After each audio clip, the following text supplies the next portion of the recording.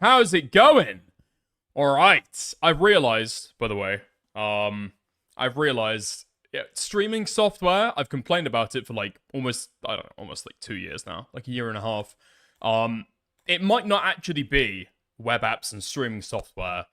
It might just be my PC. I've come to realize. I've had a stunning revelation that if I just like log into it on my phone, it works perfectly. It works like a fucking dream.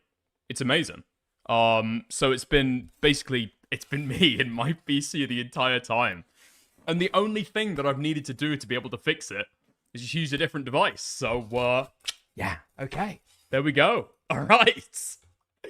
Oh my god. What have we got today? Listen, it's not everybody's cup of tea, right?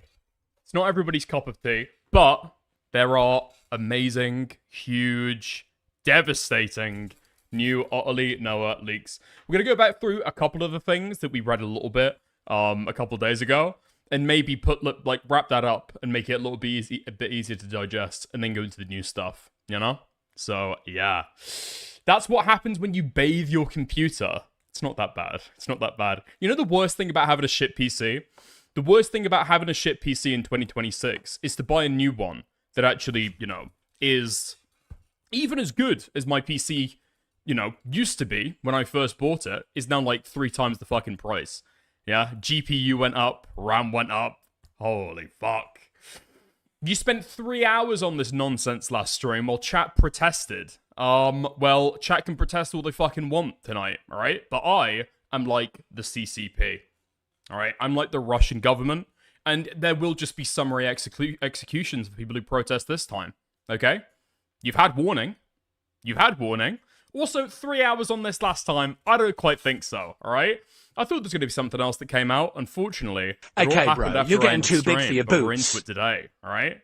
You look British cigarette as always. Thank you very much. I appreciate it. Yeah, we've got a brand new gay shirt. Brand new gay shirt. YouTube isn't letting me saying gay in my dono. Shaking my head. Somebody tell Keemstar. Dude, this was a problem years ago, right? And now it's a problem again. Nerd City to drop whatever the fuck he's doing and get back on this shit. Holy fuck. They're doing it again, bro. They're doing it again. Oh, how's it going? Your hair looks awful tonight. Yeah. Yeah, it does. Yeah, it does. There's nothing that can be done about it, though, unfortunately. But there we are. Listen, alright? Despite what the title might imply, we are going to be getting to more than the utterly Noah stuff tonight, okay? It's just, I just figured I'd put that as the title and we'll talk about other stuff later on, alright? Coming up today, Gideon. His arrest is starting to blow up. We're getting some neutral perspectives on it, and it's not looking good. Denims wins her copyright lawsuit, not tentatively, alright? Not tentatively, officially. It is so ordered. Snark Queen. The Empress of Fair Use. Oh, it's beautiful. It's fucking beautiful. Anyway, we'll get to some of that a little bit later. Damn, you know there's no topics when NOAHDIVERGENCE makes the title. Hengus, listen. This is deeper than content. You have to realize, right? You have to realize. This is deeper than content. Dude, somebody, was it Dan Jr. in chat as I was starting stream? Dickers, why you talk about Noah? Dickers, why you talk about Noah? Nobody cares about Noah. Why do you cover EHD? Dickers, why are you, like, covering content that, like, nobody else is covering? Why are you, you know, having, like, unique streams? Fuck you, okay? This is personal for me. I hate this little fuck, okay? And he's going down. First thing, I'm snarking. I'm not even snarking, okay? I'm not even snarking that hard. Because I want to say right off the fucking bat, okay? Last stream, we had a little bit of Noah snark going around. I'm sorry to say, okay? I'm sorry to say. We did have a little bit of Noah snark going around. So, for example, I got sent by Future Nightmares. That's the guy that we're pinning this on, alright? I got sent by Future Nightmares a screenshot of Noah in his Discord sending a picture of uncensored lolicon. Okay, now to be fair, I should have inquired a little bit more into this at the time, I guess. I was trusting Future, because he's a researcher and stuff, to have vetted it. But unfortunately, this is fake. So I want to make that clarification off the bat, okay? This image, not real. To be fair, you can probably tell, because as I found out later on, Future Nightmares got this from Wargaming Dad, who got this directly from, that's right, the Poop Waffen. Yeah, you know that sharty troll group that infiltrated Noah's Discord server? Yeah, this came directly from them, apparently. Wargaming Dad? Yeah, no way. No way. Real shit? Okay, I'll take your word for it, 100%. You know, there's one thing you can say about the Poop Waffen, you know? They might do illegal actions, they might hack people's Discord accounts, alright? They might raid their servers, they might be a troll group. However, they have an upstanding reputation for being factual and impartial. Completely reliable at every turn. I mean, it's not even a good fake either. It's got perfectly fucking straight edges. Dickers, what is this image? This image is like a collection of 10 different, like, images of Lolicon. Right? But, yeah, there we go. Holy fuck. So, yeah, just to clarify, the Poop Waffen, the Poop Waffen are a sharty troll group who infiltrated utterly Noah's Discord server. Some people are saying that they hacked Noah's Discord account, and that's how they got ownership. Other people are saying that Noah transferred them ownership of his own accord. And ironically, that story has been so fucked up at this point, because the people handling it just don't know what the fuck's going on, that I'm not even sure what's happened there, okay? So, especially after I've realized that some of those people are just taking screenshots directly from troll groups and believing they're real, I'm just gonna say, like, okay, I've got no fucking clue what happened there anymore then. At some point, server ownership got transferred over from Noah's Discord account to somebody else's Discord account. Was that social engineering? Was that hacking? Literally no fucking clue. But, yeah, there we are. So, just to put a pin on it, okay? Completely fucking fair. We're not going in for the hardcore snarking, alright? We're being completely factual. And with that said, let's kick the Noah segment off with Future Nightmares making his first video ever. Dude. I remember when this guy was just a chatter. I remember when this guy would just send me like a billion fucking links in my DMs to be able to make a stream segment out of it, alright? Now he's making content. He's going up in the world. Let's go. Hello, my name's Future. So we'll watch this for a little bit of a layup and a catch-up, okay? And then we'll go into the new stuff today, alright? Nightmares. If you are unaware, I helped Toastfight do a lot of the research regarding otterly Noah through his past being an autism advocate and gooner.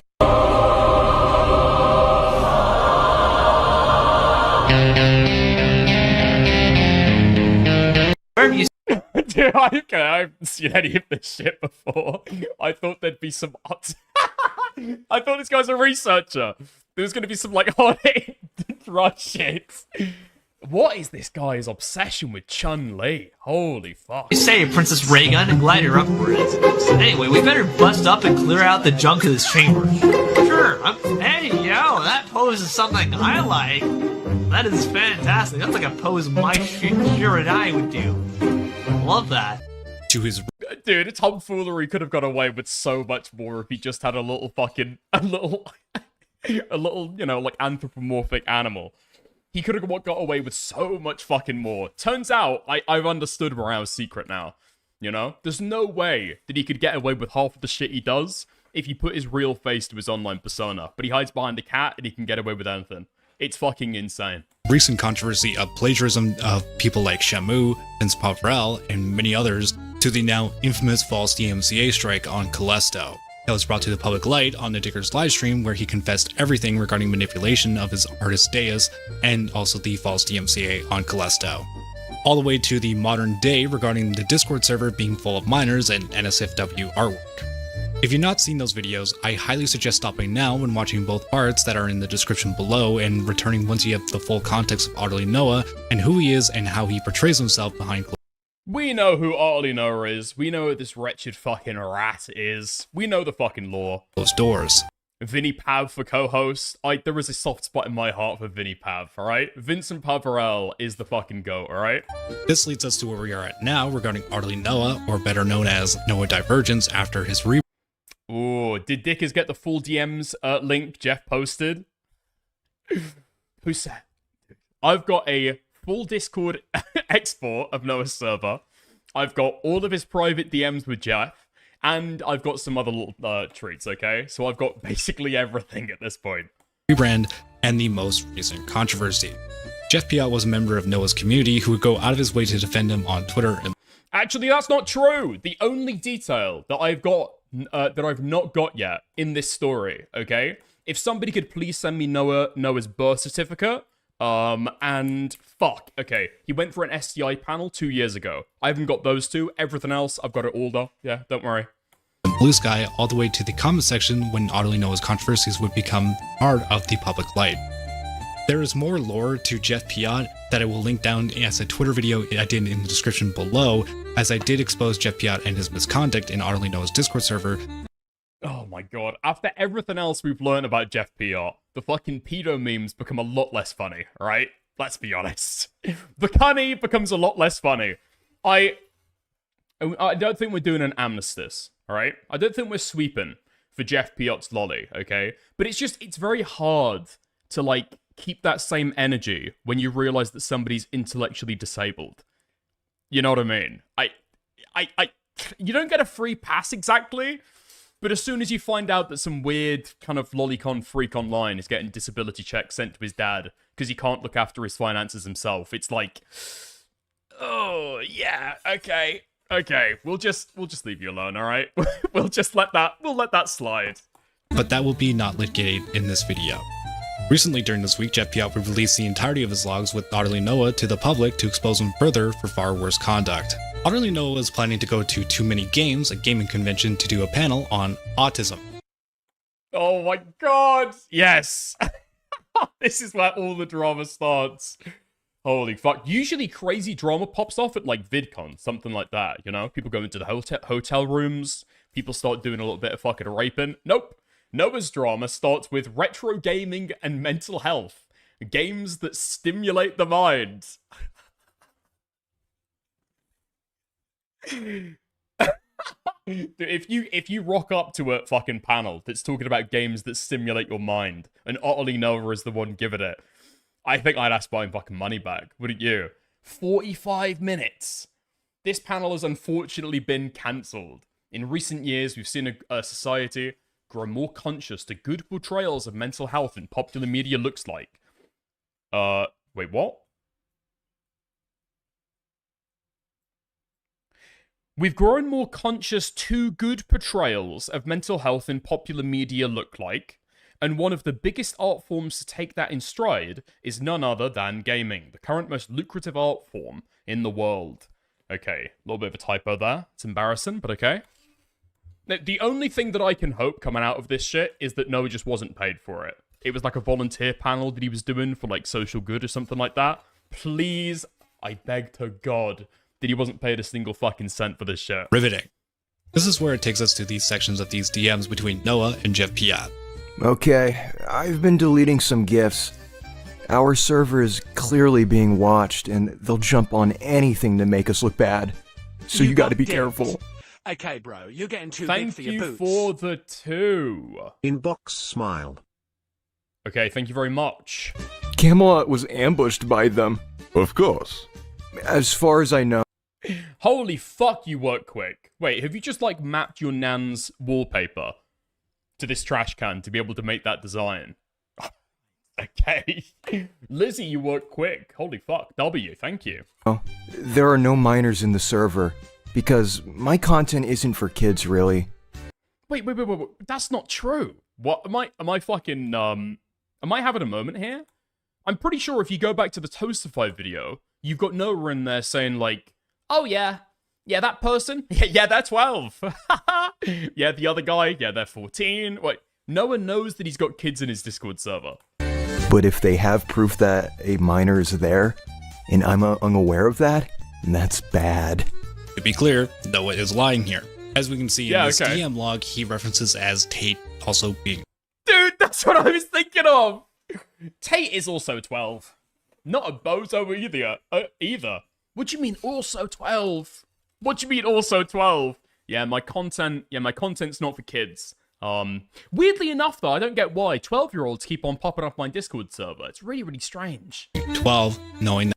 You know, my content is mainly talking about, you know, kids media, cartoons, you know, stuff like that. I can't imagine why children would be interested in this. That there are 12-year-olds within his Discord server, as well as that this interaction here, where the minor in the introduction part of the server, referencing the fact that they are 12, Noah would give it a reaction, acknowledging that this person is a minor. Sorry. Oh my fucking god, no way! This guy's community needs to be fucking looked into, man. How can somebody introduce themselves and say, he, him, turning 13 soon, and they get like 3 utterly love. They get 3 utterly love emotes. Okay. Would give it a reaction, acknowledging that this person is a minor. Sorry, but you won't get back in unless you get me free room for too many games. Alright, I responded to him. KOP is slightly north of Oaks. The hotel is near the mall, with the Regal UA Theatre. Oh, yeah, so I guess the background to this that Future Nightmares leaves out is that Jeff has been, like, banned from Noah's Discord server, and then Noah says basically, okay, well, you can get back in, but only if you give me free shit. You can get back in, but only if you get me a hotel room. Alright, but you could easily hook me up with something. I imagine you and your dad, and if you want back in the server, ask around. I am on disability. No, listen, okay. I appreciate Future Nightmares doing like a reading of this to make Noah sound as retarded as possible, but this is an instance where you need to embody retardation and evil, okay? Kind of like, I don't know, it's like George of Mice and Men, but if he was like a rapist. You got I don't really know how to describe okay, it, bro, you know? You're getting too big for your boots. Or it's like the retarded guy from Green Mile, Noah, but if he actually handshake did it. emoji, Nux, handshake emoji, leaflet, this. All of it. Thank you very much for the 2. Very true. Dude, these guys are like all the fucking same, aren't they? These guys are all the fucking same. Leaflet and Nux would call Noah a fucking Quango. He'd call them grifterly bears. But at the end of the fucking day, they can all agree on one thing. Kids in our spaces. Yes, please. Okay. Fuck. But yeah, let's go on. I don't know that many people. Alright then, do you have Cash App? Yes? It's insane. It's fucking insane. Hey, could you get me something free to get let back into the server? If you want back into the server, you better ask around. I'm on disability. I don't know that many people. All right then. You're on disability? That's free money. Do you have Cash App? Can you send me some of that shit over, actually? Can you... Well, disability, that's just free money lying around. Yes? Okay, send me $100 on there right now. I want to make sure you're being legitimate about all this. Especially after the trolls suspiciously came in not too long after you rejoined. Yeah, so Noah's got this idea that to make sure that Jeff is being legitimate about not inviting in trolls, Jeff needed to pay him like $100? Which seems a little bit post hoc. I think what's happened here is that Noah doesn't have somewhere to stay for this convention, wants somewhere to stay for this convention, and so when he realizes that Jeff can't strong arm him into giving him like a free hotel room, he's like, okay, fuck you. You're gonna pay for my fucking hotel room then. How about that? But nothing about this is some kind of like legitimate payment to make sure that he's being honest, though. It's just a weird lie. I'll tell you what it is, actually. I'll tell you what it is. It's Noah finding some kind of way that you can convince this guy that he's done something wrong, and so he needs to prove himself by paying Noah, you know? It's not extortion. It's not extortion. It's not extortion. You've lost my trust, okay? And my trust is worth $100. Pay up, big boy. I currently don't have $100. My father is my SSDI payee. Then you should ask him for some money, if that's true. It's just fucking insane. Oh yeah, I'm actually on disability. Not only am I on disability for an intellectual, issue that this guy's got. He's like obviously a vulnerable fucking guy. Not only is he on disability for his mental disability payments for his mental disability, he is so intellectually disabled that he doesn't even manage his own finances. His dad manages finances for him. Okay, well, time to get onto the phone to Daddy, I think. My SSDI payee. Then you should ask him for some money if that's true. Noah is actively pressuring someone on disability who's poor with their finances to then go to their father who handles their disability checks from their estate to ask them for $100 so Noah can attend this gaming convention. This would be the only way that Noah would allow Jeff Piot to be let back into Otterly Noah's Discord community. There is no other way to describe this other than that this is extortion of his own fan and defender to gain access to a server full of autists, retards, and trolls that have already infiltrated his server. Jeff Piot would release the entirety of his logs with Noah on June 30th to the public, showing Noah and his extortion attempts because when Jeff Piot refused to send him $100, Otterly Noah would block him. Multiple streamers in the community alike would give Noah backlash and put pressure onto Noah, the main pressures being Anthony Gramuglia and Dickers. This would force Noah to Okay, before we get to that, I can now say that I have got in contact with Mr. Piot. We've come to an understanding, we've come to an arrangement, and I have got the original logs from Noah. Okay.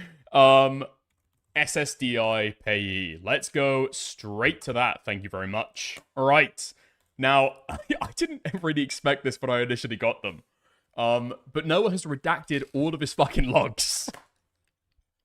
Well, actually, that's not true. That's a little bit too fine of a point on it, right?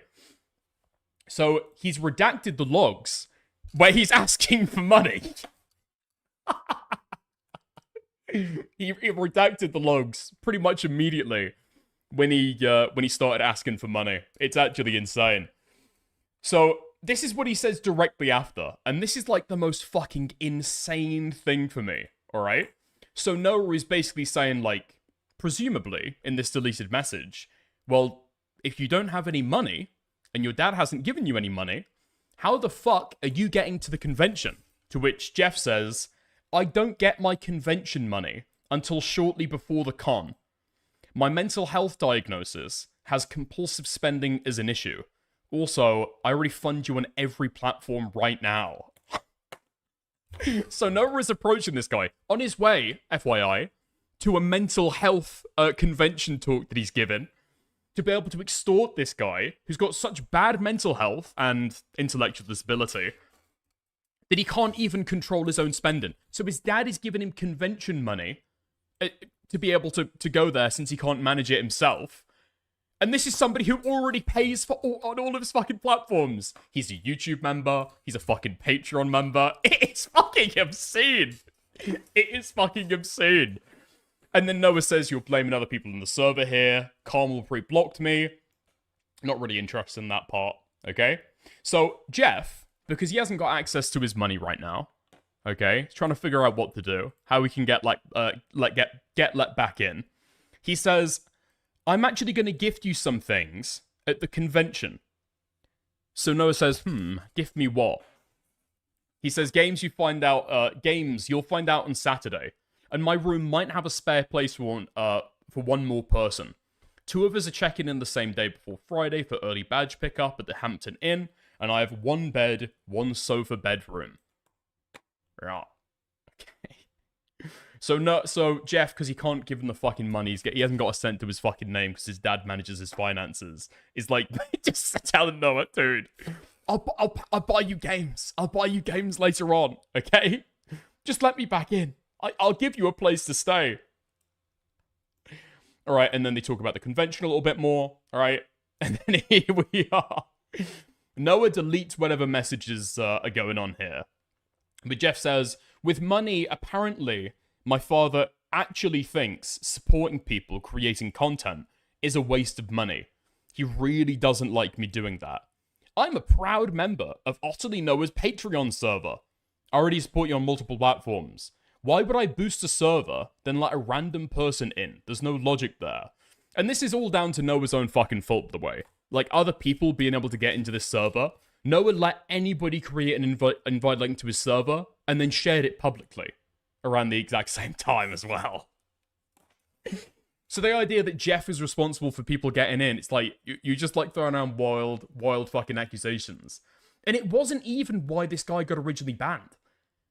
And so I'm just sat here wondering, like, okay, so this guy got banned for something completely unrelated, and then you've decided that the original reason isn't true, and now you're coming up with some justification to put suspicion on him so that you can keep up this pretense that you need to get money from him. It's like totally insane. Okay, so then they go down. Yeah.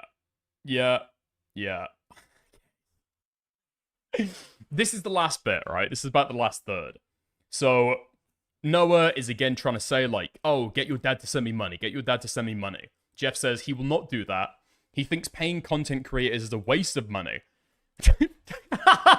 I could just imagine Jeff texting his fucking dad right now. Dad, you don't understand, right? This isn't like a normal content creator. This guy's like a mafia don. He's gonna break my fucking thumbs if I don't pay him out of my disability check. Dad, this guy needs my disability check now! Okay, so then Noah says again, this is a trust exercise, okay? This is a trust exercise, you need to trust me. He says, money is not a valid form of trust. Noah says, I think this is standard. This is how people do this stuff in the workplace or whatever. Not where I live. Basically, I am a scapegoat. You now have a DM trail that basically would destroy your credibility because you want to pay me, you want me to pay you money to prove I didn't leak an invite. You realize how that looks. I mean, you've got to give him you've got to give it to him, haven't you? He might not have the best spelling, okay? Listen, not everybody can have it, including me. He might not have the best grammar, okay? We're not going to hold that against him. But even Jeff PR sees exactly what Noah is doing in this situation. And presumably after this is when Noah goes back and deletes all these messages as well. So it's a room for 3. I can't change it to 4 currently. This close to the event, they locked it. My reservation is for 3 adults. The room can fit 4. Oh, okay. Then that can work. Also, I already screenshot that message. Haha. Jeff says, this is making you paranoid. Noah says, nah, Jeff. Legitimately. You cannot just call everyone paranoid. I'm actually trying to help you out here. I'm actually trying to help you. I'm actually trying to help you, Jeff. Dude, it's fucking insane. Again, right? This is stuff that Noah knows. Noah knows that this guy is so intellectually disabled, that his dad is managing his finances because he can't. I'm actually trying to help you out here, Jeff, okay? You might not understand, but in time you will come to learn that sending me $100 actually helps you. I'm actually trying to help you out here, because I don't want to continue doing this, and... I don't want you to continue doing this and not learning or improving. Do you understand what I'm telling you here? I think he does. You know, learning, improvement, it's a very, very big thing in life, you know. Every day, hopefully, we learn something new. Sometimes, you've got to learn that lesson by paying some fucking... by paying some neurodivergence advocate $100. I have a therapist. I mostly gave up talking online because I sat alone in my apartment that cost more than my income, not in my name. And you want me to ask my father to give me money to pay somebody I never met online. He refuses to give me money on a normal basis because I used to spend all of it.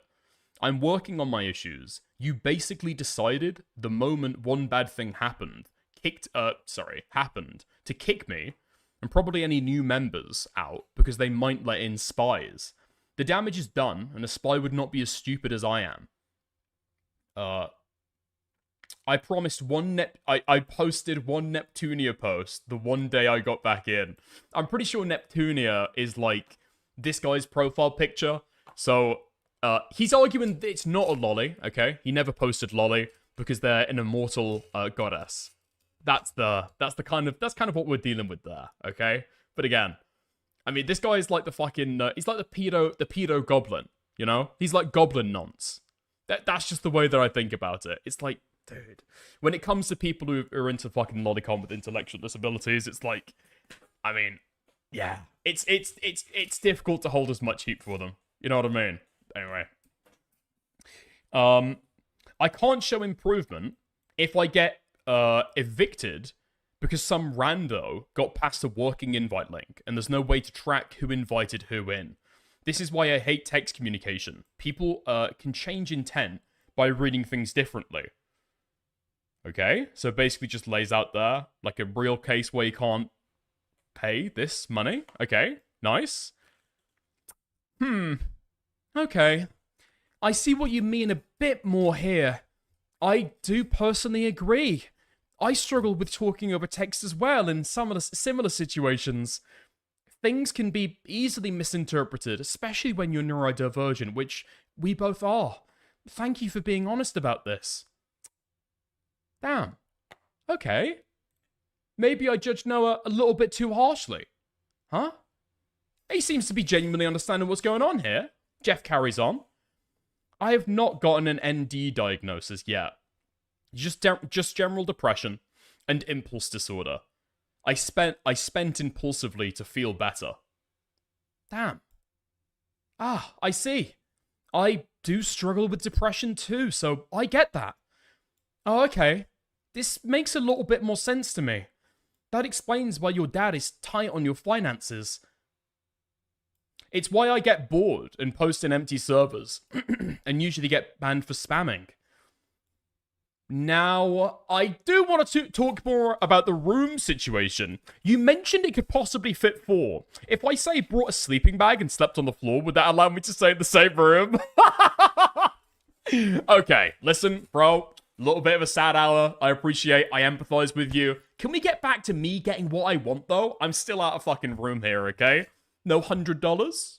No $100? Let's get right back into it. This is my room reservation. Hey, I have an upcoming stay at brrrr.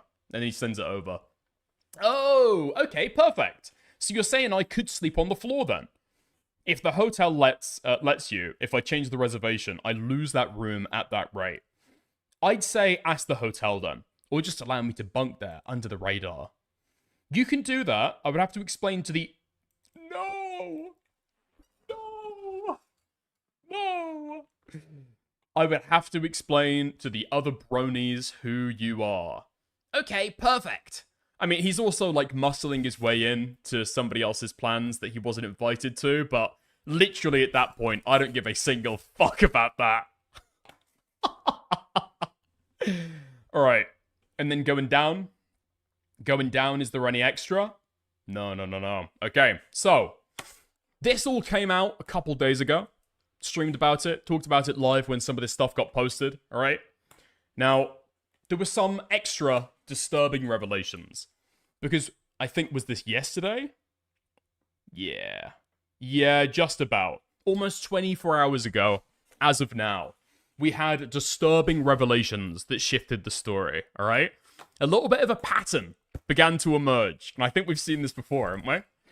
No way Noah is running the exact same book again, resolving it privately, and telling the person to make misleading tweets. A disabled guy, Jeff, was banned from Noah's Discord server, and Noah wouldn't unban him unless Jeff's dad sent Noah $100 out of his disability check. So here we are. Jeff P. over on Blue Sky. At NOAHDIVERGENCE. Just started talking to me again after his server got hijacked by Nazi trolls and wants to talk to resolve this privately. Apparently, he missed his flight. Also, he never got paid. He did try to extort me, okay? But he failed. We need to keep this in mind. We need to keep this in mind. After my dad said that I'm not allowed to send to send money to people online that I don't know who are demanding $100 for me. Yeah, after my dad kind of, like, protected me. Yeah, he actually didn't get paid any money. Alright? He didn't get paid any money at all. Oh my god. Even further disturbing revelations. Alright? So this goes on for a little bit of time. We're talking about it back and forth. And then I see this. Which strikes me as quite odd. Quote, I apologize for cropping screenshots from Noah. And then directly underneath, I apologize for doctoring screenshots from Noah. Now, I've seen the screenshots. I know that they're real. They're real.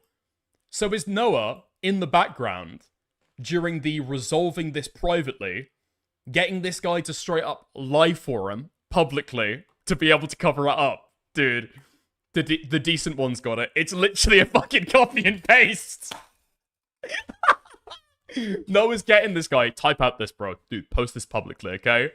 And he's copying the quotation marks. Alright.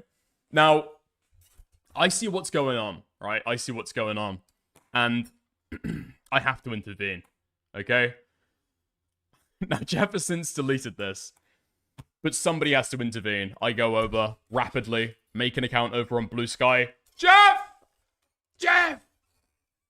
Don't let him do this! Don't let him do this! Jeff! Look at what he did to Callisto! Stop! Stop! And then weirdly, very, very soon after Jeff posts... Wait, hold on. Okay. Almost immediately after Jeff posts this, Noah Divergent and I have resolved things, and I'm looking forward to seeing him next year at Too Many Games. I apologize for doctoring the screenshots from Noah. As soon as Jeff posts this, I and Future Nightmares immediately get blocked, right? So it's just like, I don't know if Noah thinks that he's being fucking slick with it. I am, at this point, after the first two dramas with him, I am an officially accredited otter poacher, okay? You can't escape me. I'm saying it like it's a fucking boast. It realistically actually isn't. It's deeply fucking shameful. I know the playbook of some autistic fucking otter online. But I know how this guy works, alright? I know how this guy works. I know what's going on here. I can smell a fucking rat. I now take you to the exact DMs when Noah was telling him to post all of these things. So, Noah gets pressed on it a little bit. Because in the intervening point, okay, I get sent over some of these, like, logs back and forth. And to be fair, I don't need to go through the entire fucking thing. I send them over to Noah. It's where Noah is telling Jeff to block me. And then Noah asks me, hey, have you hacked me? Anyway, you know, shout out to Claude Mythos, alright? Changing the commentary scene. We hugely appreciate it. Let's go on, alright? So Noah starts out, he ends up posting these publicly, right? He says, I'm getting all the DMs. I'm not hiding anything. And then he posts these, okay? Full disclosure. Alright, Jeff. I feel like I may need to call you. Are you available to call? I also do want to clarify, I didn't block you because of you not picking me up at the airport at all. I would have been fine Ubering. I blocked you because I was admittedly getting frustrated with the spam of YouTube links. Let me know if you can call, and then I'm happy to talk to you. But you cancelled your entire panel, saying you couldn't make it. Yes, because my flight got cancelled. I emailed Travis about this too. Are you able to call? Not now. Okay, well, I want to resolve things peacefully with you if I can. When would you be able to call? Next week. Why next week? You're texting just fine. Busy this week, unpacking, and getting things cleaned up post-con. Okay. I will ask, just because I do not want more stress right now, and I do want to resolve things with you. By the way, the stress that we're talking about here is, I think Diorio mentioned it offhandedly, that this stuff was going on with Noah, and I think me and Wargaming Dad made a tweet about it. That's the pressure. That's the pressure. Eventually, I think Anthony Gramegula also makes a tweet about it, or retweets me or some shit. But that's the stress that we're talking about right now. 2 tweets that I don't think even got above 100k impressions. Or sorry, 1k impressions. Okay. I do not want more stress right now. And I do want to resolve things with you. Please stop posting about me on socials and other places right now. I have no ill intention towards you. I'm glad you're a fan of what I do. It's so fucking gross. You remember the good times, Jeff, right? Do you remember the good times? You remember that video I made about Disney and AI, right? You remember the good times? I can hold you to that. To not post about me until we can talk. Yes. Okay, thank you very much. I look forward to calling you when you're ready. For now, would you mind making a post saying that we're resolving things privately so people are aware? In the wake of the neo-Nazi hack, I don't want anybody else coming after me or the community. It's just so fucking dumb. It's just so fucking dumb. Oh, wait, McDizzle Gaming. There's a little bit of it in here about you, actually, that Noah never disclosed. We'll get to that, though, alright? We'll get to that. All in good time. Dude, the poop waffen has, like, left a permanent scar on this guy's brain. It's insane. It's insane. No, to be fair, actually, this is just what Noah does every fucking time, you know? Yo. Please don't post about me, please, please, please. Very true, and thank you for the 2. Alright, but this is just what Noah does every time. There's some tangential reason that you're actually harming his community if you start talking about him or criticizing him. Just so fucking dumb. You did miss the other mental health panel, Friday, by a medical doctor, and a therapeutic DM. I can post that. Thank you, I really appreciate it. That sounds really cool. Let me know when you post that thing, by the way. You can link it here when you're done. Okay. Thanks. Are you gonna post it on Blue Sky, Twitter, or both? Either. Okay, cool. Every time that Noah gets into a fucking drama, it is like the most retarded ways possible to be able to navigate any of this. Somebody posts something on Blue Sky and on Twitter, and everybody else is supposed to look at it and think, oh, that's a normal interaction, actually. Yeah, I'm sure that guy's just posting it of his own volition, because, you know, he feels bad. He feels bad for Noah, right? Okay, cool. Post them both, alright? Also, put below something like, Noah didn't attend too many games because his flight was cancelled, and I wasn't extorted. Did you do it? Yes. Okay, let me look. You didn't mention that I didn't extort you, because I didn't use any money from you. I already mentioned I never paid you on streams. Put it there as well, just for clarity. Then he does. Okay, then he does. And then Jeff PR lets Noah know that, hey, you have a stream invite to clear this up if you want, from McDizzle Gaming in chat. This is insane. What a manipulative guy. He's more than welcome to come on livestream to chat about it. Noah does not like live streams, okay? And in response to that, Noah says... Huh? Nothing for an hour and a half? Hold on. So, the entire conversation that we've seen so far is in the span of, what, like 20 minutes? And then for an hour and a half, he doesn't say anything. That's strange. That's really strange, because Noah said that he's going to get all the DMs and he's not hiding anything, right? Yeah, very strange sudden gap.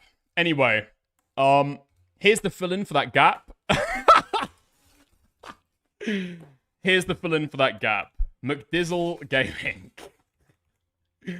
Listen, Noah said that he was fine with all of these DMs being put out there, right? He said that he was going to do it himself. Unfortunately, he just ended up lying. Alright, here we are. You got dicked. Let's go. Okay, bro, you're getting too big for your boots. Fuck me. Okay, apologies for Great the fucking... coverage of this. Dude is manipulative. Yo, thank you for the 2 Canadian. I appreciate it. Alright? Apologies for the light mode. Apologies for the light mode. Alright. So Jeff says, you have a stream invite to clear this up. I also electronically sent... No. Wait, what? So we did end up paying him the fucking gift. What? Jeff only started bringing up paying gifts when Noah was extorting him to be able to get a fucking hotel room. Extorting him to be able to get into the Discord server, rather. And so Noah has cropped that part out of the fucking screenshot. Right? The fact that Jeff has actually already sent him something of value. He gifted him a fucking game and he crops that out of the screenshot. What? Okay. Okay, nice. Noah says, nope. No streams for me. Go ahead and block McDizzle on both platforms then. Jeff says, okay. Noah says, did you do it? I saw you were still talking to him in replies earlier. I'll get to it. I sure hope so, because you continuing to reply to him doesn't help anything. I also want to believe you're being honest with me here. Don't say that to him. Delete your last reply. Did you do it? Oh, okay, just block him. Don't say anything to him, just block him, please. I cannot handle the stress right now. It's just fucking insane. I don't even know what fucking McDizzle is, okay? He's in my chat today, I guess. I saw that he was talking on Blue Sky. No offense, okay? No offense. But I'm pretty sure that McDizzle is like a very, very small creator. Like less than 1,000 subs. I might be getting that wrong. I cannot handle the stress. You didn't have to give gifts, by the way. That's nice you did. Yeah, thanks for letting me know now, by the way. What? It's no use telling the guy, like, 2 months later, that he never had to send them in the fucking first place. Now, did you block McDizzle? Yes. Show me the screenshot as proof. Because right now, it looks like you still have him unblocked. My god, and then he's going to his fucking Blue Sky profile to see. His name is still appearing under your post. Are you going to actually block him and not lie to me? Jeff PR has blocked McDizzle Gaming. Thanks for clarifying. I really appreciate it. Look, I'm tired of the drama, and I'm trying to move forward. Yeah, it's weird how everyone's tired of the fucking drama. Every time that Noah gets into drama, he does some fucking stupid shit, then suddenly he's tired. 5 minutes into the drama, he's suddenly fucking tired. Oh, fuck. Okay. All good, my dude? 6k subs? Yeah, okay, fuck it. You're like twice as many subscribers as me. Never mind. Alright, never mind. Jeff says yes. Alright, realistically, I should be mocking Noah for being, like, stressed out by me when I'm thinking about it, actually. That's the better route here, innit? Okay. I really appreciate that. I'm tired of drama, and I'm trying to move forward. Keep him blocked on both platforms. Do not reply to any drama tubers, please. Can you do that? Oh, and coincidence? Look who shows up in chat. How's it going? Darius Marionette. Or Deus Marionette. Only Noah gets to lie. That's his thing. Welcome, welcome, welcome. How's it going? Yes. Okay, thanks. I'll hold you to that. Feel free to comment under my Blue Sky post instead, and leave some positive comments. I'd prefer seeing that right now. You're also not banned on Twitch, by the way, so you're still able to watch me stream. I'll be playing Star Fox next. I know! I sent you a GOG gift code for a bunch of games, including Roller Coaster Tycoon Classic, to your current business email. Oh, really? Nice! You didn't have to do that. Did you know, do you know the user something else? Okay, and then it's like a friend that he's got, okay? Did he just beg for positive comments? Bruh, yeah. He did. Noah, Jeff, you're actually not allowed. You're not allowed to post on anybody else's Blue Sky posts. Only mine. Only mine. And can we get some positive comments going here, please? What I want to do is, like, make jokes about it by hyperbolizing it. I'm gonna be honest, I literally don't know how to. This is about as shameless as it possibly could be. Okay, nice. Interesting. Can you send me that screenshot also? McDizzle Gaming is blocked on Twitter. Thanks. Wait. That's your alt. Block him on the main Jeff PR account too. And do the same on Blue Sky. I did. Then screenshot both and send it to me now. No, this says followed by Jeff PR. You used one of your alts to block him. Whoa, dude, Noah is expecting these fucking screenshots with a fine-tooth comb. Jeff PR has blocked McDizzle Gaming on Twitter. Again. Block him on the main Jeff PR account on Blue Sky and Twitter right now. Perfect. Now do the same on Blue Sky. Right. Okay. So both Orange Heart and Jeff PR accounts on Blue Sky blocked You McDizzle, got right? dicked. And any Okay, other bro, alts you're you getting have. too big for your boots. What the fuck is going on?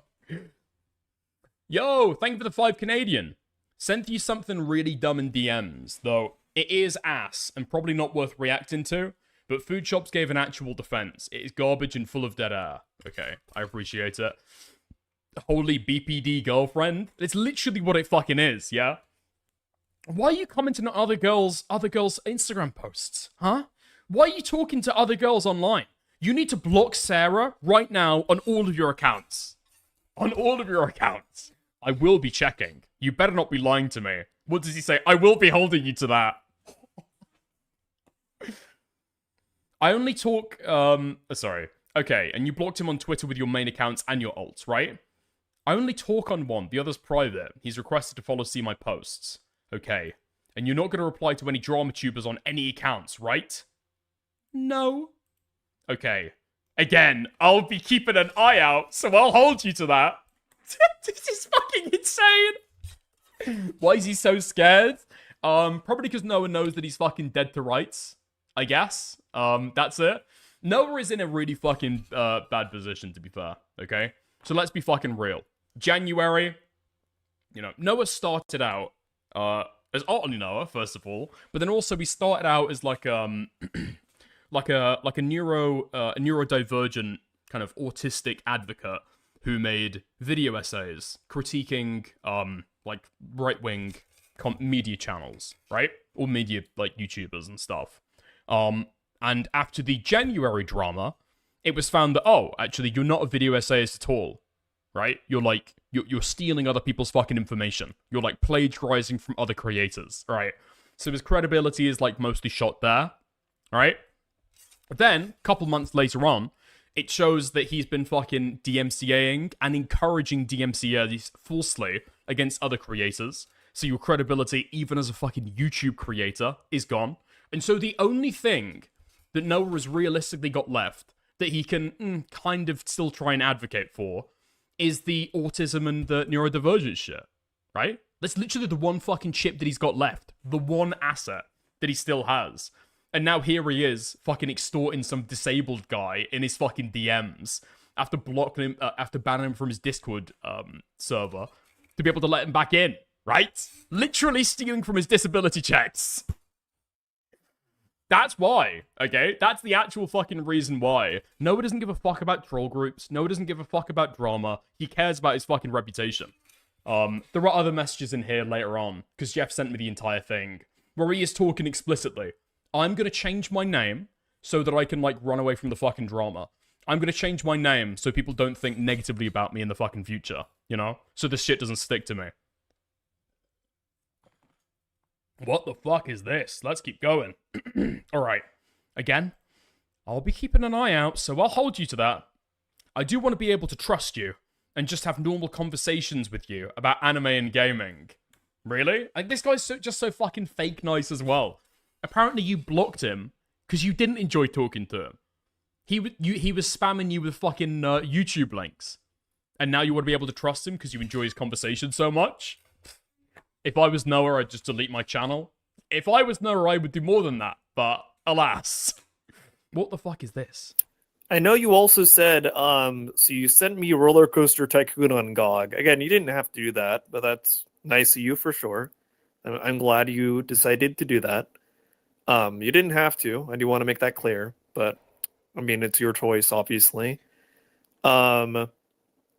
What other games did you send? I know you sent Roller Coaster Tycoon. You said, did you send a bunch of like retro games or something?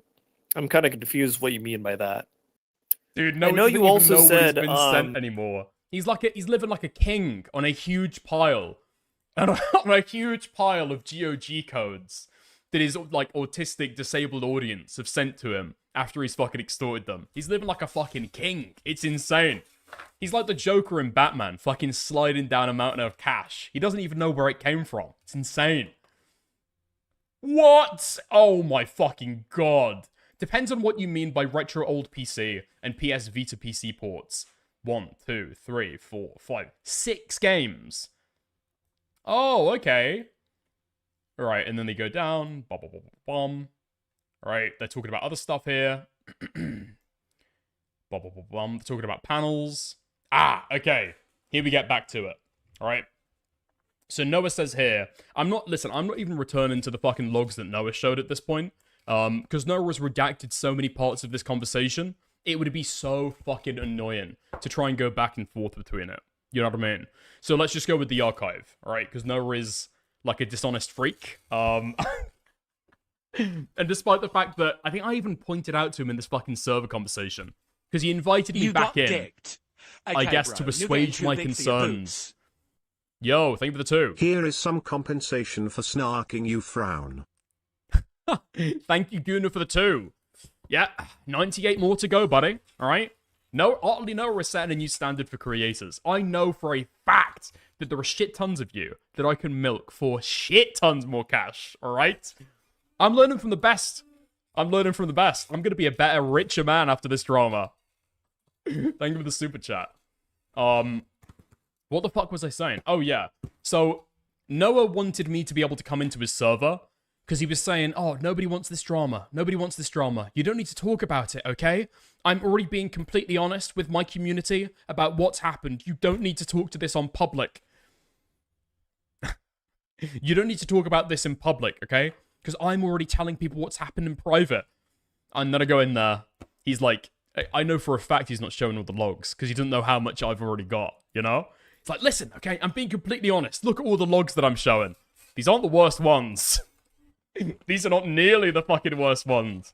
Where are the ones where you're giving him the exact lines of what to say on Twitter? Huh? Where are the ones where you tell him exactly what to respond to people with and who to block? Huh?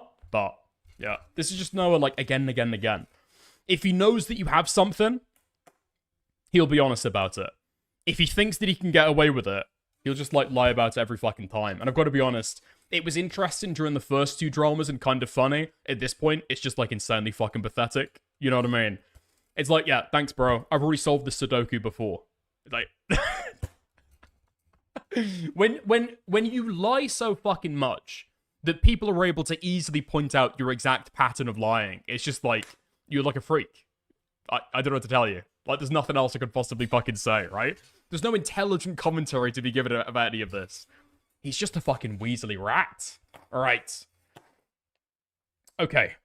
Jeff, I'm gonna need you to make an outright statement on your Blue Sky and Twitter saying NOAHDIVERGENCE did not extort me. I'm still getting people DMing about it. Can you please? I do want to trust you. So if you can do that, I'd really appreciate it. Wait, what are the time between these DMs? Then this is 3 minutes later. I do want to trust you. So if you can do that, I'd really appreciate it. Hey, dude, it's just like so fucking weird. It's always isn't this the exact same fucking playbook that he gave when he was extorted in the first place, right? I need you to give me $100 so that I can trust you. And now he needs, what, Jeff to be able to, I don't know, post something on fucking Twitter so that he can trust him again? It is just out and out deeply manipulative, you know? He's seen that Jeff, I don't know, my read on Jeff is probably doesn't have many friends IRL, right? He has most of his social interactions online, and no one knows that he, like, values the social connections that he finds among people that he meets on Discord.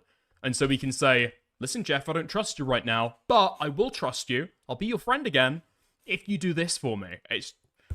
oh, how fucking gross.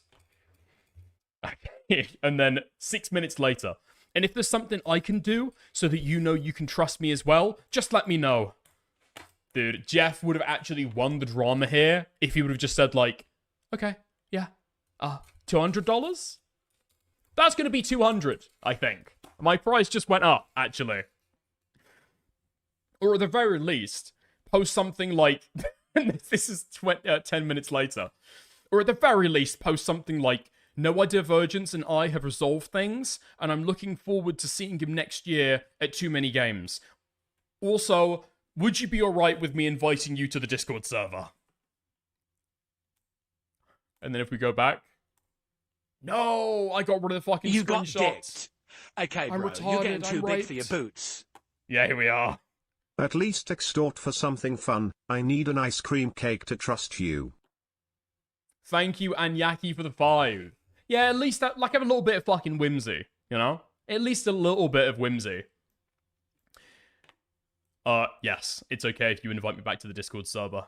Okay, cool. Did you post that thing? Link it to me when you've posted it, and then I can link you to the server again. Noah Divergence. It's with it's with the quotation marks. I didn't even realize. Did this guy post all of these things just with a straight like, okay, cool, boom, and then post them onto Twitter? So he does post it onto Blue Sky. Erase the quotation marks, Jeff! Jeff, you ruined the whole operation right now, bro! You're ruining the whole operation. Jeff, erase the quotation marks! Jeff! And then he posts it onto Twitter with the quotation marks as well.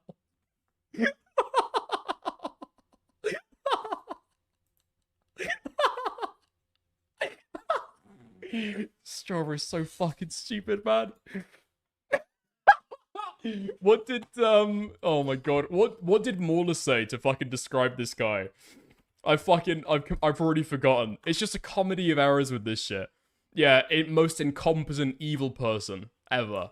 Yeah, I think that's what he said on EFAP as well, right? Fuck me. I can't edit posts, he says 4 minutes later. Just delete it and then try again. Perfect. Posted on Twitter too, of course. I'm getting the link for you here. And block Future Nightmares and Dickers, by the way. Did you do that? They're already blocked. Perfect. Thanks so much, Jeff. Enjoy your time in the new server. Once again, if any drama tubers try and talk to you, just ignore and block them. Oh, did you forget to post on Twitter too, by the way? Did you post on Twitter?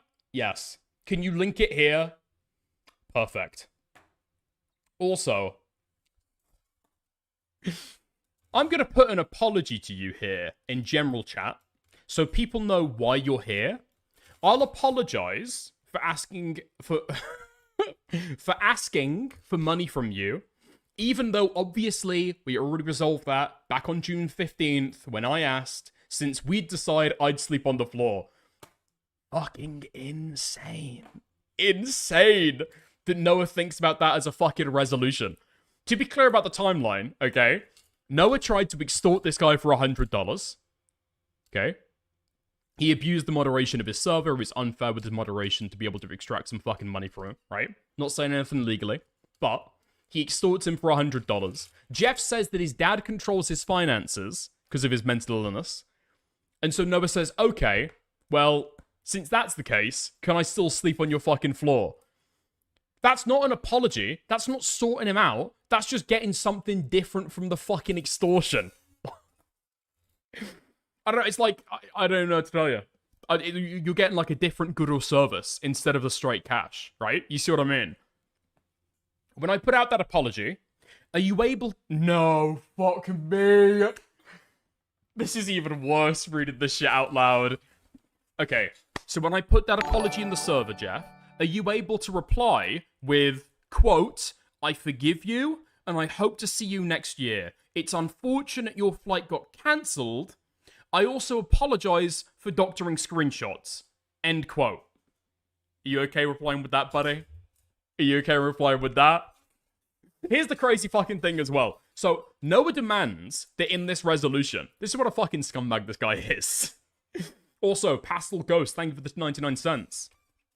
But this is what a fucking scumbag this guy is. When Jeff gives his side of this bargain, and he apologizes, Jeff has to do it on X and on Blue Sky. On 2 platforms. Publicly, he has to apologize. Whereas, for Noah, to make sure that this stuff doesn't escape containment, alright, his apology is private in his invite-only Discord. That's where Noah apologizes to Jeff. It's just so fucking gross. This will be in the Discord, by the way. Not anywhere else. Obviously.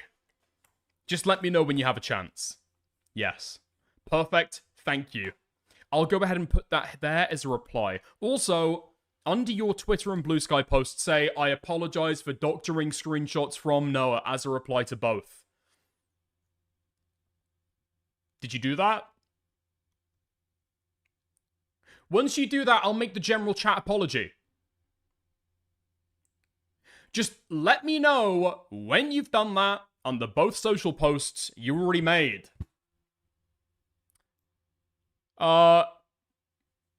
Jeff? Getting sued for leaking sex tapes. Jeff? Steven's just being a silly guy. Jeff? You Noah for there? the past week be like, please stop heckling me, I'm just a small bin plagiarizing extortionist, sad face emoji, right pointing finger emoji, left pointing finger emoji. Thank you for the 5. Dude, the dramas have been getting, like, worse and worse and worse and worse. I'm telling you, this time next year, mark my fucking words. This guy's gonna be in a drama so bad, he ends up in prison. This guy's gonna end up with, like, capital fucking murder. He's gonna do, like, a mass shooting or something. It's worse and worse and worse. Okay, let's get back to it. Jeff? You there? Yes? Perfect. Did you post those replies under each post you made on your socials? They're not doctored. You said that. Oh yeah, a point that I've just neglected to fucking bring up during this. I should probably press down a little bit more on. So, the screenshots that Jeff put out of when Noah was, like, extorting him, right? These are not doctored. Right? These aren't fake screenshots. These are real. Right? You've got the fucking export, you've got, like, several different ways. And Noah now admits that they're not fake. What he means when he says that they're doctored is that the top part is cropped off. And the text box at the bottom is cropped off as well. That's what he means when he says doctored. Yeah. Okay. Nice. Obvious fucking lie. It's just fucking insane. It's just, yeah, it's just fucking insane. Alright. They're doctored in the sense they're cropped. Yes. So you do need to clarify that. I mean, it's just fucking crazy. It's just fucking insane. It's just fucking insane. So you do need to clarify that. I'm happy to work with you here, but you do need to reply under the post and say, I apologize for doctoring screenshots from Noah, specifically that wording. Once you do, I'll put my apology in general chat You got and move on dicked. to better things. Okay, bro, you're getting too big for your boots. Yo, Space Station with a 13. They're doctored in the sense they're cropped. Well, here's the thing, alright? So, where is it? Here we are. Yeah, so Noah was actually not happy with the original version of this, right?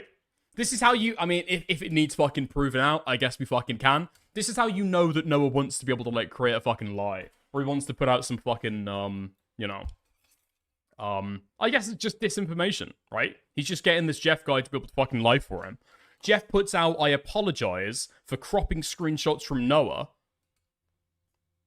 And then he follows it up with, I apologize for doctoring screenshots from Noah. And then that's the one that ends up getting put out. But I'm pretty sure that gets deleted, right? So Noah is not happy for Jeff to say that this is cropped. He has to specifically say that they're doctored to give some kind of illusion that this drama has been faked, when actually it just hasn't, right? Okay. Did you do it? If you only want to post it under one social now, then I can put the apology up and then you post the other one. That's okay too. It's up. Can you link it here? Okay, delete the 2 replies and make one without quotation marks. Link it when you've done. Jeff? I can't make the apology until you do that exactly, Jeff. I apologize for doctoring screenshots from Noah. Perfect. Thank you so much. I'll put your apology reply in general chat right now. I will also apologize for confusing you for how I blocked you. Now, I also will say, since we now trust each other, don't share any more screenshots of our DMs together, alright? Can I hold you to that? Yes. You can trust him. No, you can trust him. What do you mean? What do you mean? This guy hasn't shared any of your fucking screenshots so far. Right? No, I don't think Jeff would share your Discord logs with anybody else. No, I wouldn't worry about it, mate. Alright. Oh no. Oh no. Jeff says yes. Noah says thank you. I do genuinely want to trust you.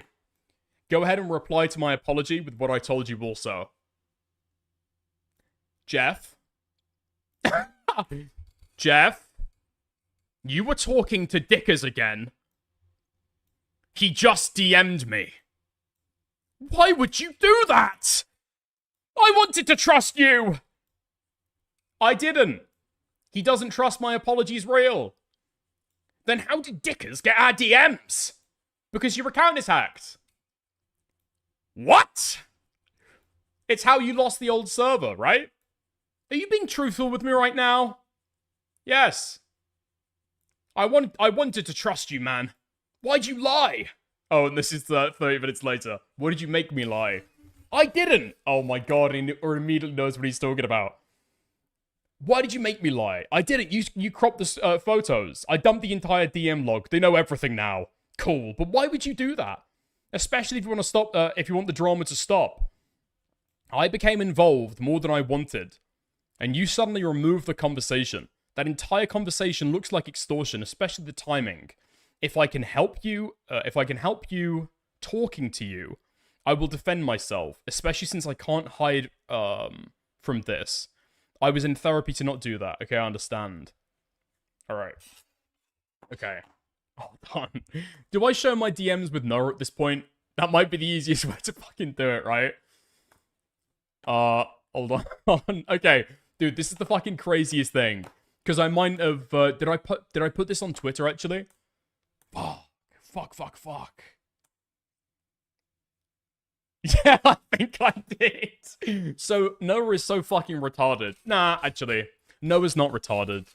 Noah is just, like, intentionally lying, right? So, Jeff PR is trying to argue that, hey, look, I'm not sharing our DMs, okay? I'm not sharing our DMs. Presumably, you already got, hacked. So, that's why, that's why your DMs are getting out. You've already been hacked, right? Noah takes this and concludes, so apparently, Dickers has hacked my account and is looking at my Discord DMs to people. I was just made aware of this. That's right, I was at the mainframe.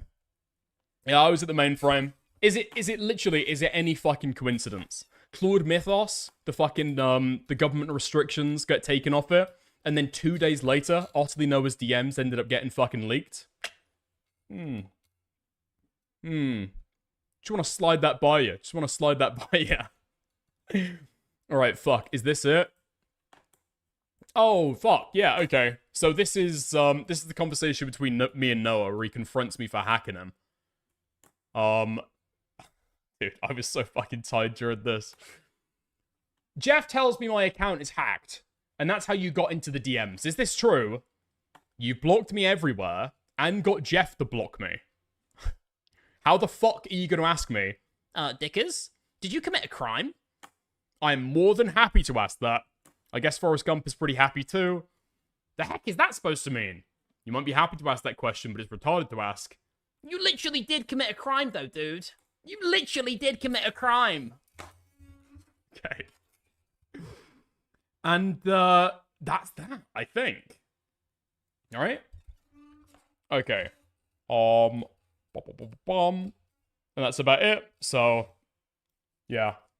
Oh my god. Do I go through Noah's server? I might do because somebody sent me the logs, right? Might have to have a gander at it. Yeah, and that's about it.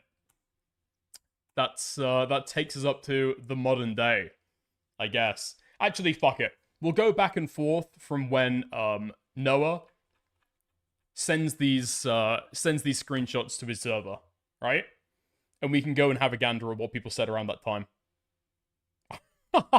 It's insane. It's actually insane to send so much and actually cut out all of fucking interesting bits. You know, where you're telling them to fucking block people, where you're doing all of this fucking gay shit. Right. Whoops, what the fuck did I just do? Not hiding? Okay, not hiding anything, and then we'll go to the end. Might be some interesting parts to go through here. Oh, yes, there fucking is. There's a whole fucking micro drama that comes out of this. All right. So to introduce it to people, all right, to set you up. So, Noah, after this happens, will start getting a little bit of pushback from his community, I guess. Getting sued for leaking sex and then tapes. eventually, if people are criticizing him, he exiles them to the vent Dickens, channel. Those right-wing chuds criticizing hack writers, they're the real bad guys. And you were on a stream with them once, which means you're bad too. Oh, the EFAP guys. Yeah. Let's be fucking real, okay? For a lot of people, the fact that I was on EFAP is probably gonna, like, poison all of the output of my streams. I don't give a fuck. These people are too retarded to actually, you know, care about what they think about this stuff. Like, literally, some people have fucking, like, messaged me. Because I've been asking for server exports. And go, listen, okay, Dickers, Noah has lied, plagiarized, extorted a disabled person for their disability check, you know? And he's lied continuously the entire time. However, what you need to understand is that you both come out of this looking really bad, actually. You end up, you both look really bad, you know? Noah's done all of that, and you're a, well, you haven't really lied, you're like a drama tuber, you know? So I don't trust either of you. You're both kind of the same, I think. So, yeah, just a lot of these people are too fucking retarded to function. It's actually insane. But that's just like a parasocial fucking, I don't know, like a retarded perspective on it. That's just it at the end of the day. There's no eloquent way to be able to describe it. These people are just like animals who don't care about any of the stuff. Well, I'll give you the fucking reality of it, okay? Because I was talking to, well, I was talking to somebody in DMs about it, right? I'll say somebody with a little bit of periphery to these spaces. Maybe had a few interactions with Noah's community, but I'll leave it at that. Anyway, but they said basically, you know, it's like a fucking cult. These spaces are like cults, these political media criticism spaces, and Noah is like the cult leader, you know? I don't necessarily agree with that, to the extent that's true for like all fucking creators, you know? I think there's a particular thing with Noah though. The fact that, I don't know, that Noah is just like, he garners an audience around himself that is kind of neurodivergent, right? They're like kind of socially inadequate. As Remnant would say it, they're mentally ill, okay, right? But so these people have like formed a community in a Discord around talking about their autism, their neurodivergence, stuff like that. You know what I mean? And so they don't want to lose access to it because they probably value these online spaces quite a lot. And so if they decide that, oh, fuck this Noah guy, yeah, this guy's a total fucking cunt, they're gonna get basically banned from their social circle, right? So there's like an incentive not to, but yeah. Oh, shut the fuck up, Brandroid. Good job, Dickers. You outsmarted these guys. There's not really much outsmarting going on, Brandroid. I don't know if you're watching the stream right now. I'm asking for Discord exports, okay? It's not exactly 120 IQ move, is it? All right. Okay. Dick has arrived and Jeff was kicked. Noah, I'm reading through these screenshots. I reserve what I think for the time being, but I'm watching and reading. Okay, thank you for doing that. I love Edward Jr. says, I'm scared. Don't be scared. Things will be okay. I've been honest about my conversations with Jeff, and hopefully that'll keep people away. So fucking dumb. It's so fucking dumb. This is why I don't think that Noah gives a fuck about his community. Well, first of all, Noah doesn't give a fuck about anybody in his community. Because he will happily throw them under the fucking bus, right? He did with Jeff. He did this shit with Deus. And then now we've got an example of him fucking extorting somebody from his community, using the exact thing that he advocates on to be able to get $100 out of them. Noah does not give a single fuck about his community.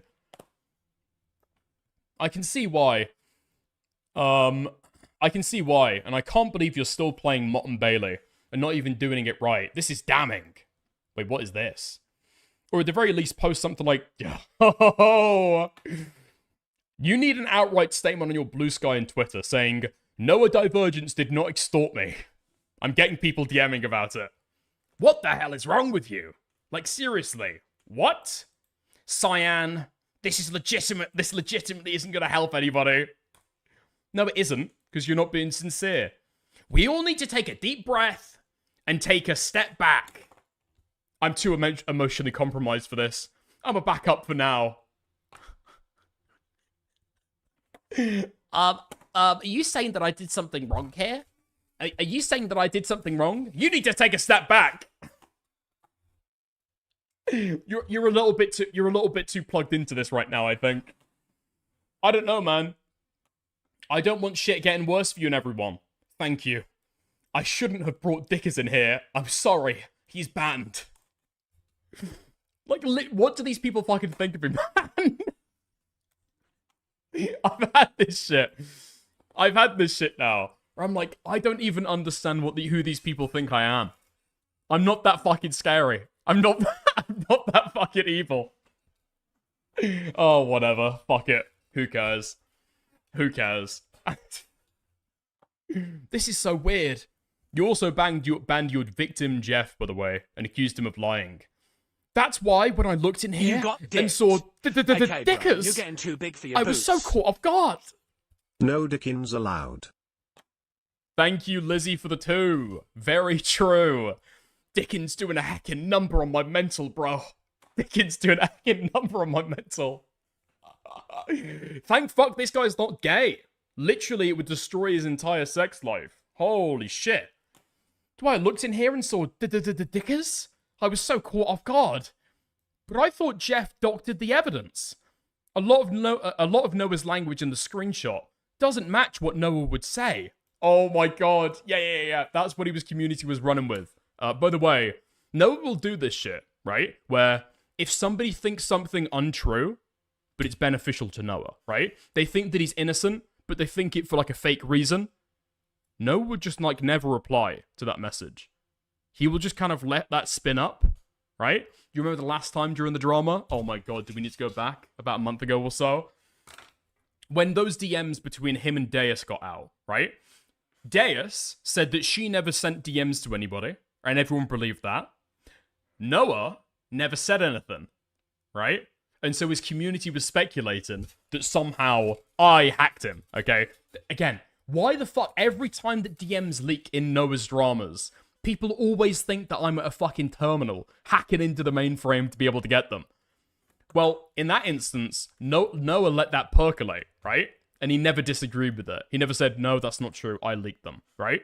To hide the fact that after crying and bitching and moaning that people were sharing around his DMs, he was then sharing around other people's DMs at the same time, right? He was recording Simon in that call. Or did Dickers hack into the mainframe to get that as well? I don't think we ever got to the bottom of that one, did we? But no, we'll just let this kind of shit percolate, you know? I thought Jeff doctored the evidence. A lot of Noah's language in the screenshot doesn't match what Noah would say. He did lie about Dickers hacking me, though. I didn't realize until like 2 hours ago, by the way, when Jeff sent me these logs, that Jeff didn't even lie about that, right? Yo, Remnant! Thank you for the raid. Appreciate it, mate. We're going through some otterly Noah drama. We're otter hunting. Okay. If you want to get all of the fucking drama, go back to the start of the stream, okay? That's probably gonna be the easiest way. Otherwise, sit in, relax. But yeah. So I didn't even realize that this was just a straight up lie from Noah. Right? Because when you look at the DMs that Jeff sent over to me, he just says, well, by the way, you were hacked. Right? You were hacked. That's probably where your DMs came from. Jeff never said that I hacked Noah. First of all, let's be fucking honest.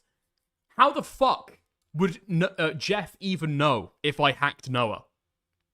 Literally, how the fuck would Jeff know? He wouldn't, right? But anyway. I don't think Jeff's a victim, unless I looked over something. Noah's idea of doctored is cropped. He's literally thrown Jeff under the bus after coaching him what to say. Noah did coach him through those statements, though, 100%. The coaching I just saw, those are damning. Oof. Alright, I've gotten confirmation from Jeff that I wasn't hacked. He shared DMs with Wargaming Dad.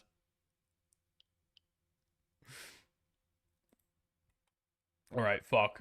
Let's go down. Let's go down. Oh, I forget. What he's saying all of this stuff. Jeff isn't even back in the fucking server, is he? If I invite Jeff to the server, will that stress people out further? Yes. Probably. Okay, I won't do that then. I'm not here enough for this. Dickers is asking... Dickers is asking to come back in. But I won't let that happen, obviously. You shouldn't have let Dickers in the first place. Who replied with this? Who fucking replied with this? Right, dude, holy fuck. Are a bunch of Remnant guys coming in and spamming asking if I'm Aryan? You got dicked. Okay, bro, you're getting too big for your boots. I love you, Aryan man. Agartha calls to us brothers. Alright, thank you for the 2. I appreciate it. Okay? This is very Aryan drama right now. You're right. You shouldn't have let Dickers here in the first place. Why is it any time I'm around here, some kind of drama goes on? That was dumb. Yes. Whether or not you allow Jeff back in, he has a right to speak his truth without you trying to tell him what to say. He's not your puppet and not your dog to be trained. Honestly, Jeff should be blocked by Noah and none of this should happen. Block him and Jeff. Block Dickers. You don't understand, okay? Listen, Pizza Guy Joe, you don't quite get it, alright? I need to keep Jeff on the fucking line so that I can get him to say more shit for me. Okay? Agatha Yeah, chat. Dickers. Yeah, fuck Dickers. Yo, Remnant, thank you for the 2. Agartha chat. Oh, also, I'm pretty sure that Noah banned me around the time that he posted those bunch of screenshots saying that was the complete lot, right? Because he obviously knew that that was not true. He was lying. So Noah tried to extort Jeff, and Jeff blackmailed Noah? Is that right? Not sure about the blackmail, since Jeff went straight to drama tubers. Those drama tubers rightfully raked Noah over the coals. Then how did Jeff get back in? Oh, he got back in by saying whatever Noah wanted. That makes sense. Yeah, so this is another thing, right? And another fucking example of the fact that Noah will just let lies percolate this fucking community. Dude, these guys think people are evil for giving a bad review to a slop Disney review. You might as well be the German mustache man to them.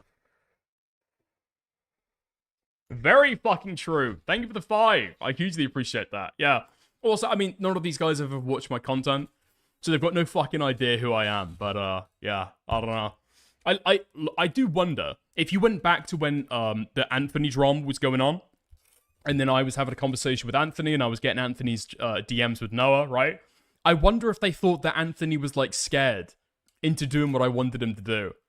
Hey, maybe not, okay? Maybe not, but just a fucking idea. It's insane, the kind of ideas that these guys spin up about me, you know? You got dicked. Okay, oh, bro, okay. you're getting So that too big explains for the your fucking boots. spam. Nice. Those EF4P EPs are incredible BTW. Thanks for that. Yo, Joey Bag of Donuts, thank you for the 2. I appreciate it. Nice, yeah.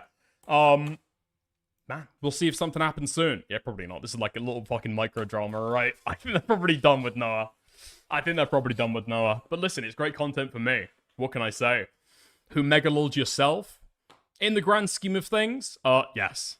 In the grand scheme of things, yes.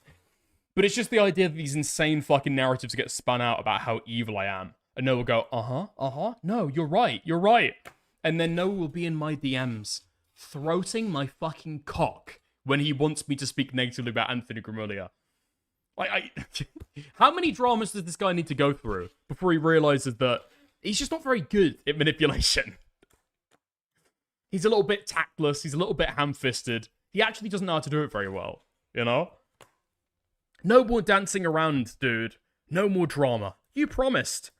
And it will make things worse for yourself and others. You shouldn't invite dickers at all. Yes. Seriously, take a week or a month break from the internet to reflect, man. You're scaring me. Holy fuck. Does Noah say anything else here?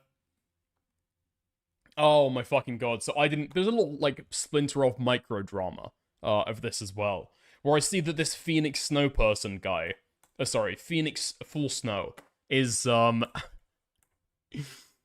they're in Noah's server, okay? And they're also in Malcolm's server. Now, I've been on a stream before with Malcolm, right?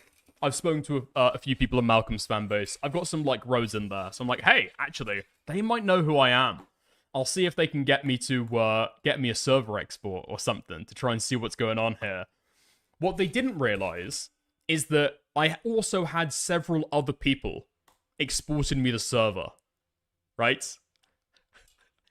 I don't know if they quite realized that.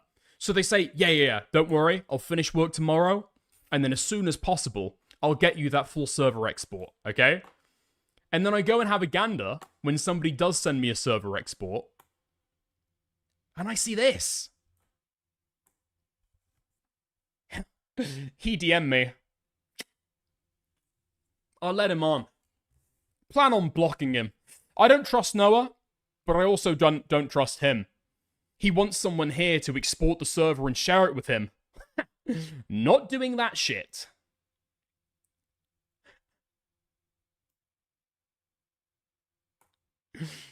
Hold on. And then I send this over to them. This is literally got nothing to do in the grand scheme of the fucking drama, okay? But I think this is just interesting to see. And then I send that over to them and go, huh? I think Noah's conduct is a serious problem. I also don't automatically trust the people covering it either. I sent a broken heart emoji. I said that, but I plan to leave the server, Lumphao. I lied to them. I lied to them. Not to you, Dickers. I lied to them. Uh-huh. Give me a moment, okay? The laptop hasn't been on in weeks. I'm gonna get you the server export now. Autists should stop trying to do social manipulation. Okay? It's like actually got to fucking end. It's got to fucking end. They can't crack it, obviously. Yeah, I'm pretty sure that I was certain that you had other people exporting the server as well. You know, I thought you were going to see that message. This was mostly a series of irresponsible decisions. Noah says it was. I can do better. Fuck me. Plagiarism drama, I can do better. DMCA drama, I can do better. Disabled extortion drama, I can do better. Noah isn't getting better, and Noah isn't getting better at hiding up the fact that he's not getting better either. So literally, what are you doing? You're not moving at all, you're fucking standing still. I didn't take a real break last time. I honestly think I need a real break. You need an actual one, not a few days, not a week, a real one. That's what I mean. Like at least a month. Or more. This is going to throw a wrench in everything. This was so reckless.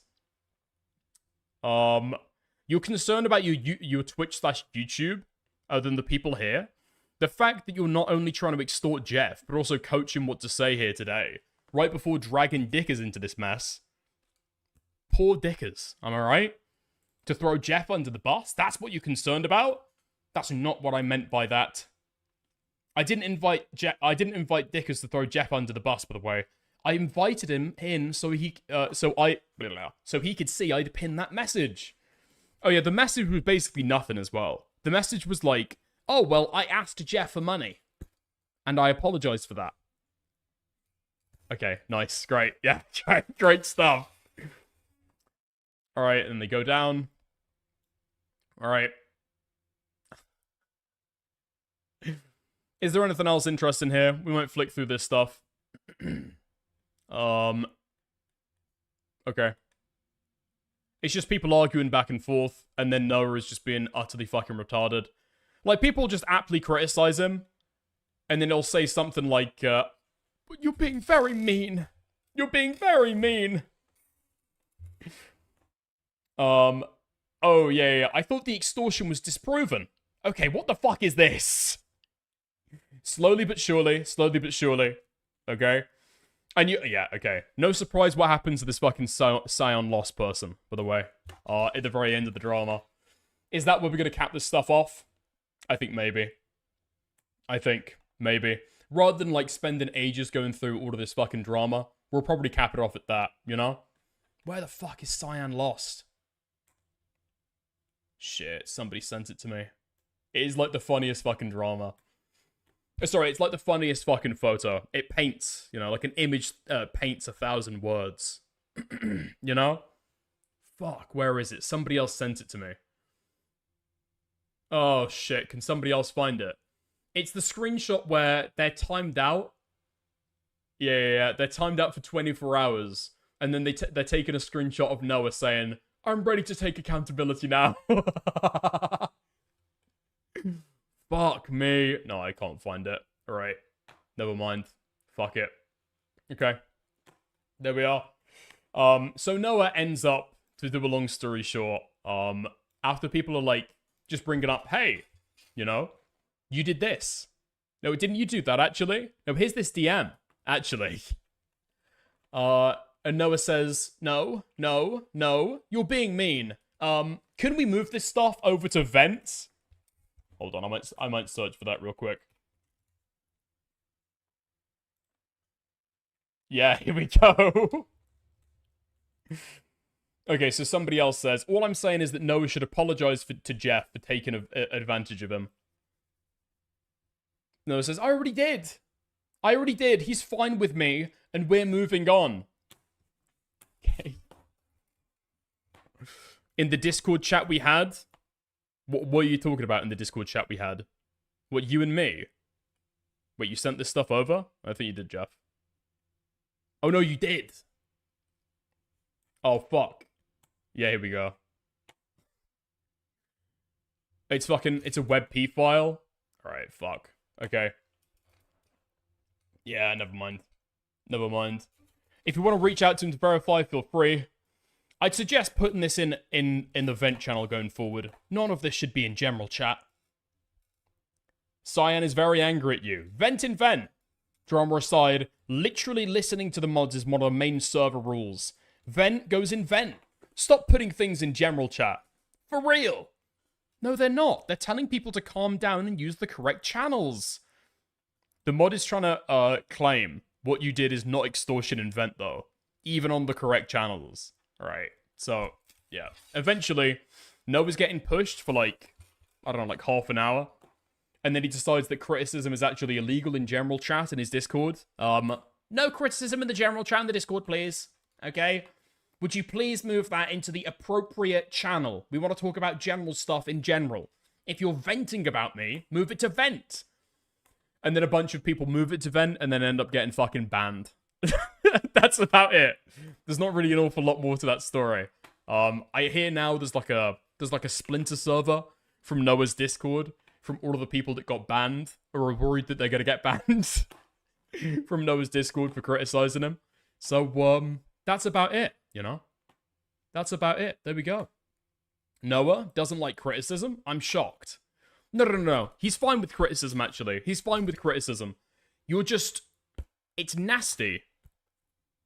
It's mean to criticize him too harshly, okay? It's the tone, right? It's the tone. It's not the criticism. It's not the criticism. Oh, fuck. Yeah, here we go.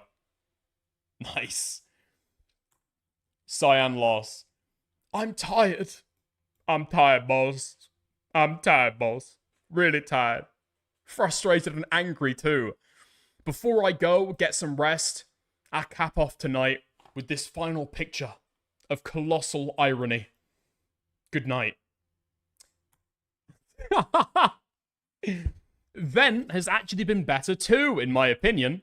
I really appreciate you all giving actually constructive advice. And I know I already said it, but I do feel better having deleted Twitter and Blue Sky from my phone. You are timed out for 22 hours. Yeah, okay. There we go. Fuck me. There we are. So that's about the capstone of this brand new Noah drama. I'm pretty sure that his Discord is fucking hemorrhaging now. A bunch of people who are leaving. After, again... Noah's not just been shown to be a fucking plagiarist, not just been shown to be a fucking DMCA abuser, but also all of his neurodivergency advocacy is all fucking fake as well. He will happily, again and again and again, take advantage of a guy who's fucking mentally disabled to be able to get a one-up on somebody. Well, first to get $100, okay? And then after it's exposed that he's fucking extorting somebody, yeah, fuck it. He'll manipulate the exact same guy to be able to get an apology. Nice. Oh yeah, and then Jeff got banned after, actually. after he wouldn't, you know, say what Noah wanted him to say. But there we go. That's the end. Honestly, 1, based, and 2, I think I would like to be his friend now. Oh, dude, another neurodivergent king being fed to the fucking wolves. Smaggle, stay away, okay? Smaggle, stay away from this community. They target people like you in particular, okay? It's time to stay away. Oh, yeah, I guess you sent me a couple fucking images. I'm not gonna go back into all of this shit, but, yeah, so... Noah's Discord started saying that Noah was trying to help Jeff to break a parasocial relationship now. Yeah. There we go. Yeah, there we are. I don't really see what you're talking about. Who was blocked on Blue Sky has to do with anything. But he's trying to help you understand this isn't healthy. Instead of buying those games for Noah, you could have bought something for yourself. Yeah, actually, Noah is extorting you to, like, prove that you don't need to be extorted, okay? You know? If you think about it, Tectone was only raping his girlfriend to be able to help her to, like, you know, stand up to other men. You know? I think that's about it. I think that's about it. Holy fuck. How's it going, Toastify? Didn't even know there was this much news about Noah. I'm hearing he parked in a disabled space. Demonic. How many other ways is this guy's neurodivergence advocacy totally fucking hollow? We may never know. We may legitimately never know. Also, let it go in kick chat, alright? Fuck you. If you don't like the Noah drama, leave, okay? This is personal. Right? Oh, fuck me. But yeah, there we are. So that's the drama. That's the drama. That's about wrapping up. Any questions? Do we have any questions about all that? Oh, Dan Jr., you can shut the fuck up as well, bro. You can shut the fuck up as well. To cap it off, do we finish the we'll finish the Future Nightmare drama video, alright? This is how we started it. This is how we'll fucking end it. And then we'll load up something else after the fact, alright? Better person, these recent leaks show that otterly Noah has absolutely zero remorse for his actions and is willing to continue his manipulative, evil behavior. To any fans of Noah, this is a creator you should stay far away from and do not interact with. He will manipulate and use you as a pawn in his autistic game of chess to maintain an air of innocence to regrow his now shattered community. Extortion of disabled fans for cash and pressuring them as a creator is not someone who has an ounce of remorse for his actions or wants to show growth and to be a better leader for autism awareness. Utterly Noah, or as he goes by now, Noah. Yeah. You're looking more trashy and unkempt today. More than normal? Listen, we try and do a little bit better every day around here. Thank you for the 2. Divergence is an evil, wretched bully. Thank you for watching. I think there's a little They bit said, more. "Shut up, young Sheldon," to me. Because I am autistic. This is precisely why I keep my platform really educational towards people that are neurodivergent and that have autism like myself. Like, I am autistic. I'm high functioning, so people don't always recognize it right away. Heck, they don't even really recognize it unless I tell them outright.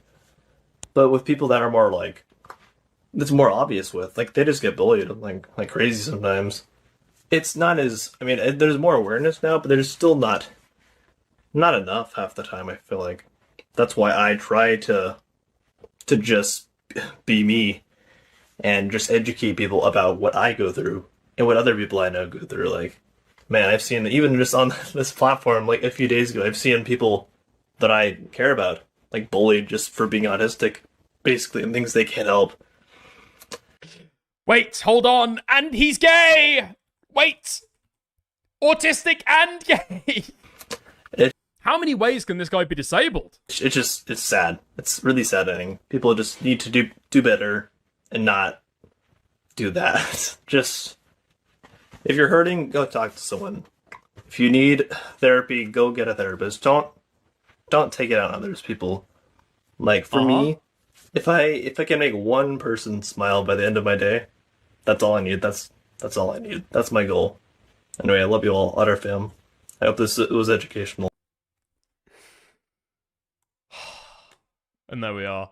Wait, hold on. Why does he look like Willie Mac Show? Unironically, I've said this several times over. They've both got the exact same physiognomy. The only benefit is that Noah is slightly less slack-jawed, and however, he does have a Norwood 6 going on. A full-on Norwood 6, so, you know, very sad. You ain't making me smile, Noah? Wait, really? What are you talking about? Noah's making me smile every time that I fucking talk about him. Poor little guy. Poor little guy, he can't help it. He's got that autism, you know? He's got that autism. He can't help it. Alright, there we go. Oh, fuck me. Honestly, I'm glad we returned to our roots mocking the disabled. That's the thing, alright? I will call people retarded, you know? I will use horrible ableist slurs and make horrible ableist jokes. But you know what? You know what I don't do? Campaign on fucking neurodivergence advocacy and then extort disabled people. And this is the guy. His most successful series on YouTube was calling out grifters. Yeah? Okay. Totally hollow. Totally raped.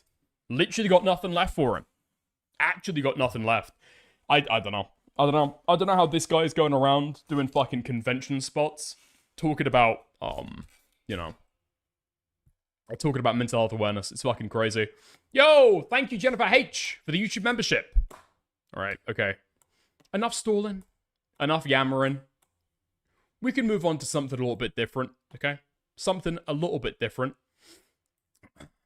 It's exposing the hairline of otterly Noah.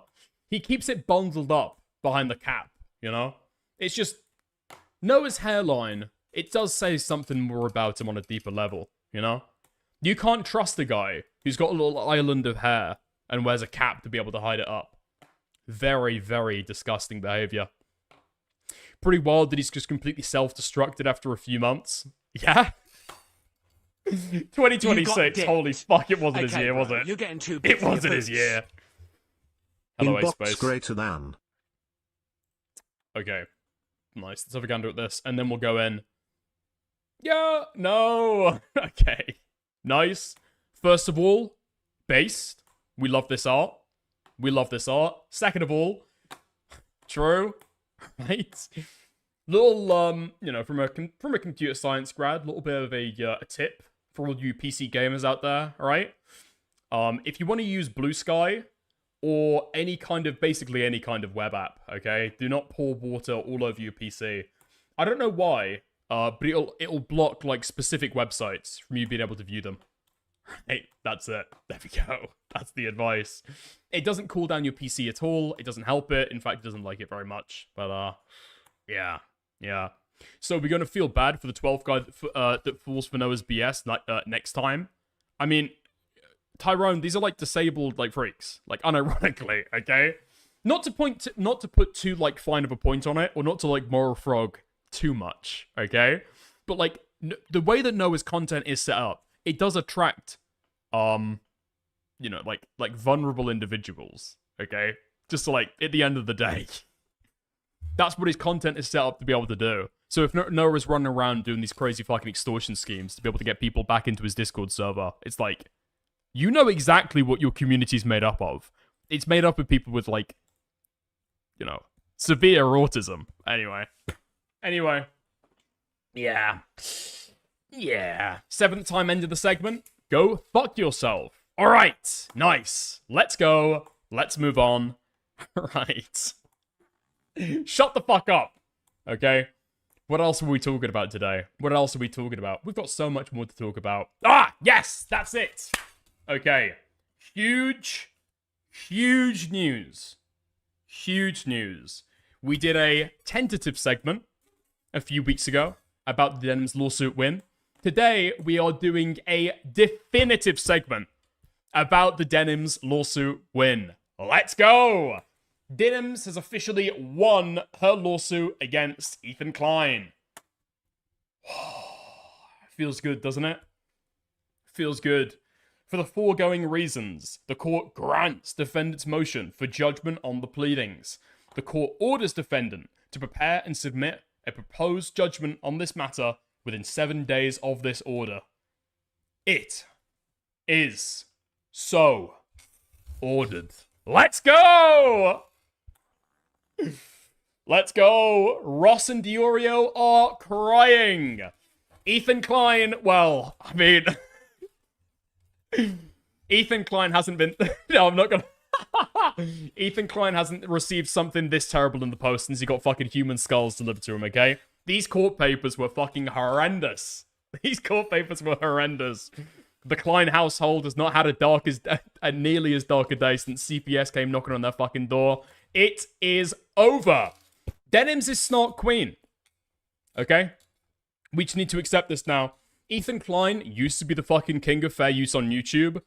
Move over, basically. Hand over the fucking crown. This shit is all fucking changing, alright? Denims will go down by my decree, okay? She absolutely fucking deserves to, because it's the exact same fucking situation, you know? You can say literally anything that you want about Denims. She's literally never threatened to sue somebody with a fucking DMCA. Has Denims ever been one of those fucking Twitch streamers who's been DMCA-ing clips? I don't think she has, right? I don't think she has. So far as I'm aware, Denims has had conversations about defending copyright freedoms for creators for several fucking years. Okay? She's never done this shit. Give her the fucking crown. Give her the fucking crown. She has established a stronger freedom of speech or copyright precedent than Ethan Klein ever did, right? Admittedly, that's definitionally true, okay? Because a new precedent strengthening it can only make it more strong. But still, alright? Every day, every court case, stepping a little bit towards creative freedoms. We love it. Some people said that Denims winning would create a wild west of React content. Hello? Was Jinx not a fucking thing several years ago? I think that the standard is a lot better now. What did she do? 150 times the fucking runtime? Sorry, 250 times? 250% the fucking runtime of the original? Yeah, I think I like that Wild West. I think that's fine, actually, you know? I think it's fine for a world to exist where creators don't have to always look over the fucking shoulder. To see what's, to see if they're gonna get a fucking lawsuit. What happened between Dickers and Queeman? Wait, what do you mean? Huh? Listen, what happens in London stays in London, okay? But, number one, most retarded fucking... I mean... Does it get any fucking worse than this? The top comment on the fucking tweet. The court system is corrupt. Wait, what? The court system is corrupt at all, guys. I think he means not corrupt at all. Literally, every single time that a woman wins a fucking court case, this is the same shit that Tectone's fucking doing, you know? Just an easy way to be able to subtweet his fucking ex-girlfriend who a court found there was reasonable grounds to believe that he raped, right? Every single fucking time. But I don't know, at this point, how does he not just have like a fucking, like a TXT file that he can just copy and post the fucking tweet from? Literally every single time, again and again and again. Also, I've seen Lost say this. We might go and have a look at what Lost has said about the fucking drama so far. I think Lost and others have tried to say that the judge is super political, guys. Something tells me this ruling is really political, you know? Sorry. In their court papers, who was talking about the Grand Mufti of Palestine?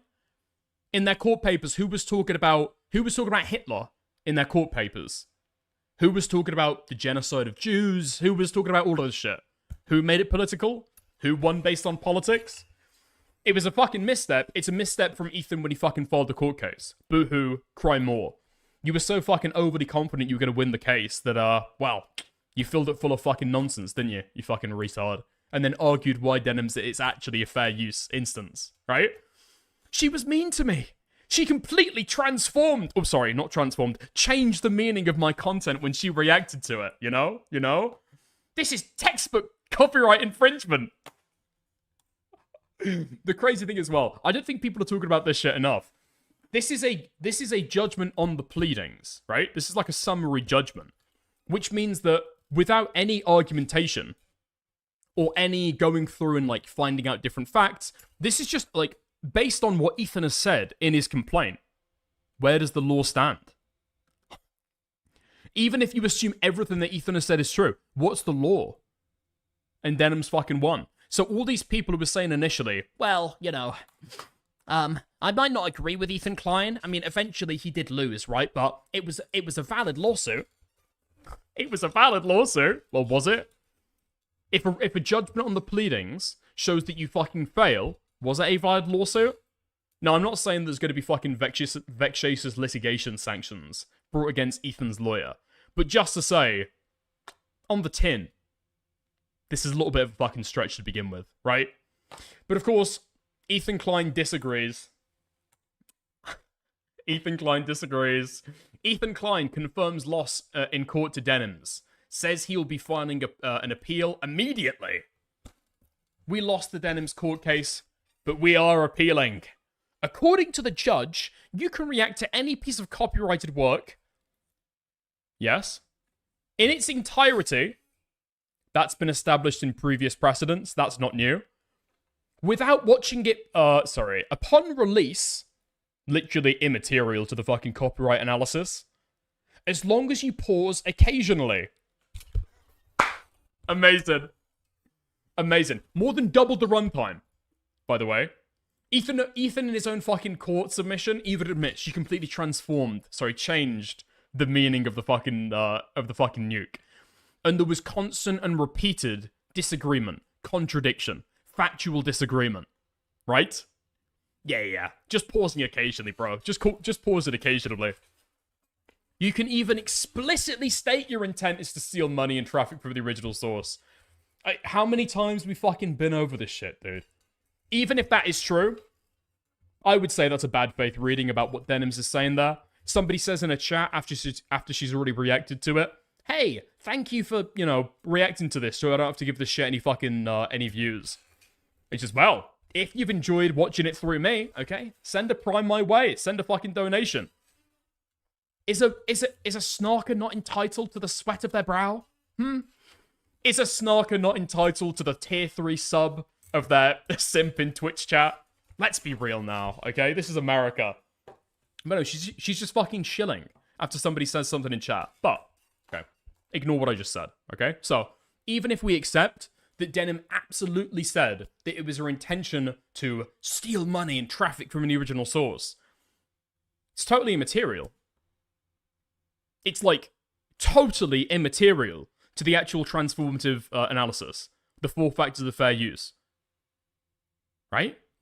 People are looking at the 4 factors of fair use and seeing there's something there about purpose of the use. That's for commercial or non-commercial. Right? That's what that enters into.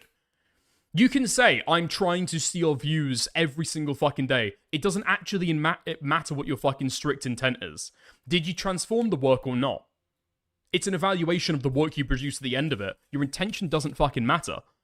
But of course, this is the easiest fucking loop for Ethan Klein to give to his fucking fans. The easiest hook to throw out for them to still be on his side. Yeah, you're right, Ethan. You're right. She did. She did say she was trying to steal views from you. Totally irrelevant. But that's his personal bar for where he's decided that he's going to start suing people. But it's immaterial legally. Where this does become relevant is during the damages, right? It's the difference between, innocent, quote-unquote, innocent infringement and malicious infringement, or some other word to that effect, right? But in terms of whether you're liable or not, immaterial. It does matter when you get in fucking damages, though, but that's the only part. So the judge is also in total contradiction to the other judge's ruling in the same district regarding the Snark mods. So, I mean, I never ended up covering that because that was kind of fucking boring, But, basically what the judge said in that case is exactly what the judge has already said in Ethan's case before. She just restated the precedent, and she said that watch parties are copyright infringement. Now, don't get lost in the fucking source about, did Denims call it a watch party? It's completely immaterial what she fucking called it. She could have called her fucking stream, live streamed banging, XXX, girls getting blacked. It does not mean that it's fucking porn, right? So what is a watch party? A watch party is when a live streamer is watching something with their audience. That's it, right? A watch party doesn't have in there commentary.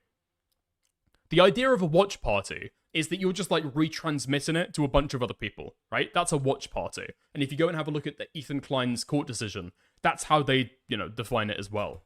You've got a bunch of people all in together watching something, just rebroadcasting something with a bunch of people. That's it. What Denims did does not meet that definition because she's constantly fucking pausing it and giving commentary. If what Denims did is a watch party, literally every single live stream reaction is a watch party. You have to accept that. Okay? You have to accept that. But, so a judge in another case said, oh, yeah, I think if this was a watch party, then sure, that would be copyright infringement, and these people would have knowingly contributed to copyright infringement, right? That seems kind of understandable. Problem is, I'm not sure how that exactly shapes up, because I don't think that the judge over there in the Snark case was actually watching the Denims live stream to come to that assessment, But I guess we'll see. The big news is, out of this, okay, is that the Casey Tron lawsuit went into settlement. That shit's not going ahead anymore, The Frogan lawsuit, she never applied. And so that stuff's going into default judgment against Frogan. But I don't think any of the communications between Frogan and the Snark moderators are coming out in discovery, because they're moving straight towards the fucking punishment, or the damages phase. If Denims wins her motion here to get the nuke element quashed, that is over for the Snark lawsuit. I'm pretty sure. Alright? Or it might be. I'll color it a little bit. Little pinch of salt. It might be over for the Snark lawsuit. Now, why is that? Okay, so Denims is being sued for two things, right? Denims is being sued for the nuke that she reacted to, and she's also being sued for the countdown stream. Now, the Snark moderators, they promoted the reaction to the nuke. There has not been as many alleged facts about promotion of the countdown stream. I don't know if there even was any promotion of the countdown stream. So as soon as you lose on the nuke, where's your connection back to the Snark mods? If there's no copyright infringement with Denim's livestream reaction to the nuke, you don't have copyright infringement by proxy. They're not promoting copyright infringing material, right? So that's about it. So it's going to have big fucking implications what happens there. But of course, Ethan Klein's trying to appeal. I think some people have tried to say that Ethan is appealing because it gives his audience a little bit of fucking copium. It does, okay? I'm not gonna fucking lie. It does. This is a big fucking down for him. This is a big fucking loss. I mean, you can be Lex Luthor for as long as you keep on winning as Lex Luthor. You know what I mean? You've got to at least get some fucking good hits on Superman. What we've got so far is a weed-addicted woman in her 30s, 40s, who is currently deeply in debt and caring for her ailing sick parents, so she's not got a lot of money to fucking spare, okay? Which is Casey Tron. She goes for a settlement. Big whoop, okay? You bullied some, like, decrepit, poor-ridden kind of loser into, settling your lawsuit. Great stuff. Second one is Frogan. I don't know if Frogan could spell her own fucking name. I'm gonna be honest with you, okay? She didn't even respond to the lawsuit.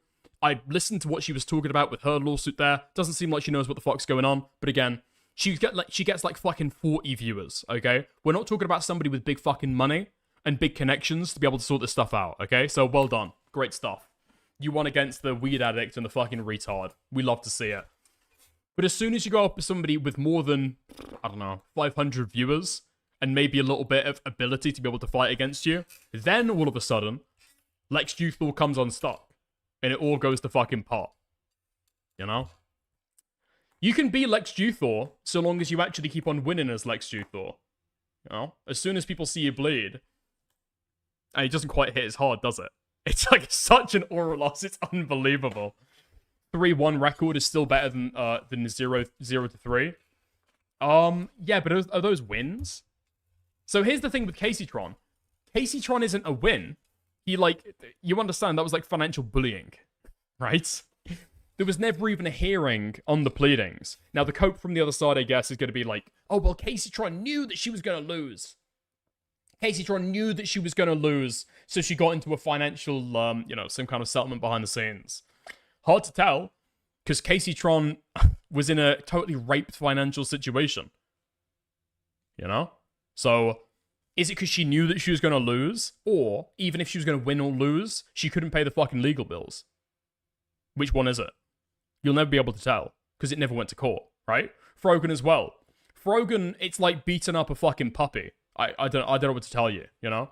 Didn't even file a response to the copyright. So, that's not really a W, is it? If that's not a W, what is it? Is it a W if I ban you right now from chat?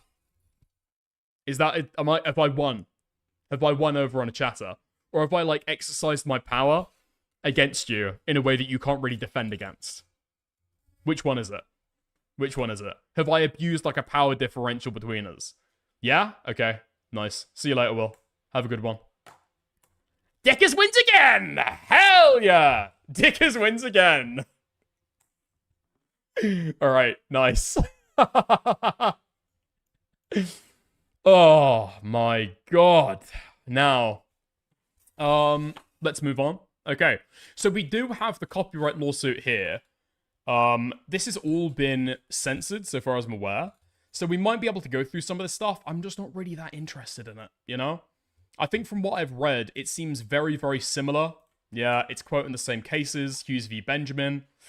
Defendant's live stream is not a market substitute for the nuke, because somebody watched the former will have a very different experience from watching the latter. And then quoting Ethan Klein's own fucking lawsuit against Matt Haas. Yeah. I mean, I gotta be honest with you, right? This is a huge fucking W for free speech. But at the same time, I mean, I already said everything I needed to say a few weeks ago, didn't I? There's not really much more I can say about this. But, yeah, there we are. So Denim's won. Total Denim's victory. Tectone is currently coping. I do wonder how much this line of attack is going to be over this shit, you know? Let's go down. Does he say anything about it? Yeah, here we go. A woman can go into court, state she has malicious intent, and is intending to destroy a man's life, and the judge will still find her innocent. Denims didn't say that, bro. Denims didn't say that, dude. Is that a little bit? Is that a little bit? You know, is there something else going on? Is there something else you want to say, Tectone?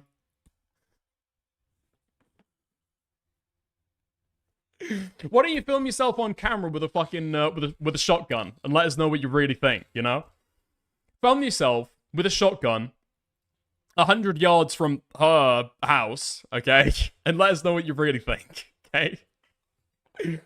Oh, fuck me. Yeah, there we are. It's just so fucking retarded. Actually, did we go and have a look at some of the comments there? Because I'm interested to see what Tectone's audience is saying about this shit.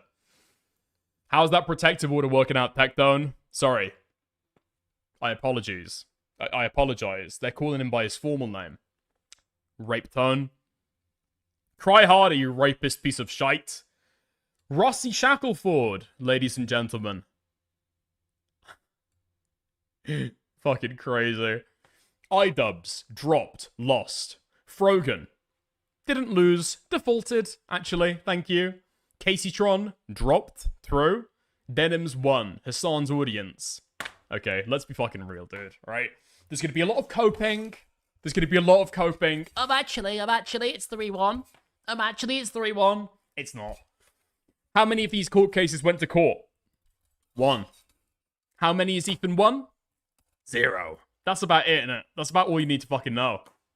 Now, okay. We'll see what happens, because there is another little aspect of this case to come, right? There's a reaction to the countdown stream before the nuke that she's also being sued for. So she could still lose on that, but after a precedent that's just been set there, we'll have to see, you know? We'll have to see. Oh, fuck me. But yeah, so I think that Ethan appealing is going to be a little bit interesting. It does give a little bit of cope to his audience. It makes it so you can, like, you know, you don't feel the pain right now. You know, it's like when you're a little bit skint. It's like when you're a little bit skint and you've gone out on the weekend and you've drank too much, had a little bit too much gear, you know? You've kind of blown your fucking bank account and you've got no more money. So instead of waiting to payday and actually feeling that fucking pain, can we get a loan? Oh, I think I'll go for a payday loan, I think. Yeah, let's delay that pain. Let's delay that pain until later. Let's kick that can down the fucking road. Yeah, so I think that's what it is. But, yeah.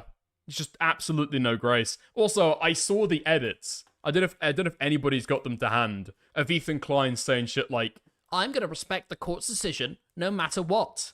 No matter what happens here. Of course I'm going to respect what the court says. I'm appealing to this motherfucker. This court is retarded. How could they? How could they disagree with me? Hey, nice. Okay, that's about it though. Like I say, I've already done that segment a little bit ago. So, literally, what more do you want me to possibly fucking say? Inbox dickers, as always. Oh, bonkers, you sweet fucking... Okay, nice. This is what I'm looking for.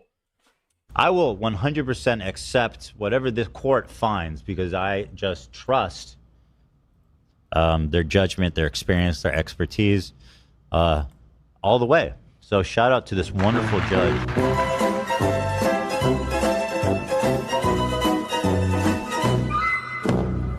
I will 100%. Wait, hold on. We might have a little bit of content that we can get out of Clipping Wings. Because I've seen that Clipping Wings has been on Luss's shit. Luss has not been able to fucking sneeze without them clipping him. It's been... it's been fucking demonic. H3 Orbiter. Luss is coping so hard about Denim's win against Ethan Klein that he intends to investigate the judge. Okay, I'm not going to do the accent. I'm not going to read it out, so let's go. Perhaps, we have to investigate Judge Hoosh a little bit closer. He seems to be a interesting guy. And he does watch YouTube, so shout out to him who's watching. Perhaps, we have to investigate Judge Hoosh a little bit closer. This is all Luss is able to fucking do, man. I swear to God. It's talking about, like, oh, well, the judge's background. Oh, well, the lawyer's background. Very, very rarely, when you're watching something to do with Luss, will he actually give you, like, an intelligent dissection of the actual legal stuff going on there. I don't know how people still listen to the guy. Okay? He was good over the Billy Mitchell, Cole Job stuff. If I went back in time and, gave it a little bit more of a critical view, probably wouldn't be that good all in all. Probably wouldn't be that good all in all, being fucking honest, okay? He just hit his fucking stride, and now we're fucking lumped with him. And now people for some reason still react to his content as though he's got anything useful to say. He doesn't. He doesn't. The internet likes Reckless Ben. Oh, he'll tell you that Reckless Ben is totally fucking innocent on all charges. The internet likes Ethan Klein. No, Ethan Klein's going to win on all of his lawsuits.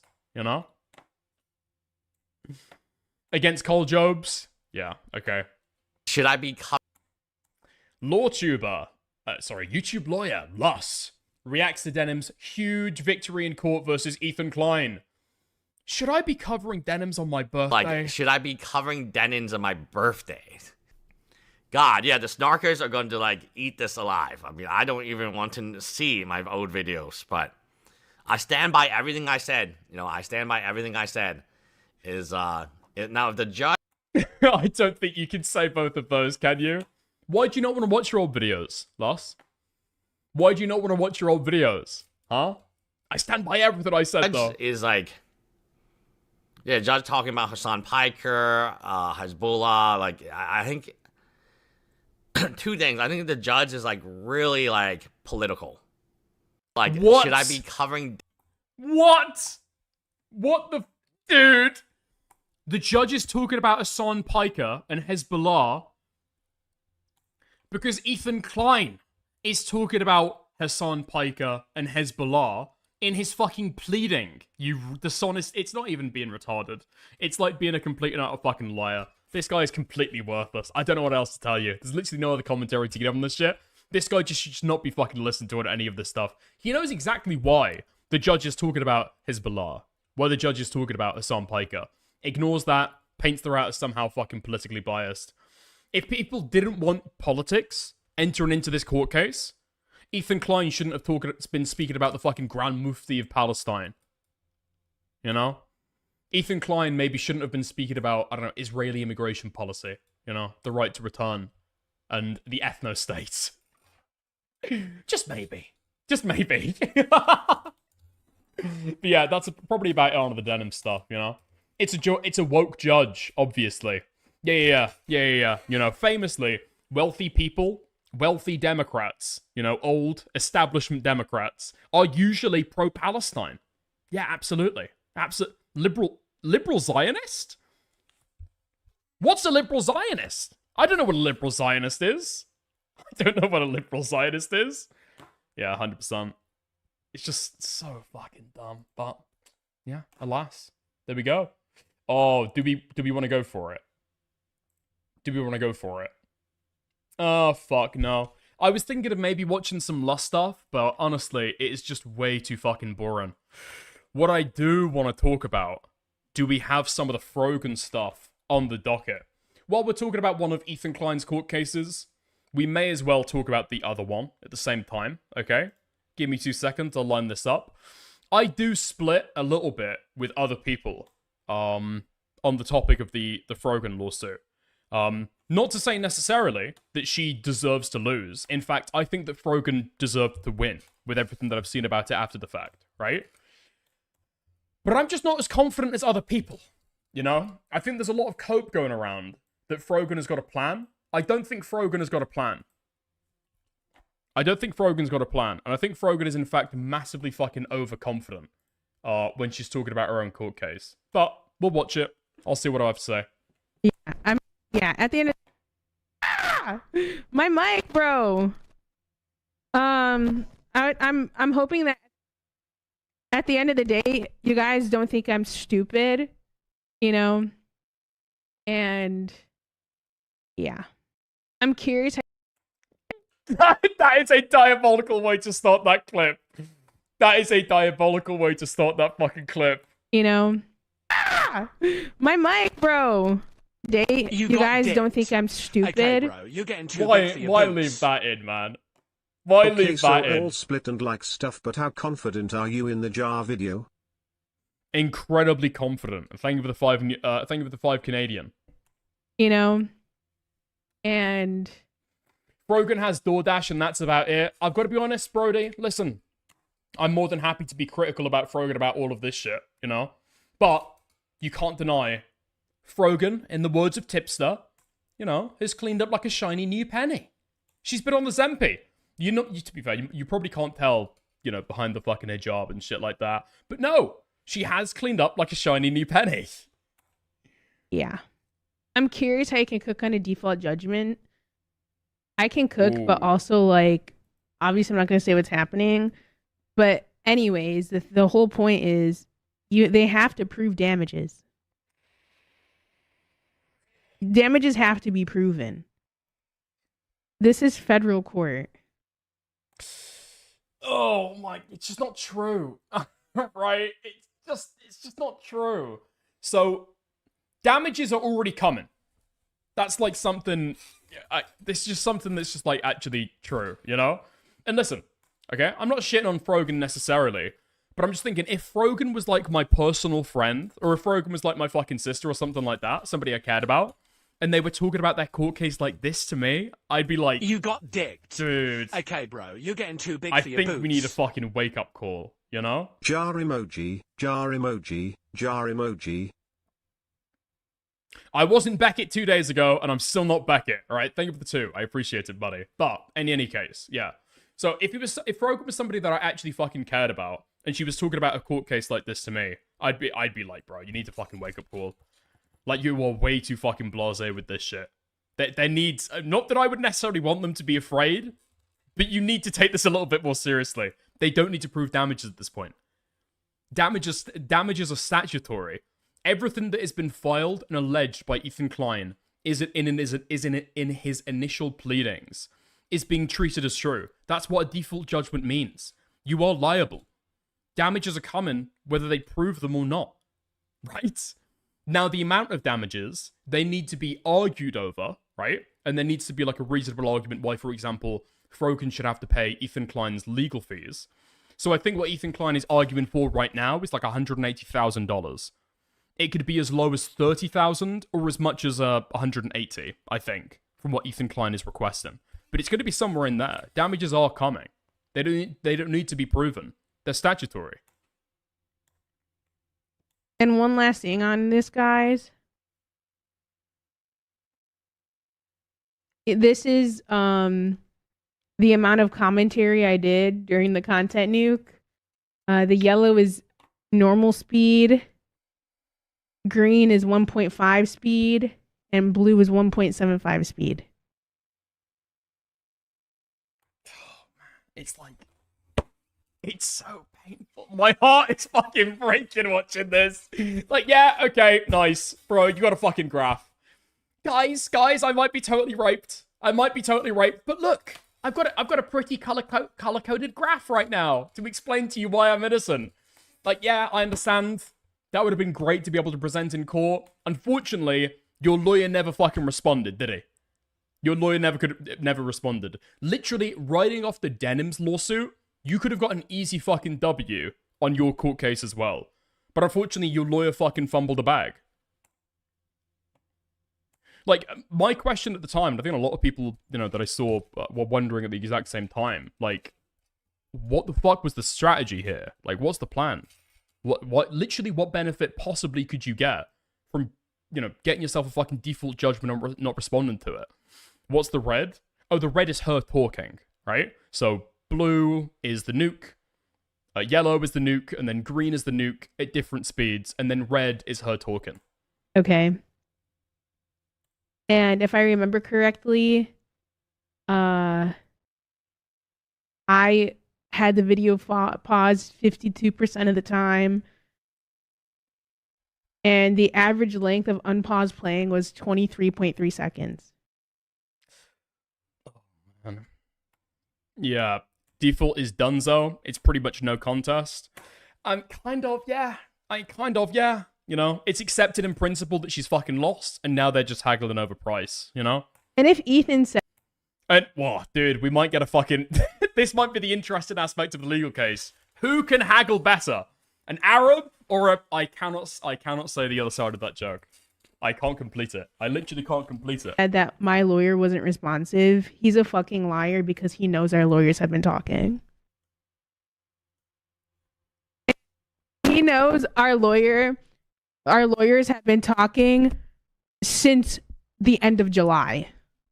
Why, it's like, yeah, okay, but your lawyer wasn't responsive, were they?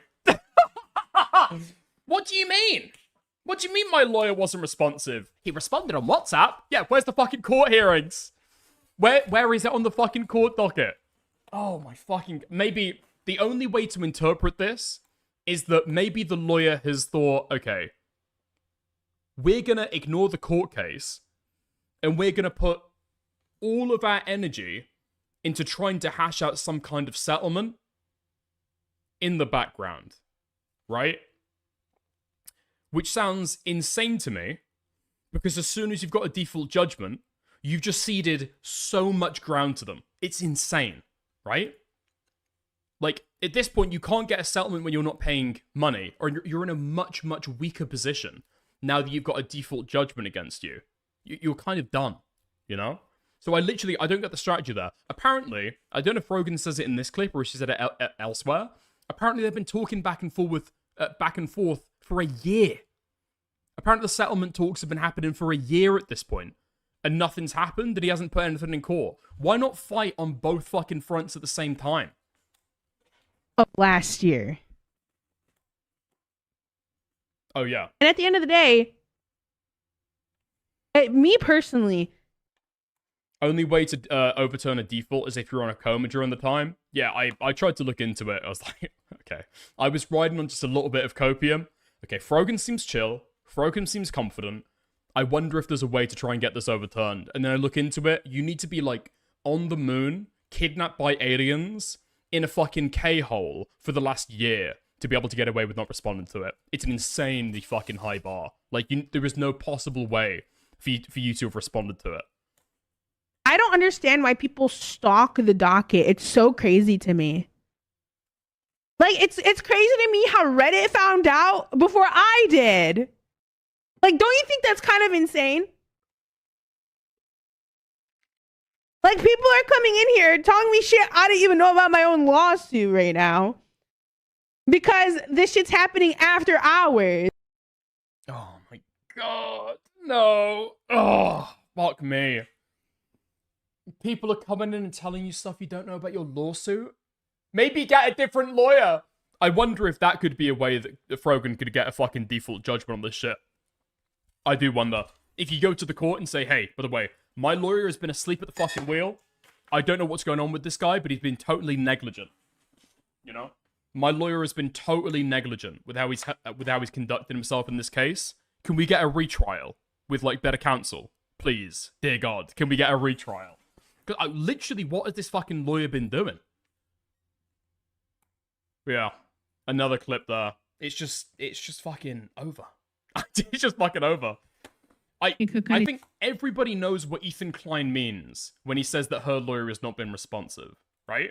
They're talking in court. They haven't responded to the fucking lawsuit. So actually, Ethan's lying. Actually, Ethan's not, right?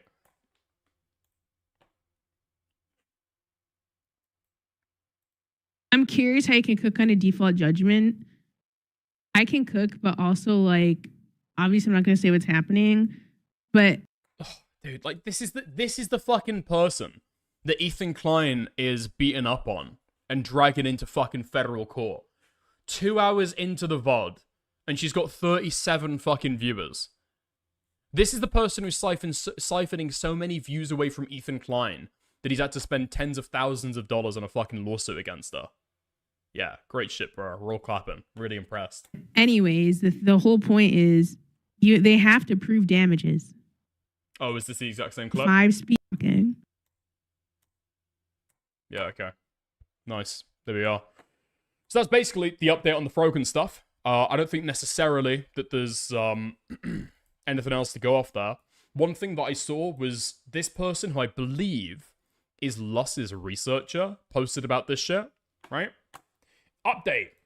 Ethan Klein's TED Entertainment versus Frogan. Oh, what is it? Teddy Entertainment Inc.? That's it? Yeah? Frogan's default judgment will be heard on August 10th. If ordered, Frogan will either have to pay the statutory damages of $150 or about 39.2k in lost profit, the amount in her GoFundMe, about $30,000 in attorney's fees, and taxable costs. Photo 1 is the application for default judgment. The rest are just supporting documents filled in with the application. I don't think that's true, right? I don't think that's true. This might be what Frogan means when she says this, actually, okay? So they still need to argue over the 150,000, right? Even if you accept all of the stuff that Ethan Klein has said up to this point, if you just take his pleadings as fact, is that malicious infringement? Or is that innocent infringement? Because it could be that they're not going to reach that 150k limit, right? They might be all the way down at like 30k, and I guess we'll just have to we'll have to see with it, you know? The 39k in lost profits is fucking insane. They're nicking her GoFundMe funds. That seems fucking insane. No? Okay. And again, I think that the attorney fees, I think that's going to be judged on. So we'll see what the court says on that, but... Okay. Nice. So to all parties, their attorneys of record, and the clerk of the above entitled court, please take notice that on August 10th, courtroom 7A, the Honorable John F. Walter presiding, Plaintiff Ted Entertainment Inc. will, and hereby does, move pursuant to Federal Rules of Civil Procedure 55 for an order of default judgment against defendant, aka Frogan, including her statutory damages of $150,000 for willful infringement, or alternatively, $39,000 in discouragement of profits, or disgorgement of profits, whichever is greater. Oh, that's interesting.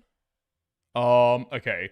And then there's also a request for $30,000 in attorney's fees, and then taxable costs. Okay, interesting.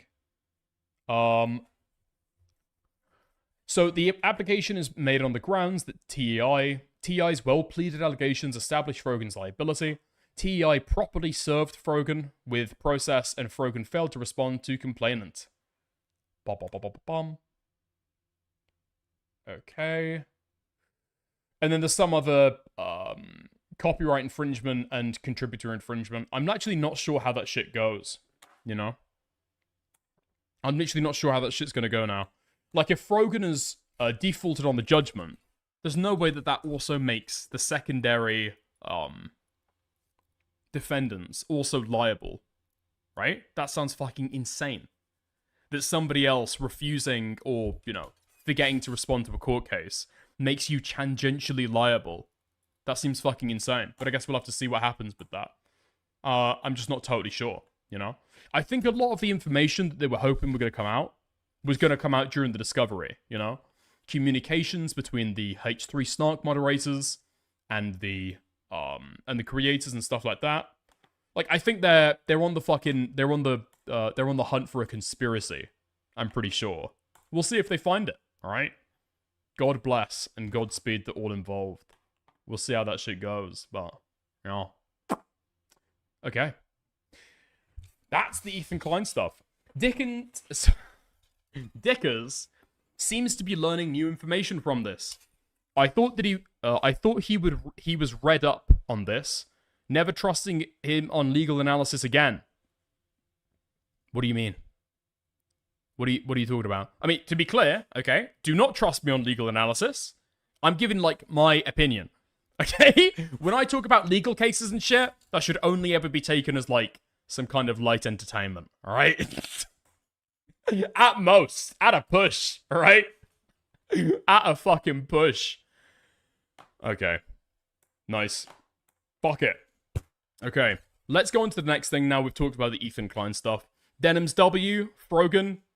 Holy fuck. They will be in my prayers, alright? Alhamdulillah. Let's get on to the Gideon stuff, alright? So, we had a conversation, or we react to some of the Gideon content, you know? Reacted to the blood splash video. I think that more on that is still waiting to come out. I'm going to have to chase that down. But, you know, Gideon's community, a little bit split. Some people didn't think that he did get those kids roped into his fucking illegal stuff. Other people were, frankly, coping about the fact that he was totally in his rights. Totally within his rights to do all of that stuff. However, there is one area of YouTube, the last bastion of fair coverage for black criminals. That's right, it's bodycam YouTube. That's right, it's bodycam YouTube. Those are the people who've now got their hands on the bodycam footage in the Gideon case. So let's go and have a gander about what they've been saying about it, alright? Code Blue Cam. Famous YouTuber gets himself and his crew arrested. The dispute begins around 10:49 a.m. on June 22nd, 2026, when a man named Joe contacts Woodhaven police officers from a local McDonald's in Michigan, claiming that his nephew and his friends are stalking him. His nephew is 30-year-old Kenneth Chambers, who runs the YouTube channel Skeeter Gene, which currently has around 2.5 million subscribers and is well known for doing sting operations. Joe tells the officers that Skeeter and his friends have been following him and filming him throughout the day. Over the past... Imagine sitting there in that McDonald's and you've got this, I don't know, what looks to be a fucking homeless man talking on his Kindle with the police about the fact that his nephew and his friends are bullying him around town and follow him around his fucking house. Past several months, Skeeter has amassed millions of views on his channel by posting videos about his uncle. Okay, bro, you're getting too big for your boots. Dude. Cats are flocking, don't do that, man. Jar emoji, jar emoji, jar emoji, jar emoji, jar... That's all you get for 2 Canadian, alright? Thank you for the super chat. But Skeeter and his friend and collaborator, 25-year-old Gideon Adam... Wait, no fucking way. Dickers, check their community post.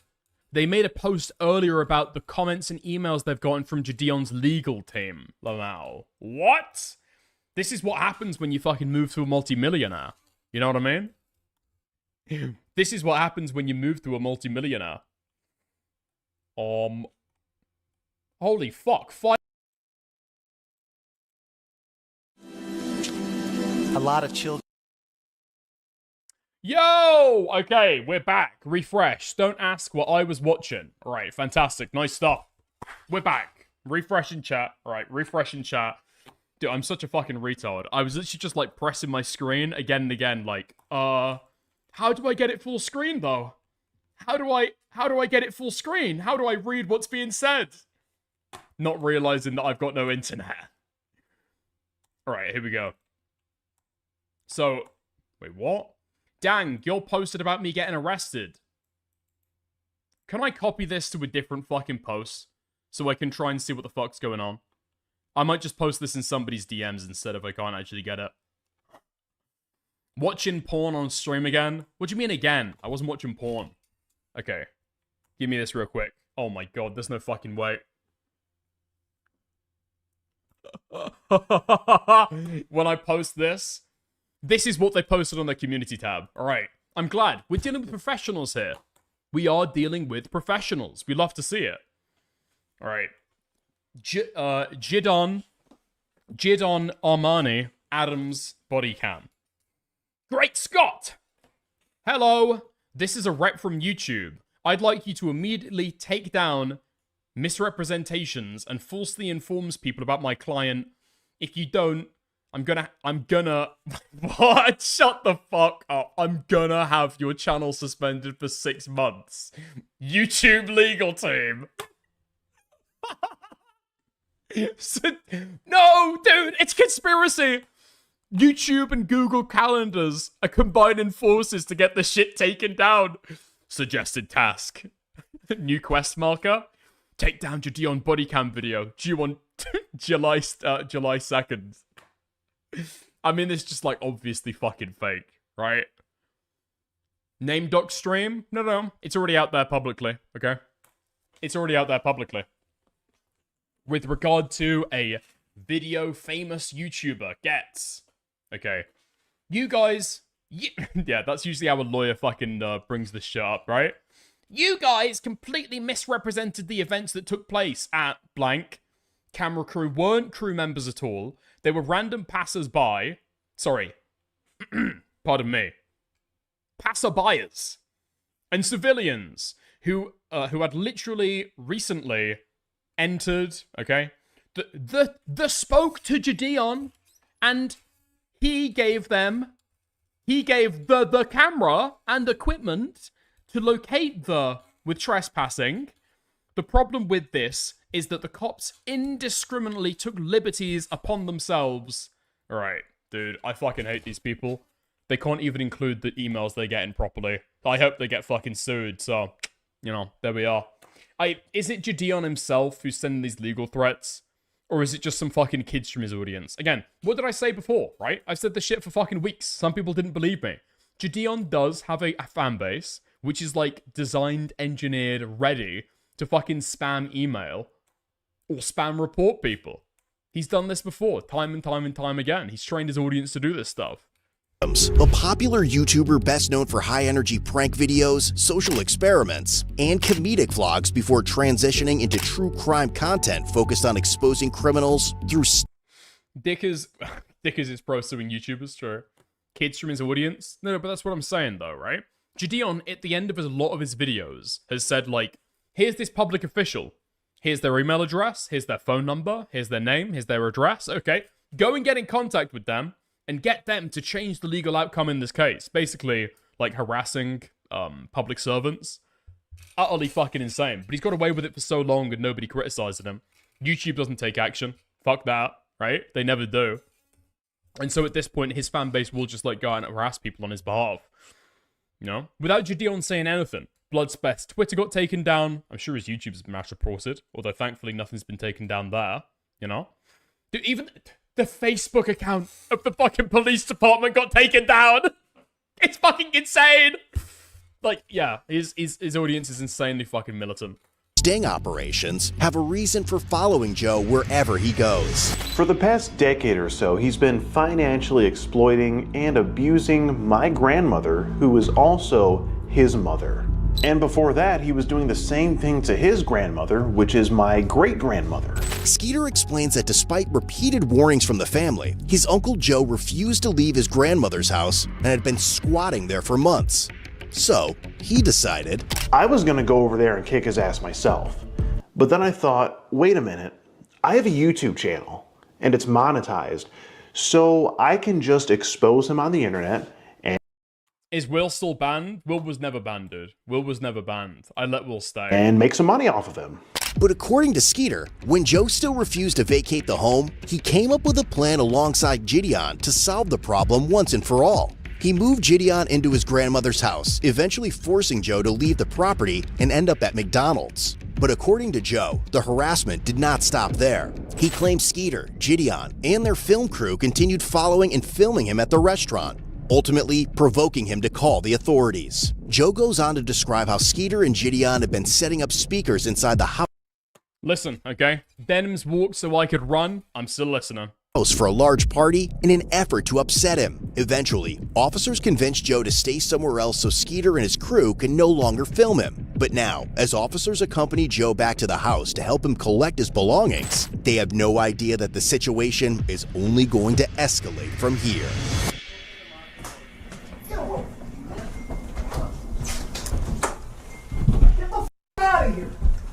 Hello, officers. Oh, what's good, my man? Yeah. Just wait down here. Okay. So, chat, we got a giant speaker here. We got a giant speaker here. Bro, the police are giving him a ride. I'm actually dead.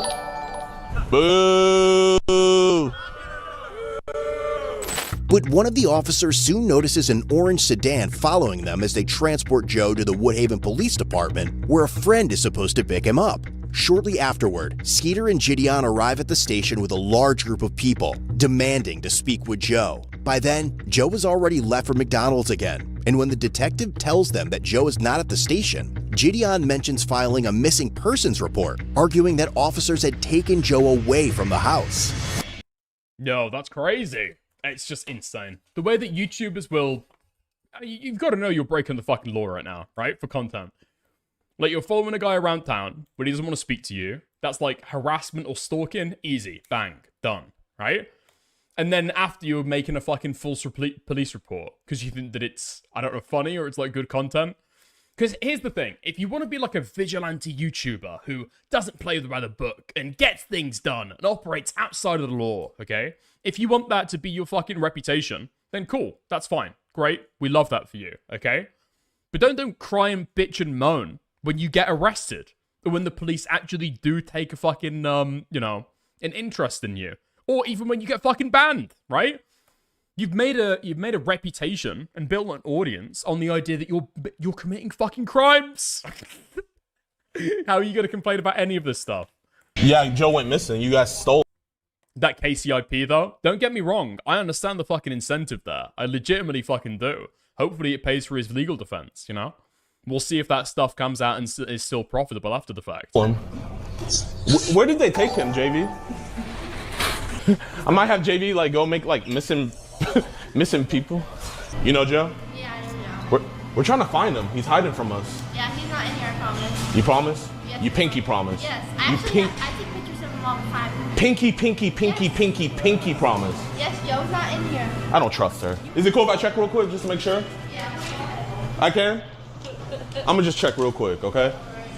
It's around 3 p.m. now, over 4 hours since this situation first began, and as an officer arrives at the restaurant to speak with Joe again, he has no idea that Skeeter and Gideon are about to bring the storm right back to McDonald's. Because like I said, those people come all the time, except this time there was 2 new groups. Okay, and they always come in, they start using the video, and they say, and then they don't want to leave, and then they did. The lady is way too nice. I'd be annoyed. Yeah, I don't know. I don't want to put too fine a point on it. But if somebody comes in with like a fucking film crew into your restaurant and you're a fucking worker there, it's like, oh, fuck it. Like, it's just kind of path of least resistance in it. Yeah, just do whatever the fuck you want, dude. Just like leave me alone. Come back later. Yeah. The bald-headed guy, the one that starts the first round of video. Yep. So he came in and I said, "You can leave." He goes, "No, we don't have our cameras." I said, "That's fine." I said, "But you still need to go." And he goes, "Do you treat helicopters?" customers like that. I said, only the ones that have videos and phone systems. So he sat outside. So then Joe was in and out. So he said, we are outside waiting for him. So I said, you need to stay in. I said, and then there won't be any conversation. So they finally did leave, but they were in and out. That other group got Batman, whatever he was. Do you talk about the Dark Knight? What? I think he's just black. No? They're at his house and they're not doing anything illegal. It's just super annoying. They're trying to get him riled up so they get their YouTube views. We're just trying to find somewhere for Joe to go because they have access to the house. They're allowed to be there, and so is Joe. So we can't make somebody leave. They have but those shelters. none really close to here. But he said that his buddy is trying to find somewhere and trying to keep Joe out of the spotlight. So Yep. He'll be out at their house. Yeah. So thank you so much for the help. It's just so fucking insane that these people are acting as though, or Dion was saying during his stream, right? Why are these people trying to defend Joe? Why are these people trying to defend Joe? Pretty sure these people or the police are just trying to make sure there's not a fucking violent incident going on, right? I think that's the main incentive there. I greatly appreciate it. While Joe has stepped out to run an errand, the officer later learned from the restaurant manager that Gideon and his film crew had returned to the McDonald's multiple times looking for him. The manager told officers that despite being asked to leave and informed them that they could not record on McDonald's private property, they continued live streaming. The group is then seen returning to the police station once again. It's just totally, it's like completely socially reckless fucking behavior. Completely antisocial is the word that I'm fucking thinking of, you know? Completely obnoxious. Demanding to see Joe. Believing they may head back to the McDonald's in search of him, the officer returns to the restaurant to keep watch. All right, we're gonna go back and deal with them. Hopefully we can see what we can do about getting them out of there, but we'll see. And soon, a large group arrives back at McDonald's. But this time, the officers are ready. What's the problem?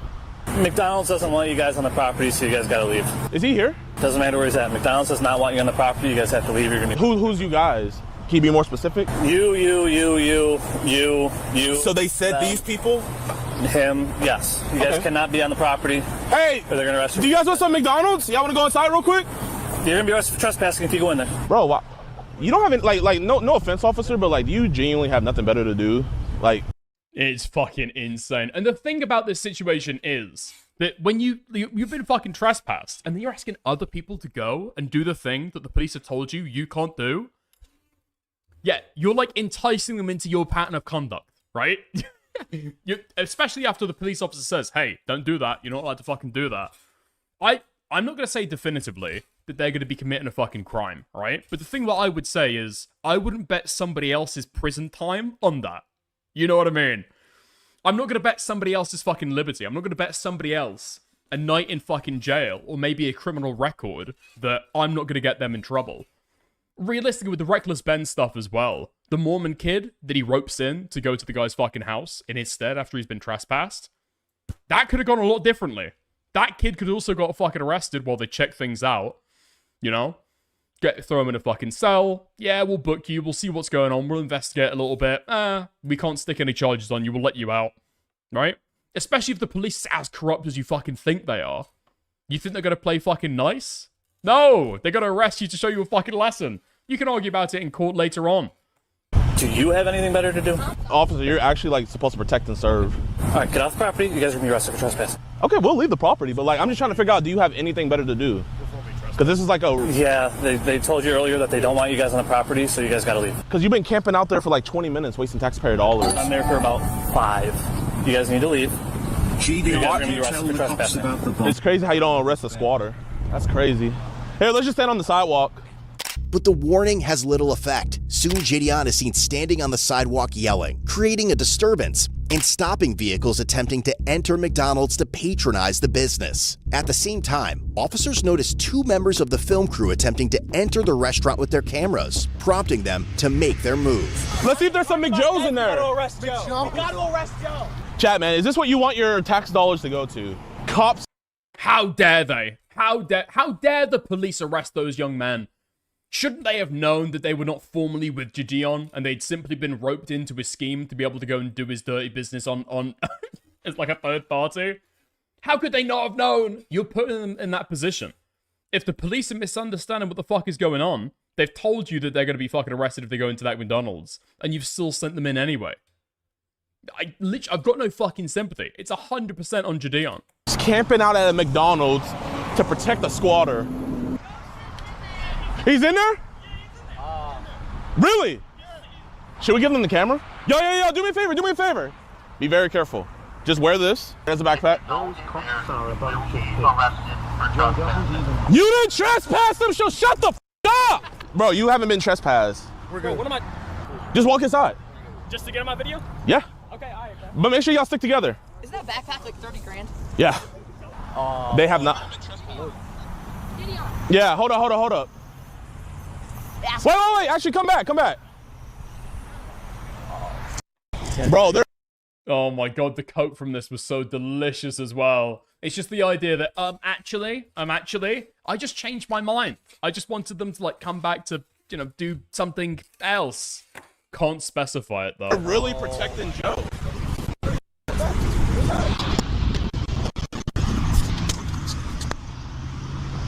Officer, what are you doing?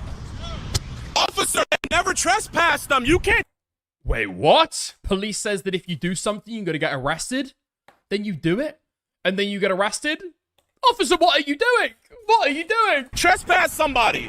1212 dispatch. We're gonna have one detained at this point. Officer, you cannot trespass somebody. Copy, one detained. See you going too, Mitchell? Here, give me my backpack, my man. Bro. I guess. Put your stuff down. Officer, you can't trespass somebody. You're under arrest. Here, record this on your phone. That's serious, bro. Wait. Can I hold your guys' property? Yeah. Got anything on you? Oh my god. Officer, why are you... Just your phone. Officer, where they trespass? This isn't gonna stick. Oh my god, it's so funny. Officer, this is not... Okay, I've got diminishing sympathy for this fucking kid. Would you... Oh, this is so funny.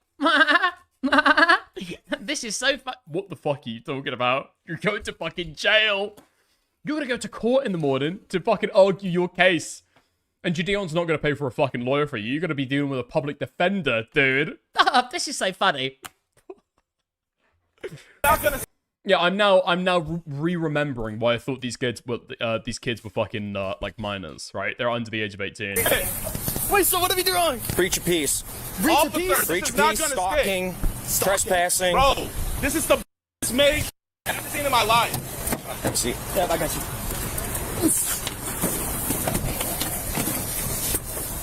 Oh no! You can fucking see the change on his fucking face.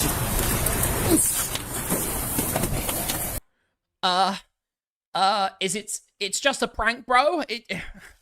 Is that a legal defense? Is that a legal defense? Dude, this shit is getting fucking real. You can tell by his face. In the back of the cop car, buckling him in. Oh no! They never even went on the property. How are you gonna trespass someone that never went on the property? This is a violation. Officer, what do you mean I'm arrested? Gideon told me I was innocent. Gideon told me I was allowed to do that. What do you mean? Violation of rights. This is a violation. You cannot arrest somebody that never went inside and was never trespassed. Ma'am, they are arrested children that never went inside of a McDonald's. Call the DA and see how fast that gets dropped. Bro, he gave me legally binding legal advice. His name is literally Gideon. His name is literally Gideon. How could he be wrong? Dumbasses. Okay. Call the DA and see how fast that. Oh, that's an interesting question. Do you think these kids thought that the cops were in on it and it was all for the fucking drama? Maybe. Maybe they thought that all of this shit was fake. I don't know. I think there was like a heat of the moment thing where they're having fun, they're being in the fucking content, you know. It's their like 5 seconds of fucking fame, and then they end up in the back of a cop car. They're no longer on camera. It's getting very fucking real. And the police has just said to them, you're being arrested for breach of the peace, stalking, harassment. Now get in the back of this fucking car, you know? I think that's more so it. I don't think they thought the cops were hired. Watch! I think you can tell from Gideon's reaction to them. You don't jump up and down and start screaming at fake police, you know? He's clearly annoyed at them. Call the DA and see how fast that gets dropped. I mean, he's yelling, so he's being disorderly. Yeah, everybody's looking. Well, we got each other. This is absolutely... What are you arrested for? Disorderly person. You're out here yelling. Disorderly. You're under arrest for being disorderly. Freedom of speech. You can yell on the sidewalk. Sitting here causing a scene. On the sidewalk? Yep. So you can't yell? Officer. Anything I need to know about? Officer, how fast do you think this is going to get dropped? Do you really think the charge is going to stick? Do you guys really think this is going to stick? Sure, we have a do you want to waste your DA's time? I am a multi-millionaire. I promise you, I can take this as far as you want. Officer?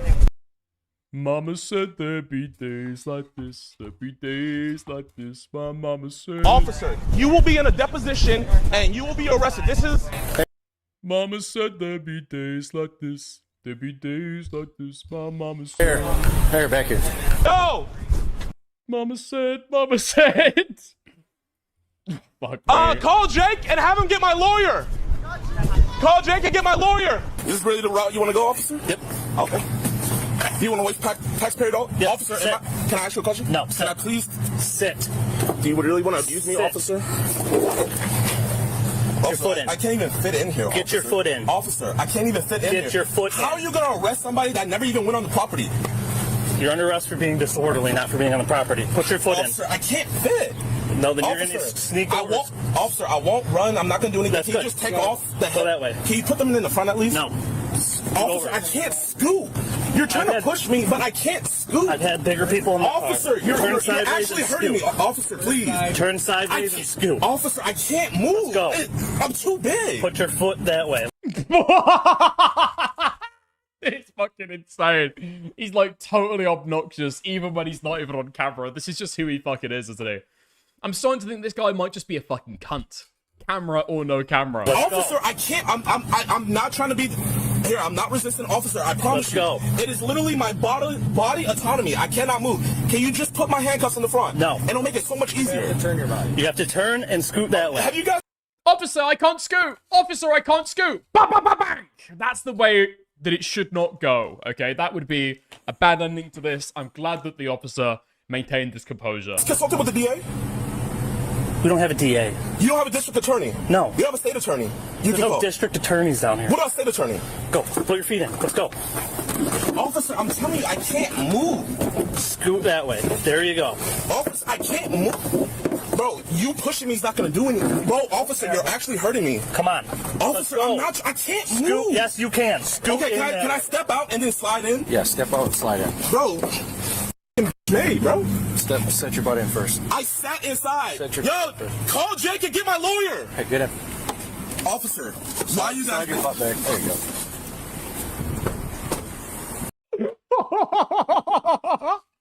go. You've got to enter into the back of a police car in a special fucking way. No, okay. Anybody make... I thought that he was being like obstinate and trying to fucking resist. I think at this point he might just actually be a big boy. In the scene can slow down. We're secure. But even after being placed under arrest, Gideon remains confident.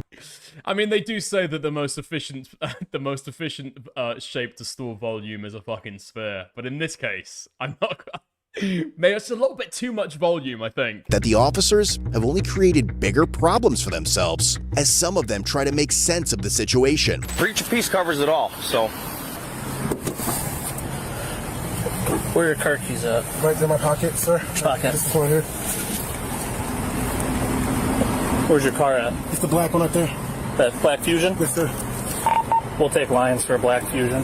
You towing it? Yep. So are they all trespass from this property or what? I told them to leave. Dude, fuck me. Do I want to go full bootlicker? Let me think. Do I want to go? Yeah, fuck it. Okay. The best part of police body cams is, officer, am I going to jail? Yep. Officer, is my car getting towed? Yep. Officer, are you going to put down my dog? Yep. It's just every single time, man. I don't know if they teach this in fucking police school, but they always do it with so much fucking aura. It's unbelievable. It might be a completely fascist state, okay? But unfortunately, the aura is undeniable. You towing it? Yep. So are they all trespass from this property or what? I told them to leave or going to jail for breach of peace if they don't want to leave, so... Looks like they're leaving. I don't know who's all trespassing here. I didn't catch all that from earlier. Here's So. the thing. Have you ever read our breach of peace ordinance? Yeah, it covers everything. It feels cold, not gonna lie. Yeah, it's like the fucking crescendo of a police body cam thing. It's like the...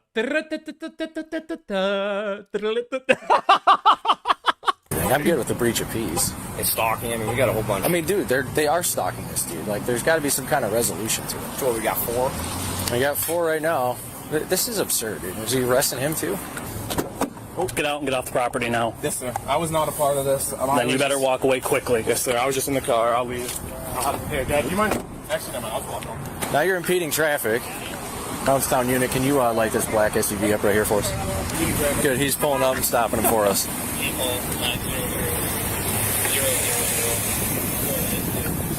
Mind yourself. We were just trying to pick our friend up. Okay, we can't stop in the middle of the road. Okay. Sorry about that. I didn't mean to impede traffic. I have my insurance on my phone. That's not... Wait, yeah, that's Skeeter Jean, right? Do the police know who this guy is at this point? Is it the same, it's the same policy? Same policy. That's not correct. Okay. Should I back up? I'll be honest, it's kind of a gaggle mess going on in here right now, so... I know what's going on. Okay, well, he'll eventually move. Dude. Oh yeah, I know that you arrested a bunch of people on criminal stalking. Conspiracy for stalking. But yeah, I know what's going on. Just FYI, I know exactly what's going on. Please don't arrest me. Do all 3 stalking and breach of peace. I've been dealing with this all day long.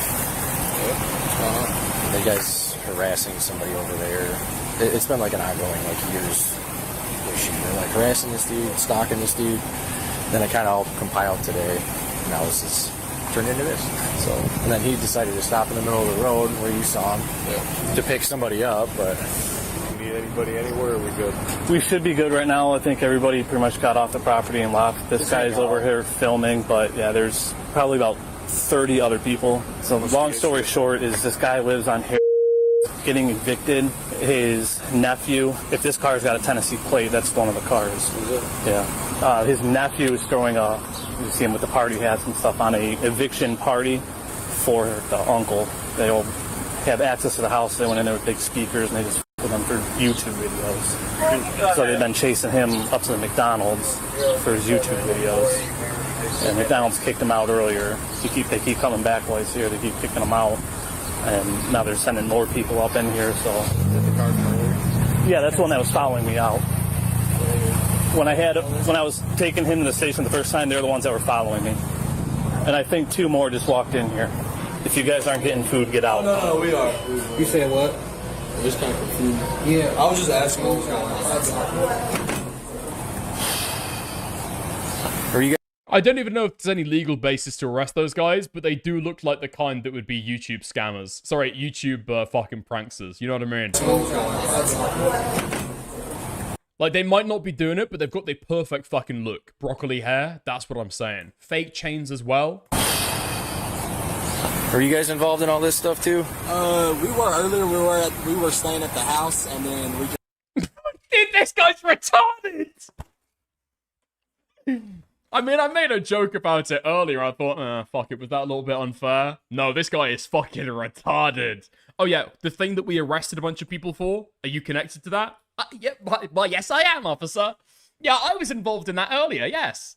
Just pulled up in here to get a drink. We were out. Well, sorry, son, but in Browntown County, we've got racial quotas for arresting people, so unfortunately, we have to book you too. I've been here the whole time. Oh fuck, you can't see the race of the guy, can you? You know? And you gotta even the odds out every now and again. Don't want to be alleged to be, racially discriminative. Yeah, we just pulled up. Yeah, we just came back. Okay, well, if you guys are involved, I suggest you leave. Okay. And probably not... We're trying to leave. Well, you're going to have to be stuck here for a little bit now, unless you can squeeze by that, but I suggest you don't get involved anymore. How many, why so many people?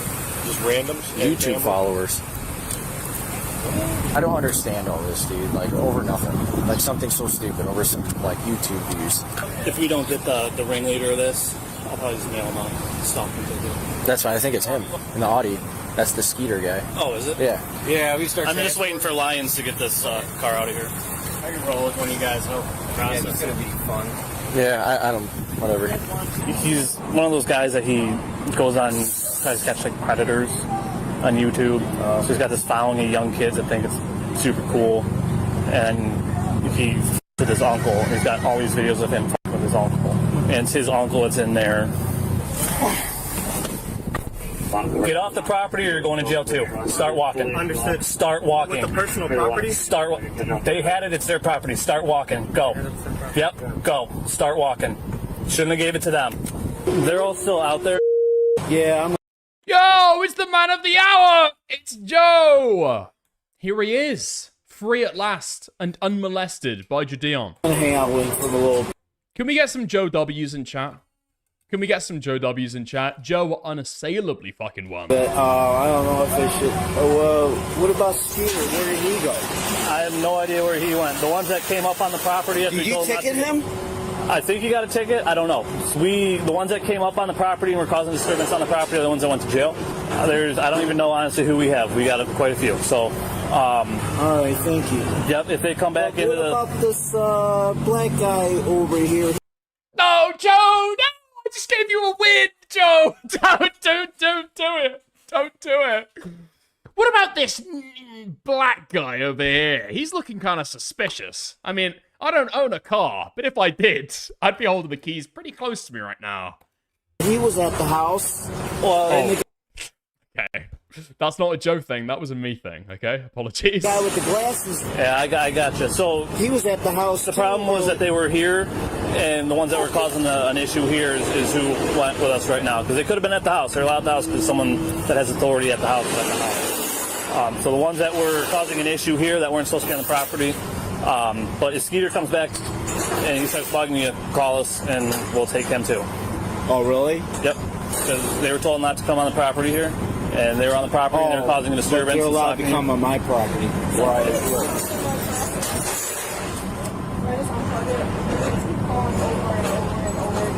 Yeah, just unplug it, ignore them. That's what they want, is you just answer and get annoyed. They just want to make you mad. So if you just unplug it and they don't have the chance. All right, so... Wow, really great communities Gideon's gotten there, you know? Amazing community that Gideon's got over there. Dude, why are the police biased against this guy? Why are the police so ready to fucking arrest this guy? I don't get it. How many did you arrest? I'm not sure, quite a few. I have 3 sets of handcuffs and I use all my handcuffs, so I don't know. Yeah, they're on public property, so we can't do anything about them hanging out there, so I would go hide back in there. With all of the arrested parties on their way to the station, the restaurant manager and Joe both provide written statements about the incident. So wait, what did Joe do? So Joe, I believe, has been in his mum's house, or one of the rooms in his mum's house that she rents out to people. And he's been behind on his rent. So I guess he's refused to pay eventually, or he can't pay. We don't know the exact details, and so you get a different tenant from different people. All right, but at some point, this guy has stopped paying. He looks a little bit down on his luck. I can't lie. Although he is sitting there with a fucking iced latte, so I'm not 100% sure. But, yeah, anyway, stopped paying his mum rent, went into arrears. Then she says, I want you at my house. He says no, and then eventually they go through a fucking court process to be able to get him evicted, okay? That's what Joe did. He didn't pay his rent and then he got evicted. But back inside the squad car, Gideon remains convinced that he has done nothing wrong. Am I officially under arrest? Yes, sir. I guess. Okay. You're for breach of peace is what it sounds like, all right? Breach of peace. Skeeter's mum got guardianship? Wait, what? She doesn't rent the house. They moved her out after she fell because he was supposed to be looking after her. Okay, interesting. Even though Oh, so she didn't get guardianship. She got a guardianship, is what you're saying. was on a public easement. Okay. What is the officer's name that arrested me? You'll get all that when we get back to the station. Okay. I just want you guys to know that once this case gets dropped, I am going to get a constitutional rights lawyer, and I'm going to go after you guys' qualified immunity, and you guys will be in a deposition. You will have to answer for that, because the DA is not going to take this case. It's going to get dropped when it gets dismissed. Oh, no. That was not true. I am going for your qualified immunity. And I'm guessing this is a misdemeanor? Yes, sir. Okay. So, what crime is yelling on the sidewalk? What does that do? We'll discuss when we get in, all right? I'm not going to try to have a conversation between this. Okay. Between this, okay. Between this barrier. Constitutional rights violated. I didn't know Woodhaven like violating constitutional rights. Call my. Yeah. Give me a lawyer ASAP. Tell him to give me a lawyer ASAP. No, he's not gonna let down the window. It's fine. Just stay right there. I don't want them to get you. They arrested me on breach of peace. Can you tell them to call Jake? Okay. Okay, can you move so I can see? Oh, wait, you want to arrest more people? No, I just want to be able to see so I don't get into a crash. Wait, record? Record. Hey, you got a second? My detective's asking if you fill out a written statement. Just so fucking obnoxious, but I don't want to put too fine a point on it. Of today of what they've done to you. Okay. Are you able to do that for me? Yeah. I'd appreciate it. They've been following you around all day. Yeah, and they drive around. They're driving around a U-Haul truck. I don't know. I think they're back at the house because I've seen them go that way. Okay. They set up the music equipment and speakers upstairs. Yeah, I was there for that earlier today. Oh, okay. Yeah, okay. I remember.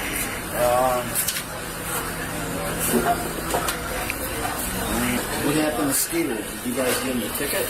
You guys were talking him over here in an SUV. No, I just gave him a ticket. You gave him a ticket? Yeah. For what? Impeding traffic for stopping in the middle of the road. That's the only thing I could have charged him with was impeding traffic. But we arrested 4 altogether, so yeah. Now they were Oh my god, dude. Don't tell me. Don't tell me that the Browntown Police Department are in the pocket of big squatter. No way! Why are the police working for this guy? What does he have on them? Why are the police so biased in favor of this guy? What? Somebody calls the police, complains about illegal behavior, and then the person gets arrested? What is this? What is this? Is this guy Mormon? No speakers. What if they start blasting loud music? You guys might be back there? Probably. So do you guys think these charges are going to stick? Do you genuinely think these charges are going to stick? Sir, we'll have a conversation back here, okay? Listen, man. Here, you seem like a nice guy. Was that guy who was doing all that, was he your boss? Yeah, I'm the junior person, sir. Yeah. Just let him know. Hey, man. I want his qualified immunity. I am the junior person here. I want his qualified immunity. 1363. I know my constitutional rights. I know my rights. Here, if you want to get back to your vehicle. Officer, how can someone be trespassed that never even went inside? What sense is that? What? I don't even know what fucking Gideon thinks that qualified immunity is. Do you think that it's a little shield that he keeps in his pocket?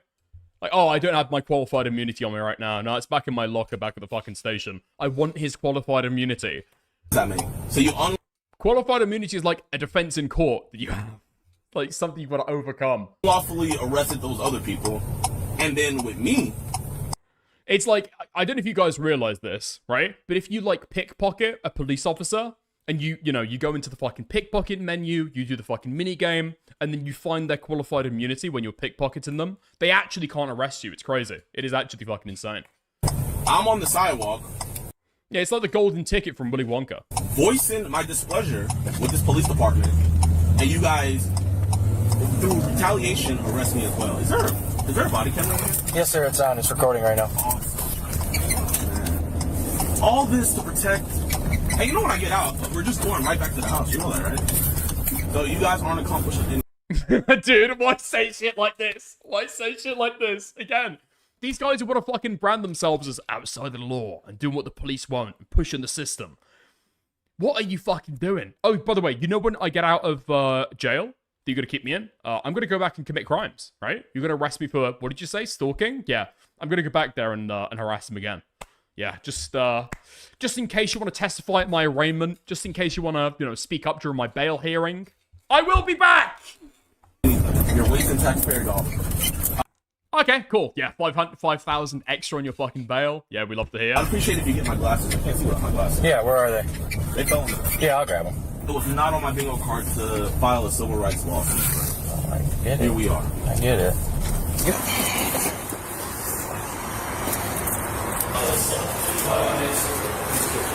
Yo, what's good, my man? Don't worry, I'll pay for your bond. It's not gonna stick. you guys can just come up to this counter. Get us with the best civil rights attorney. Nope, right there's good for me.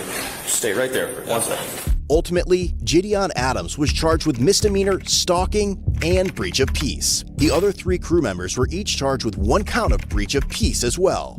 A judge set Gideon's bond at $10,000, which he posted to secure his release. The other 3 crew members also posted personal bonds. While Gideon was in jail, his and Skeeter's fans made hundreds of calls to the Woodhaven Police Department and Downriver Dispatch. Some callers reported fictitious crimes, including a false homicide, while others flooded the Woodhaven Police Department's Facebook page with messages. And upon his release, Gideon launched a campaign called Free Gideon, claiming it would prove his innocence and what he believed was the bias officers had shown in favor of Joe. Skeeter. Yeah, sure. Wait, what the fuck is this? These calls include fictitious crimes, including a homicide. Yeah, great community, Gideon. Great community. I think the YouTube community really needs to get behind this guy and get Gideon free. Get these charges dropped 100%. Oh, okay. So that's a little bit of an update to the fucking case then, right? So it wasn't the case that the police department's Facebook page got mass reported and taken down. What happened is that it got bombarded with comments. I guess like what, like without the intent or without the official order. Kind of got like brigaded, right? And then so it had to be deactivated during the period. Oh, fuck. No, we did hear about that, right? No, we did hear about that as well. About the false police reports. Because the non-emergency lines were so jammed up with these calls that it stopped, like, regular community, like, regular citizens from getting the fucking, getting their calls through, right? So if somebody wanted to fucking call through to the police department, get an update on their case, they couldn't do that, you know? If somebody wanted to call through to police department and notify them that they'd, you know, seen their stalker walking around the fucking neighborhood, they couldn't do that. If there was a dispute or a concern over, I don't know, the fucking custody of your children, you couldn't do that shit. Great. Amazing. That's great stuff. Homicide, while others flooded the Woodhaven Police Department's Facebook page with messages. And upon his release, Gideon launched a campaign called Free Gideon, claiming it would prove his innocence and what he believed was the bias officers had shown in favor of Joe. Skeeter, on the other hand, still wants Joe out of his grandmother's house. Gideon's pretrial hearing is scheduled for July 13th, 2026, where his defense attorney will begin addressing the stalking and breach of peace charges. If Yo, man, Jeff Bowman. convicted, he could face up to 93 days in jail for breaching the peace and up to 1 year in jail or a $1,000 fine for stalking. Whether you're on patrol, on the couch, or in an interrogation room wondering where it all went wrong, look your best with gear from CodeBlueCam.com. Dude, what the fuck is this? I kind of understand why Chud does it. Because it is such mindlessly easy content to be able to react to. Just a bunch of fucking funny body cam footage. What the fuck is this? There's no way that's a real frame in the video, is it? Hold on. Get out of the- actually. No way it is. No way it is. This guy fucking launches himself? Okay, please tell me it's real. Give me 2 seconds. I'm gonna try and find this shit.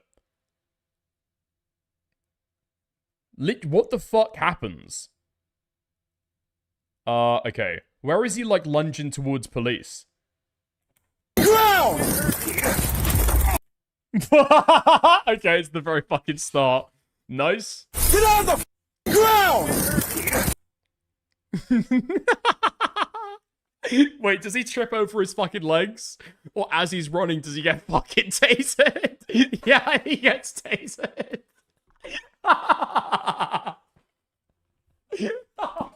He gets tasered in the fucking legs as he's running.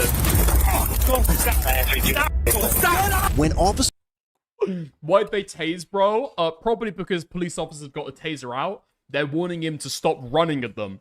And he keeps on fucking running at them. I'm gonna be honest, in America, I'm a fucking bonga, okay? Admittedly, I'm biased. I'm surprised that guy didn't get fucking shot. Get out of the ground! It's so good. Okay. You can't hurt me. You can't hurt me. You can't hurt me. Dude, I want to watch it one more time just for the thwomp. You know what I'm talking about. Get out of the ground! Thwomp. Oh my god, that's amazing. Honestly, I've got to say, body cam footage, you know, YouTube channels, It's probably some of the best content we've got right now on YouTube. You know? They're like one aspect of the YouTube community that is actually fucking good. Admittedly, okay? It does prey on people at their worst moments. It's somewhat exploitative. It's, you know, unfortunately, it's just amazing content. It's amazing content.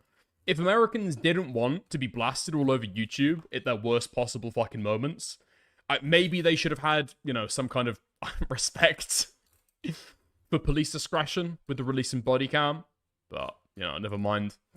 How's it going, Jimmy O? The Lego drama is insane! How's it been going, man? Yeah, the Lego drama is kind of insane. I can't lie. That's the Gideon stuff. We'll see what happens. Look, okay, we'll see what happens. Ooh, 14 days, and then we'll be getting that hearing. Should be interesting. Could be the case that we get no more Gideon for a year, and in that case, well, we're loving life, aren't we? But we'll have to see how it goes. We'll have to see how it goes. I'm very, very interested to see how it goes. It's a different state, admittedly, okay? It's a different state, but it might be interesting to watch for a little bit of, you know, a little bit of a simulation to see how the Reckless Ben stuff is going to go, you know? I miss you. I miss you too. Yeah, I miss you too. All right.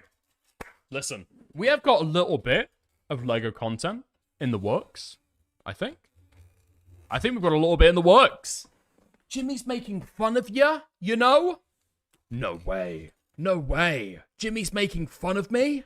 Okay, nice. Let's actually go in for a little bit of the fucking Lego drama. Unironically, okay? Let's get in for that, because apparently Reckless Ben is now going to federal court. That's right, okay? It's gone all the way out of state. It's gone all the way to the fucking top. And now, this guy's got a federal case. Let's go for it. It is a legal video, so it comes highly esteemed. I already believe everything in it. And I double-checked before I put this on the docket. And I decided that, yeah, probably trustworthy, okay? Probably trustworthy. We've got Devin back in the fucking seat. Court, finally. And he's agreed to mediate with Bricks and Minifigs Corporate. Things are starting to look up for our quixotic YouTuber. But he's not out of the woods yet.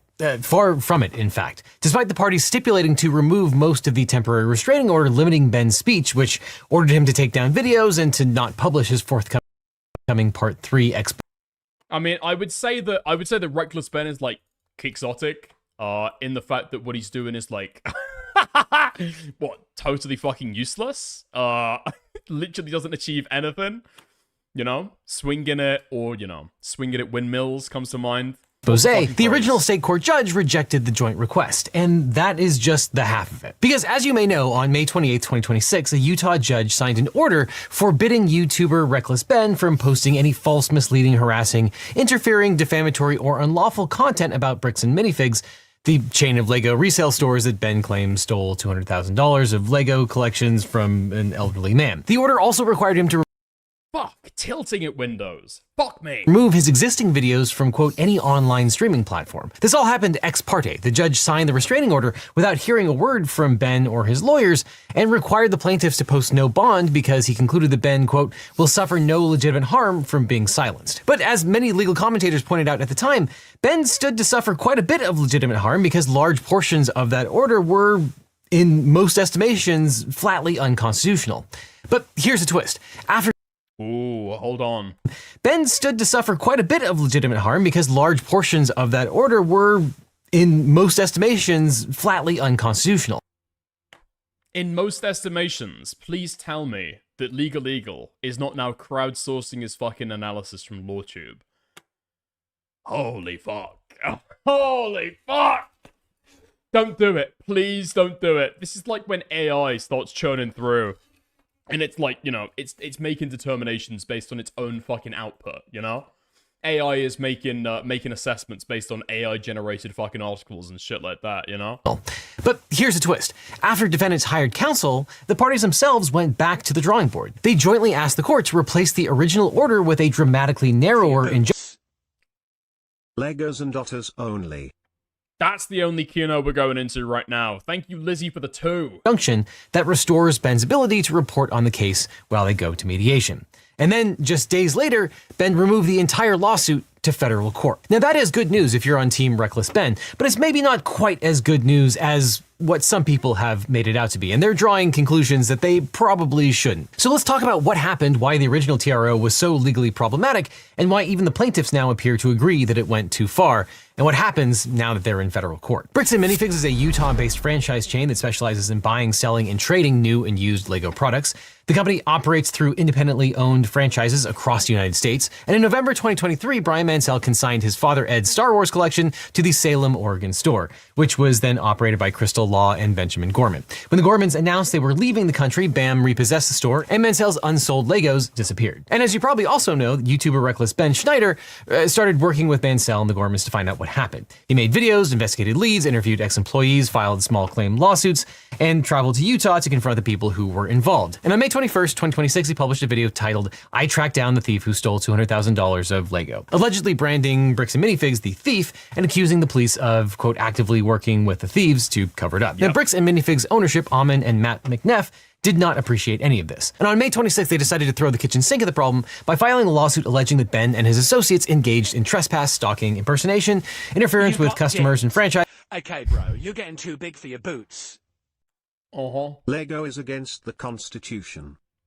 Why are the courts, why are the American courts engaged in so much ado over this Danish product, huh? Trump was supposed to end this shit. Thank you for the two euros. Okay.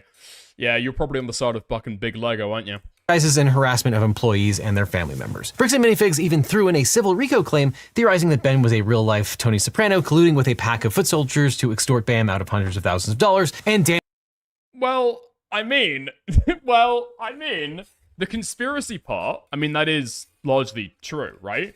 He did get certain people to be able to agree to certain stuff, to be able to further his goal of, like, harassing them. That is just unobjectionably true, right?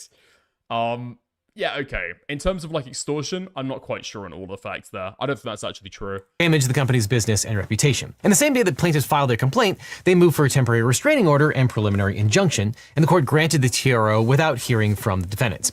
This is what's known as an ex parte order. It means the court was asked to act on an emergency basis, and it did. But an ex parte TRO, especially one that deals with free speech, is a serious remedy that courts are supposed to disfavor. And even though this was in Utah State Court, those courts are still bound by the Constitution and the First Amendment. Now, courts can only grant ex parte relief when a plaintiff presents evidence of immediate and irreparable harm. Typically, this happens when there's an emergency, like an allegation of domestic violence or a threat to expose a trade secret, or a neighbor cutting down a tree on your property. And admittedly, when you're talking about intellectual property, that is a circumstance where courts can find irreparable harm. But the nature of the proceeding means that the judge hears only one side of the story until a later hearing can be held, and they are extremely disfavored when the thing being restrained is speech. The Supreme Court has long cautioned. Yeah, but the thing in and of itself, okay, so the publication of the videos and the defamation and stuff like that might be speech, right? But there's a course of conduct there that isn't just free speech, you know?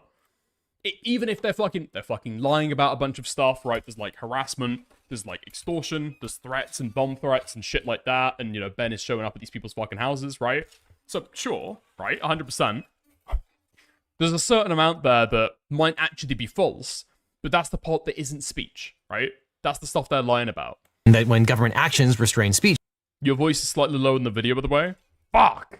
Procedural safeguards are critically important, especially where an order is entered without a full adversarial hearing. For example, in Carroll versus Princess Anne, the court vacated an ex parte injunction restraining a white supremacist group from holding a rally, emphasizing that prior restraints on expression require strict procedural protections. Ex parte relief is not forbidden altogether, but it should be reserved for extraordinary circumstances where notice is impossible or would defeat the purpose of the injunction. Now, as you probably know, tens of millions of people around the world are following the story on YouTube, and it's fascinating to see how legacy news outlets are handling this Lego case. Or in this case, the lack of any meaningful coverage at all. When the story first broke, only internet-facing blogs.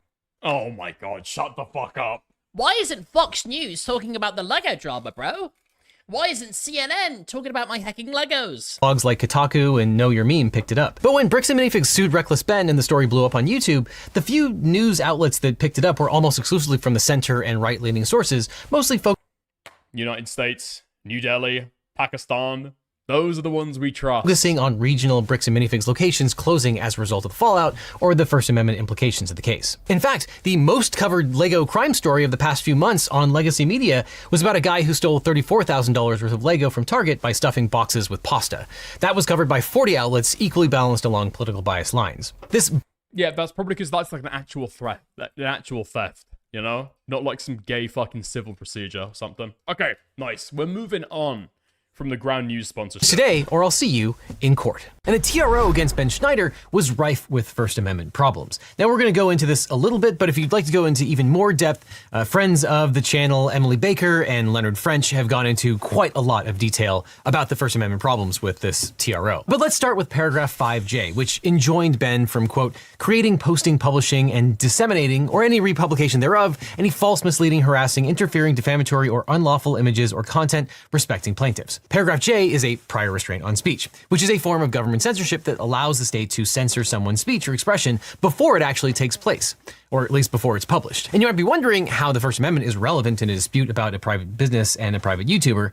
Well, the First Amendment is implicated because the speech restriction comes from a court order, and the order itself is a government action. And the Supreme Court... Okay, so I was a little bit suspect about this stuff because of how I'd heard people speak about it. If this is like a preemptive limit on speech, then fair enough. If Legal is saying it, unironically, that is the standard for me to actually believe this stuff at this point.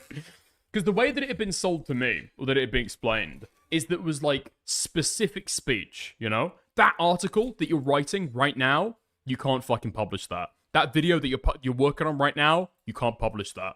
I thought that a more general injunction against defaming somebody publicly, I thought that that wouldn't be a prior restraint on speech. Right? Because I thought that it had to be specific to a certain kind of publication, but I guess not. The court has repeatedly described prior restraints as, quote, the most serious and the least tolerable infringement on First Amendment rights. The court outlined this principle in Neer versus Minnesota. Their Minnesota court permanently... Right, okay. So I think what I've read then is that there's some types of prior restraint on speech that are actually unconstitutional. Steven's just being a silly guy. What's the problem? Why can't I legally steal all old people's Lego? A large corporation with a monopoly on Lego needs money too. Thank you, Just Your Nightmare, for the 5.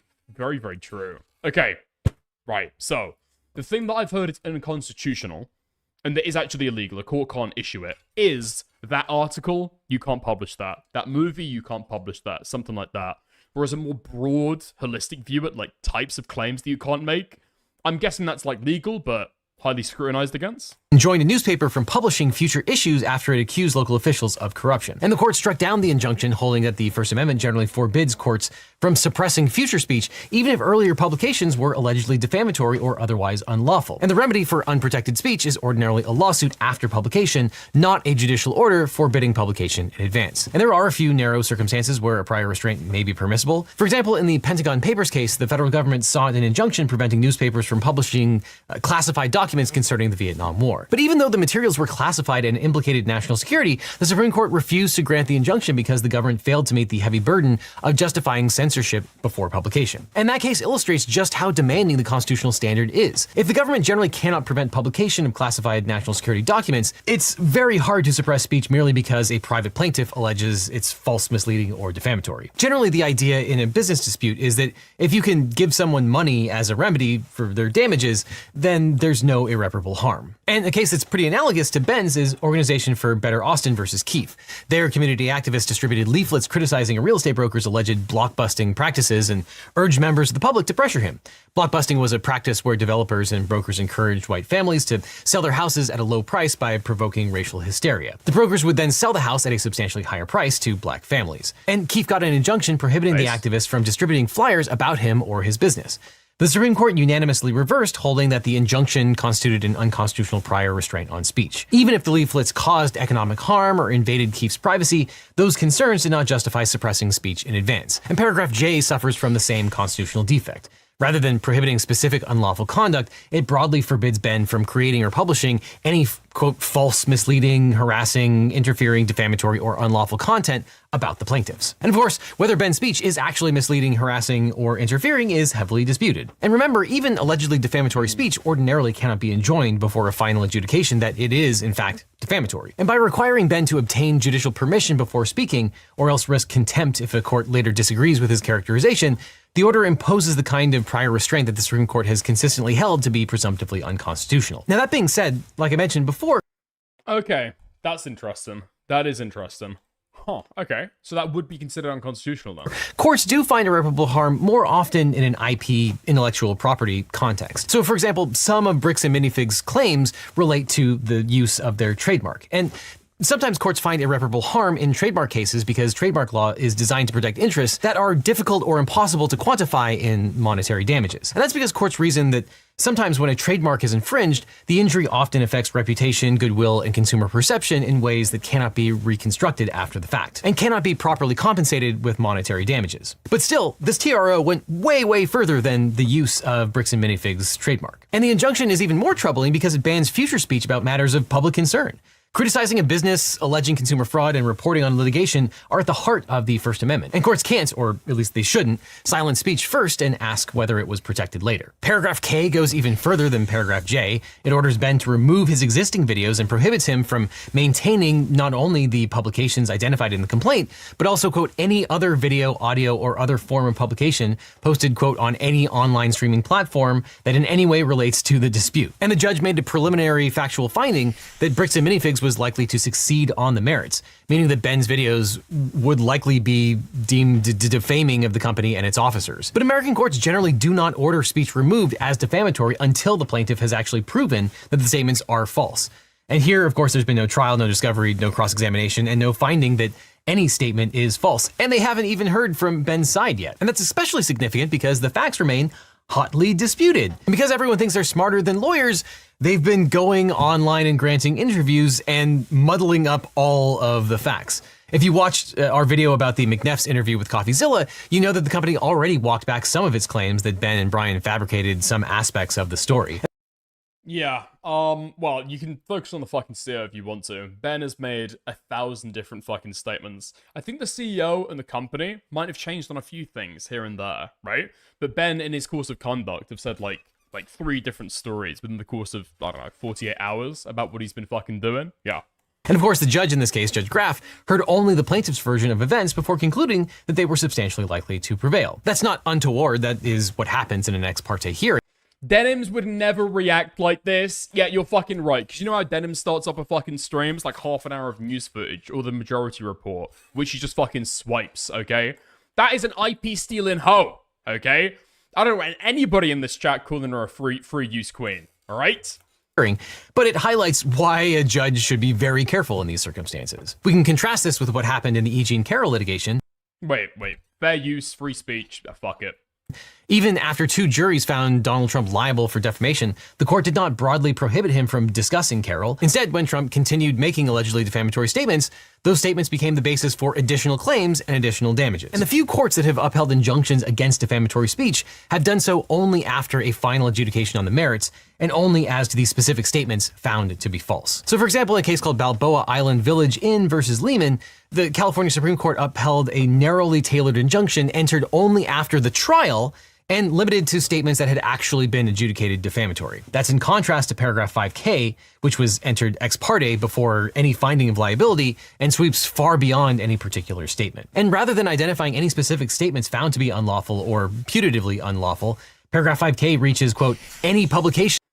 Reuse, what kind of shit you into? Yeah, I realized after I said it, okay. That was a critical misspeak. Okay. So this is likely going to be struck down when Ben starts arguing on the fucking pleadings then, yeah? On any streaming platform that in any way relates to the underlying dispute. That language encompasses everything Ben has posted about this controversy on all platforms. Additionally, there are a whole bunch of other issues. Paragraph 5A barred the defendants from making, transmitting, soliciting, encouraging, or facilitating death threats, bomb threats, or other threats against the plaintiffs and related individuals. Now, prohibiting Ben from making or transmitting true threats is uncontroversial. True threats are not protected by the First Amendment, and arguably an intentional death threat or bomb threat would probably fall outside of constitutional protection. The problem is the rest of the language, soliciting, encouraging, or facilitating. The complaint argues that Ben is... Wait. So I don't even understand the utility of that, right? Because you don't need like a TRO to be able to tell you, hey, by the way, don't commit crimes, please, right? That's got nothing to do with it. Is it so that it can be in the court's hands rather than needing to go for like a fucking huge like criminal like trial process? Instead, the TRO court can make an assessment about whether or not you violated that, and so they can hold you in contempt rather than formally charging and convicting you of that crime. Maybe? I mean, that just feels a little bit kind of easy. No? That feels like that maybe shouldn't be a fucking thing, to be honest. Responsible for anonymous threats sent by third parties. Like, I guess what would the idea be? That you can be held in contempt for that course of conduct, and then you can also get put in prison because it's a crime elsewhere? I don't know. Including emails like this, quote, I will be mailing you guys some explosive Lego sets, super hot items, so hot they're about to go boom. Your CEO has 2 days to step down before random stores are going to get fun packages. You've been... Wait. No fucking way! Wait. Where did this come from? Oh my, if this is fucking real, that is crazy. I'll be mailing you guys some explosive Lego sets. Super hot items, so hot, about to go boom. Your CEO has 2 days to step down before random stores to start getting fun packages. You've been warned. Holy fuck. Ted Kaczynski is coming after the... Ted Kaczynski enters into the Lego drama. Let's go. Plaintiffs report these threats to local law enforcement agencies and the FBI. Upon information and belief, these threats were made by the Schneider Group, or a direct and foreseeable result of their incitement from their viewers against plaintiff. Been warned. That is a bomb. That's a little bit broad. I mean, if you've got evidence, like the FBI has looked into the shit and they've tracked down the fucking IP to an IP that Ben uses, I would say that's like information that identifies him as the one who fucking sent it, right? Foreseeable conduct that could have been predicted from his course of... I don't know. Threat. But there's no evidence in the complaint that Ben wrote it or directed anyone else to send it. Instead, the injunction appears to assume that criticizing a company can make someone legally responsible for the independent actions of their anonymous viewers. But there's simply no indication that these threats originated from Ben or other defendants. And the court... Dude, mean legal mindset. Dude, we're fucking synced, man. It's actually crazy. All of his legal knowledge straight into my fucking head, dude. On the exact same track. Should not hold Ben responsible for other people's threats unless the plaintiff can prove incitement, and that's a very high bar. Ben's video... That'd also be an insane fucking precedent to be able to set, right? If you make a critical YouTube video against somebody... Now, I personally think that Ben should have had some kind of, like, disclaimer in there. Because the shit that you've seen after the fact at some of these Lego stores has been fucking crazy. People going in there and starting fistfights with random fucking employees. It's fucking wild, right? But at the same time... Not having had that disclaimer in his video, is that then fucking illegal if somebody goes and does some fucking harassment? That seems crazy. Like, true, because here's the difficult thing, right? It is true that some of that conduct might be foreseeable, right? You make 1,000 videos to a huge fucking audience criticizing somebody constantly. Is somebody in there gonna make a fucking death threat? Yeah, probably, right? Probably. If Moist Critical, for example, makes videos about this shit going out to millions of people, is somebody gonna take it on their own fucking hands to send, like, a nasty fucking threatening email? I would imagine so. It's just like, you know, it's the, what is it? Law of, it's like the law of, what? Law of averages, I guess. Or law of large numbers, I guess is the better term for it. That's gonna happen.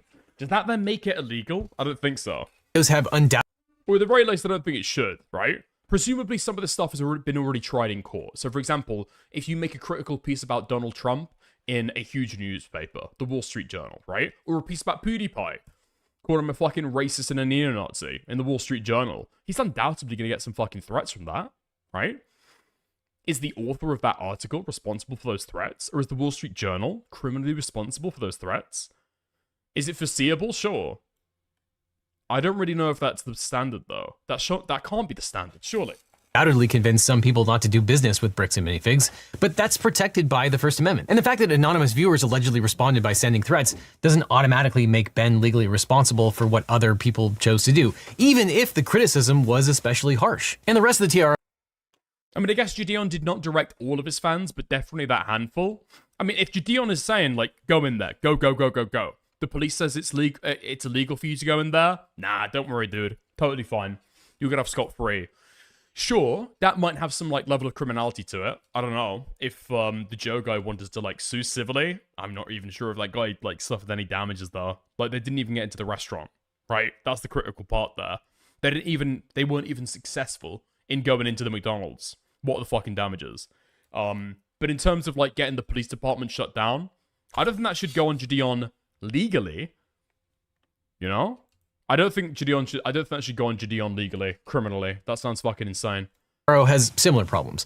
No one has a right to trespass, so paragraph 5C, which bars Ben from entering the plaintiff's property, is unobjectionable in principle. But it goes much further. It prohibits Ben from coming within not less than 1,000 yards of any bricks and minifigs store, office, warehouse, franchise location, parking lot, employee home, or franchisee home. And 1,000 yards is more than half a mile. So what we have here is a Utah judge drawing a half-a-mile bubble around every bricks and minifigs location in the country, then barring Ben from public sidewalks, public streets, and other stores within those zones. And Ben obviously...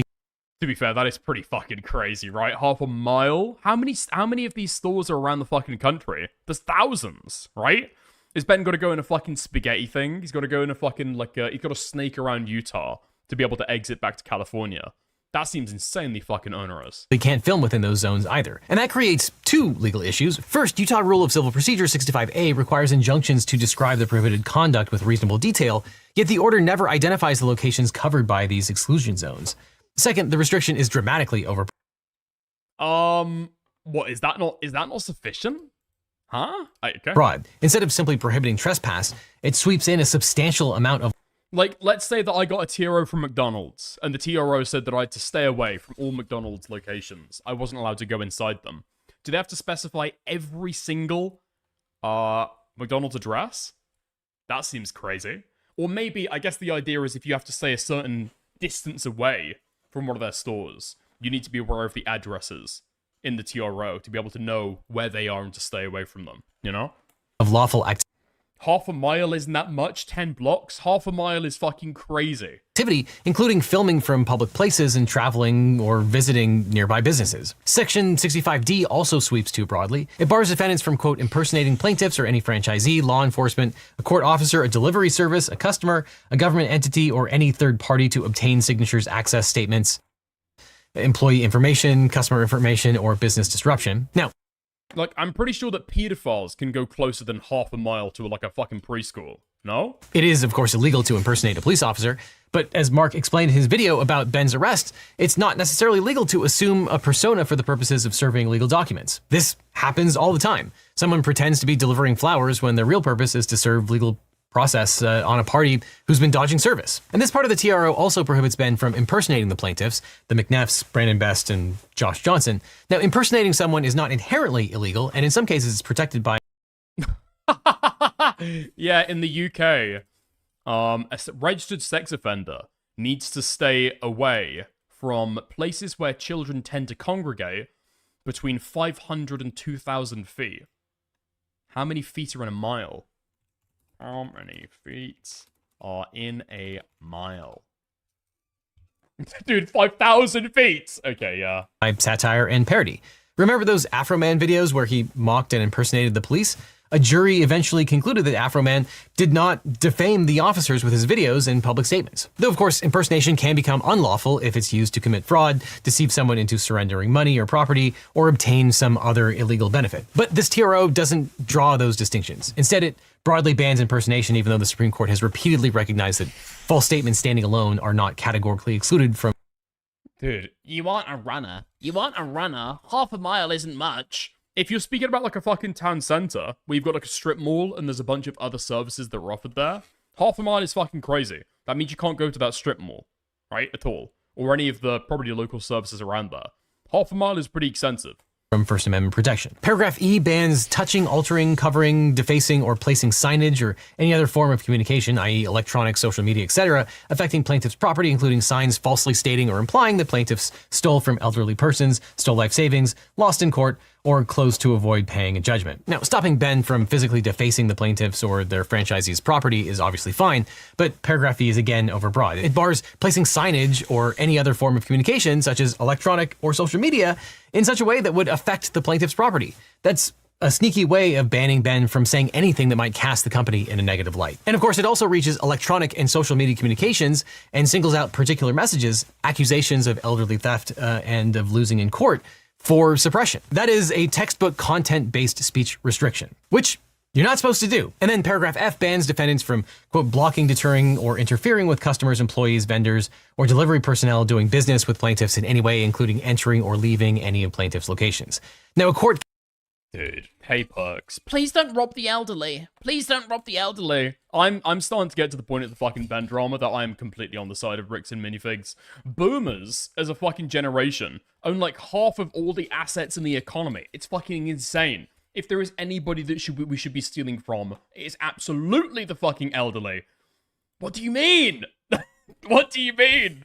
They're like the wealthiest subgroup in America and in the UK. Can legally enjoin Ben from physically blocking customers, employees, and vendors from entering stores. But the soft spot is the word deterring people from doing business with bricks and minifigs. Taken literally, that could reach peaceful persuasion, like encouraging a consumer boycott. Again, that is... Like, these are the kind of people that live in a fucking five-bedroom house and then only use one of the fucking bedrooms.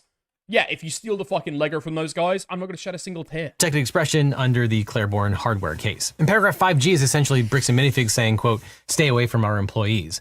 But the First Amendment doesn't allow a court to prohibit lawful conversations. Under Utah law, if Ben were inducing employees to breach confidentiality agreements, steal trade secrets, or commit some other independent legal wrong, that could potentially be enjoined. But instead, the order broadly prohibits communication itself. Bricks and Minifigs employees are free to refuse to speak with Ben, but they don't lose their First Amendment rights because they work for Bricks and Minifigs, and Ben doesn't lose his right to ask for an interview. And paragraph 5H is just as problematic. It prohibits Ben from using fake contracts, raffles, lotteries, court papers, awards, and other devices to deceive people, manufacture evidence, or...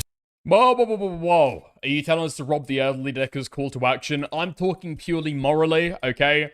I'm hereby stating there is no foreseeable consequence of me issuing that statement on stream, alright?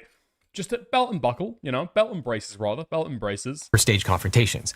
Now, forging court documents or using fake contracts to commit fraud is certainly unlawful, but the order basically outlaws Ben's filmmaking style. Stage confrontations and parody words are what he does, and some of those techniques are legally risky. He's called Reckless Ben for a reason, but they're not inherently illegal. And by lumping protected expression together with potential fraud, the provision is both vague and overbroad. And this TRO illustrates precisely why anti-slap statutes exist. A TRO this broad creates an obvious chilling effect, and Utah recognizes concern when it upgraded its anti-slap law in 2023. The statute allows defendants sued over speech on matters of public concern to seek early dismissal, stays discovery while the motion is pending, and authorizes an award of attorney's fees to a prevailing movement. And since Ben's videos concern allegations of consumer fraud, the treatment of an elderly collector, and alleged misconduct connected to the dispute, they arguably involve matters of public concern. But the extraordinary breadth of paragraphs J and K is exactly the type of chilling effect that the act was enacted to address. Now, if you hate the idea of getting scammed over Legos, you're really going to hate the harassment that we get every day from scammers and criminals, relentlessly targeting our parents, grandparents, and even for shameless. For the Reckless Ben defendants, Snell and Wilmer, and Miller Nash for Mansell, the parties went back to the drawing board. And on June 24th, 2026, they filed a joint motion asking the court to convert the TRO into a stipulated and agreed preliminary injunction in a heavily renegotiated form so they could go to mediation. This new version eliminates paragraph 5J and K, so they're... Oh, this is what we were talking about the other day, right? They came to the table for a fucking settlement deal? Yeah, okay. There are no prior restraints, and I don't think we went into any of the details of it, though, did we? Ben doesn't have to take anything down. It shrinks the buffer zone from 1,000 yards to 100, which fixes a lot of the problems that we discussed. And it limits the defacing clause to BAM's physical property only and drops the content-based restrictions on what Ben can say. And it also adds a knowingly and intentionally mental state to conduct prohibitions. And most importantly, it adds an express savings clause. Quote, nothing in this order shall prohibit defendants from discussing plaintiffs, commenting on this litigation, publishing court filings, engaging in investigative journalism, expressing opinions, criticism, satire, and or commentary on any platform they choose. And that alone was a huge victory for Ben because it takes the muzzle off. And ironically, after uncritically adopting the plaintiff's unconstitutional TRO, Judge Graft finally decided to give the joint injunction a close read. So on June 24th, he raised concerns about the scope of the stipulated injunction. And he found that it wasn't specific enough because it did not identify all of the Bricks and Minifigs locations that it applied to. Thanks, Judge. Nice of you to notice. And so he denied the joint motion. So that means as of right now, the original TRO, which was written by the plaintiffs and adopted by the court, is still in effect, which is much worse than the stipulated injunction. So on June 25th, the parties filed a joint response clarification to answer the court's questions. They say that the plaintiff's identities and the business locations are matters of public record. The private home addresses of every franchisee and employee may not all be known, but are discoverable through public records.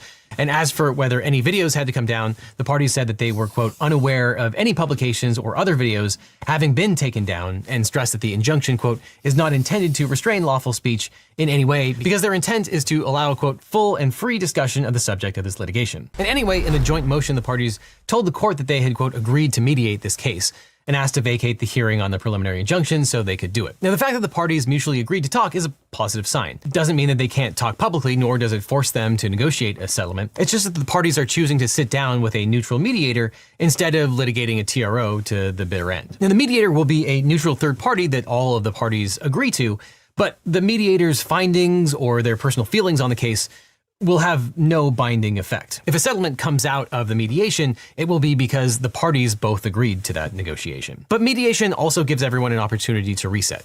Bricks and Minifigs made a bunch of party admissions in their public statements, some of them retreating from their most extreme claims. And of course, Bricks and Minifigs has to decide whether it's in the company's best interest to litigate against Ben Schneider and Brian Mansell. And of course, what would... Wait, I'm pretty sure that's a completely different case. No? I'm pretty sure that the civil lawsuit that they've done hasn't got anything necessarily directly to do with this. No? I thought it was different. Winning look like in this case for each of the people involved. Because even if Reckless Ben and Mansell did absolutely everything that Bricks and Minifigs is accusing them of having done, they might not be happy with the resolution of this litigation. Even if they won in court, they might have lost so much value as a result of the actions that they've taken, including the litigation, that it would be a Pyrrhic victory at best. So a mediator can often be helpful in clarifying the parties' goals and evidence, even if it doesn't lead to a settlement. And often it helps facilitate a... Wait, what? Really? That one guy that got arrested where the cop grabbed his phone, that guy just did an interview, and the new cope is that Brian had 50k in minifigures in Ziploc bags that weren't accounted for now. Wait, hold on, send me. We might do that next stream. Confidential settlement, that sounds crazy. So the public doesn't actually know what the terms are. So if Bricks and Minifigs wanted to walk away, which at this point they probably should, but not publicly admit that that's what they're doing, they could do so in a private confidential settlement where they're not admitting that they're just giving up. Now, the timing of the mediation is really interesting in light of Bricks and Minifigs' newest blog post. CEO Amin McNeff repeatedly praises Ed Mansell's collection and says the company remains committed to finding an amicable solution through mediation. The company also highlights operational changes that it says will prevent this from ever happening to somebody else. Now, I'm not going to go into the details, but it's interesting that they're releasing this publicly since this is often what happens during the mediation process. Each side makes concessions and identifies its deal breakers. You know, from a PR perspective, sure, this makes sense, but obviously, I think most people would think it's too little too late. And the overall problem remains. They accused Mansell of crimes, death threats, extortion, and sued him, but now they want to kiss and make up. These narratives are obviously hard to reconcile. But to be fair, this is not unusual in litigation where lawyers draw up aggressive pleadings, while executives and individuals adopt a more conciliatory posture. Pleadings are intended to preserve every potential legal claim, whereas public statements like this one are intended to restore trust. But from the outside looking in, it still looks like a mess. And additionally, in another twist, Ben Schneider and his new lawyers filed a notice of removal, which automatically transferred the case from the Utah State Court to the United States District Court for the District of Utah. Now, that is a smart move, and it's definitely what I would have done. And it's one of the reasons why you need a smart lawyer to help you in these things, even if you think you're 100% right, because there are all kinds of procedural quirks that you need to know about. And in particular, a notice of removal is a procedural file. Okay, that's about it. Yeah, I don't know if we're going to learn any more necessarily about that. Just legal waffle. Just legal waffle, you know? Stretching that shit out to the 28-minute mark, just so the 3 ads don't seem quite as bad, you know? Yeah, fair enough. I mean, in terms of, like, accuracy, yeah, fair enough. Legal mindset, sorry, legal stays on top, okay? That's why he's the GOAT. And I'll not hear any slander about it, okay? No slander at all. Okay, there we go.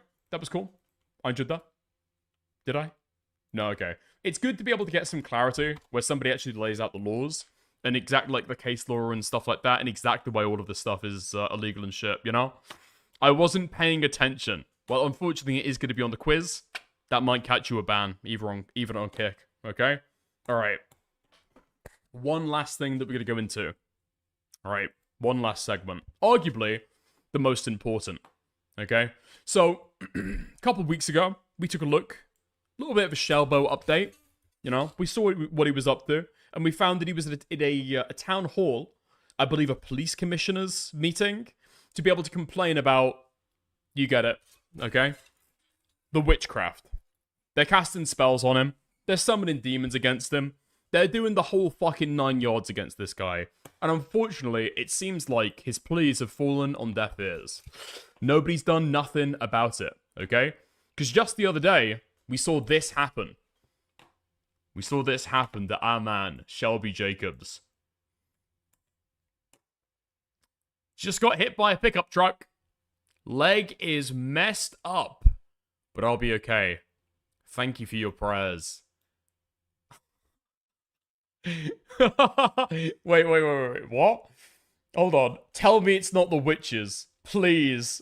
I'm not. I'm wrapped up. Who the fuck is this guy, first of all? Okay. I'm not. I'm wrapped up. What does he mean? I don't know. Okay? But we're hoping, we're praying that he's okay. Please, God. Please, God. I'm hearing that Shelbo's stable. Please, God. Made it home. I'm just recovering. I'm getting out of hospital today. I'll be in a wheelchair for a while, but doing okay. I actually feel bad for this guy. Well, obviously I feel fucking bad for this guy. He got demolished by a pickup truck. What the fuck has been going on, though, okay? He posted a little bit of an update to let us know how he's been getting on. Shobo 99's electronic showcase. I got hit by a pickup truck. Just a couple updates on the guy. So, guys, I'm currently in the hospital right now. Got hit by a pickup truck. And basically, this is the result of it. So they had to... Fuck me, man. What happened to the left to one? wrap my feet up. Why is it so grizzled? Wrap my leg up, and hopefully they don't have to do any surgery. So guys, holy shit. Well, I mean, what we can say is that Pokimane, Amon can breathe a sigh of relief. Maybe for the next few months. We'll have to see how long it kicks in for, alright? Because he's currently out of commission. The mean... No, I'm not going to say that. I'm not going to say that. The stalking machine, alright? The stalking machine has been out of commission, unfortunately. But El Witches, he's all wrapped up. He's getting back to basics. He's getting back in the game, alright? Won't be long. Won't be long until he's back on the street. From the assail of black magic. We will be casting some fucking counter curses on him, alright? Don't worry about it. Okay. Dickers, search NRC, Dems, how Trump hijacked America's 2050th birthday on YouTube. Trust me. If this is like L content, I'm going to be very, very angry. Very, very angry indeed. NRC. Who the fuck is the NRC? Who is America's 250th birthday is being run by a shadow company you've never heard of. Freedom 250 has raised millions of dollars. It's selling access to the president, and it won't tell you who's paying or where the money goes. What the who the fuck is this guy? Tim Fullerton, host of the Find Out podcast, House Natural Resources Committee Democrats. This is how Trump hijacked America's birthday. By rewriting the rules to let the ultra-wealthy and politically connected take advantage of the American people. Is this fucked up? Is the audio fucked up, or is this AI? I'm Congressman Jared Huffman. I lead the Democrats on the House Natural Resources Committee. We've spent the past year trying to uncover the truth about what happened, and I want to walk you through exactly what we've found. So how did this private company end up running America's official 250th celebration, siphoning off millions of taxpayer dollars and harvesting Americans' personal data? Let's start at the beginning.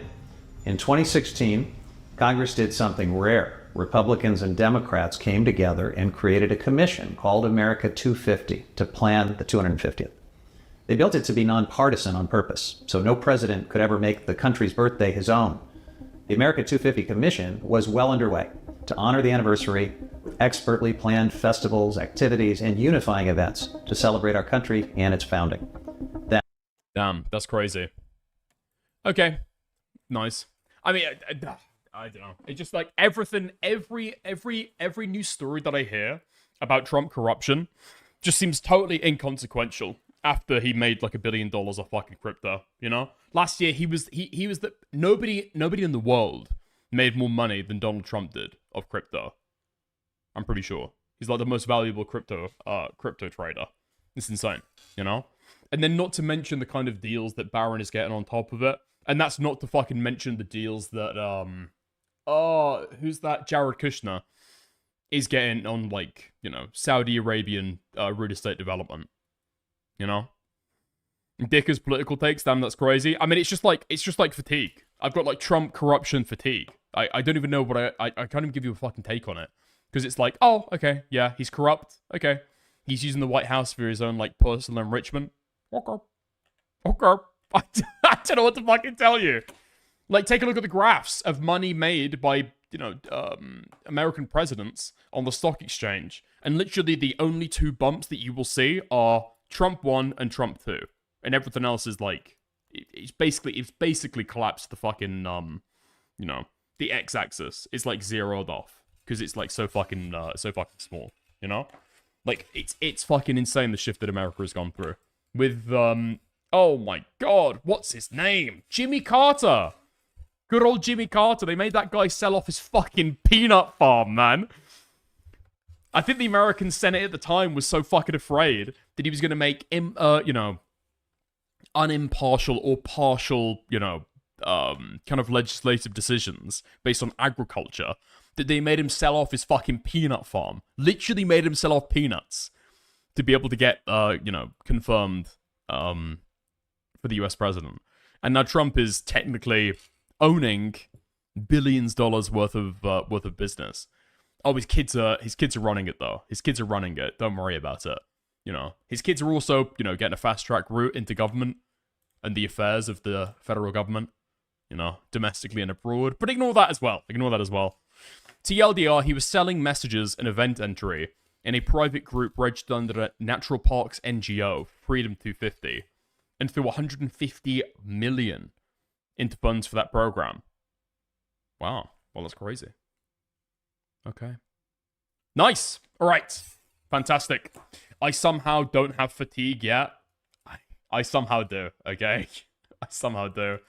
It's just, what's it called? Like, it's very shock and yawn, you know?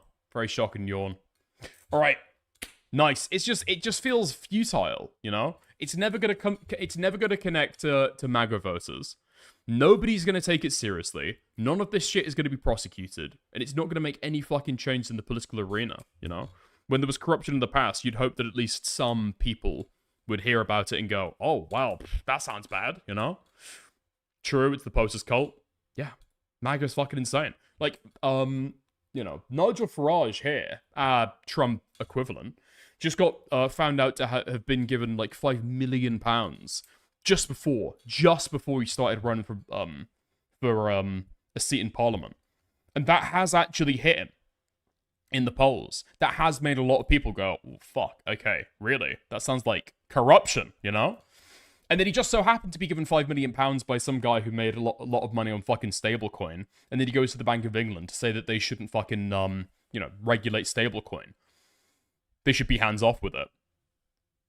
Wow, I wonder what happened there, you know? But, you know, it has actually, you know, made a difference in our fucking politics. The UK will not be depoliticized into death yet. We'll have to see about that, okay? What's the fucking saying? America sneezes and Britain catches a cold. So we'll have to wait and see. We're going down that path. hopefully enough of UK culture can decouple from American culture and start, you know, maybe look into some better examples over in Europe for our political impulses. You know, we'll have to see. Nobody ever gets jailed from either party. People accept it's corrupt. Has been forever. There's a difference. No, there's a big difference there, actually. There is like a big difference. So, for example, Nancy Pelosi. Let's say the worst example, right? Nancy Pelosi having fucking insane returns because possibly she's using insider information about regulation to be able to trade. That's unfair, right? 100% that's unfair. If she is actually trading on that kind of privileged information. Absolutely. But there's a difference between that and appointing your son-in-law to be able to negotiate with the Saudi Arabians and, you know, lead negotiator in the Middle East at the same time that he's investing billions into, you know, Middle Eastern real estate. I mean, there's reports coming out that they're talking about, you know, foreign affairs. And then, boom, you know, in the exact same meeting, the second half of it, they're talking about business deals. It's fucking crazy, you know? But there is a distinct difference there that needs to be appreciated. A lot of the stuff is in both sides. Trump is genuinely a fucking anomaly. Yeah. If Trump was a normal Republican, maybe I'd agree with you, okay? But he's not. He's not a normal Republican. He's not a normal president either. Yeah. Anyway, I've got enough viewership, which is probably hurting the person that I'm going to raid. So, I want to thank everybody who's watched, okay? I want to thank everybody who's chatted. I want to thank even the people who've lurked. And VOD watchers later on, I want to thank you as well. If you want to help out the stream, like before you leave, okay? Helps out way more than you even know, all right? Believe me. If you've been watching this entire time, maybe you've been chatting and you haven't subscribed, want to go ahead and subscribe. And then finally, last but not least, the people at the very tippy top of the pyramid is Plants, Just Your Nightmare, Lizzie, Kit Katzer, Dan Jr., Jennifer H., Master Mark, Joey Bag of Donuts, Hurtworks, Remnant, Kitten Screaming, Space Station, Zombie Penguin, Pastel Ghost, Anyaki, Guna, Queen Comet, McDizzle Gaming, and Draftle. Thank you very much. Lots of love. I'm going to raid you guys into Beckett over on YouTube and over on Kick. I'm going to raid you guys into JStork. Okay. Nice. Lots of love. I'll see you guys soon.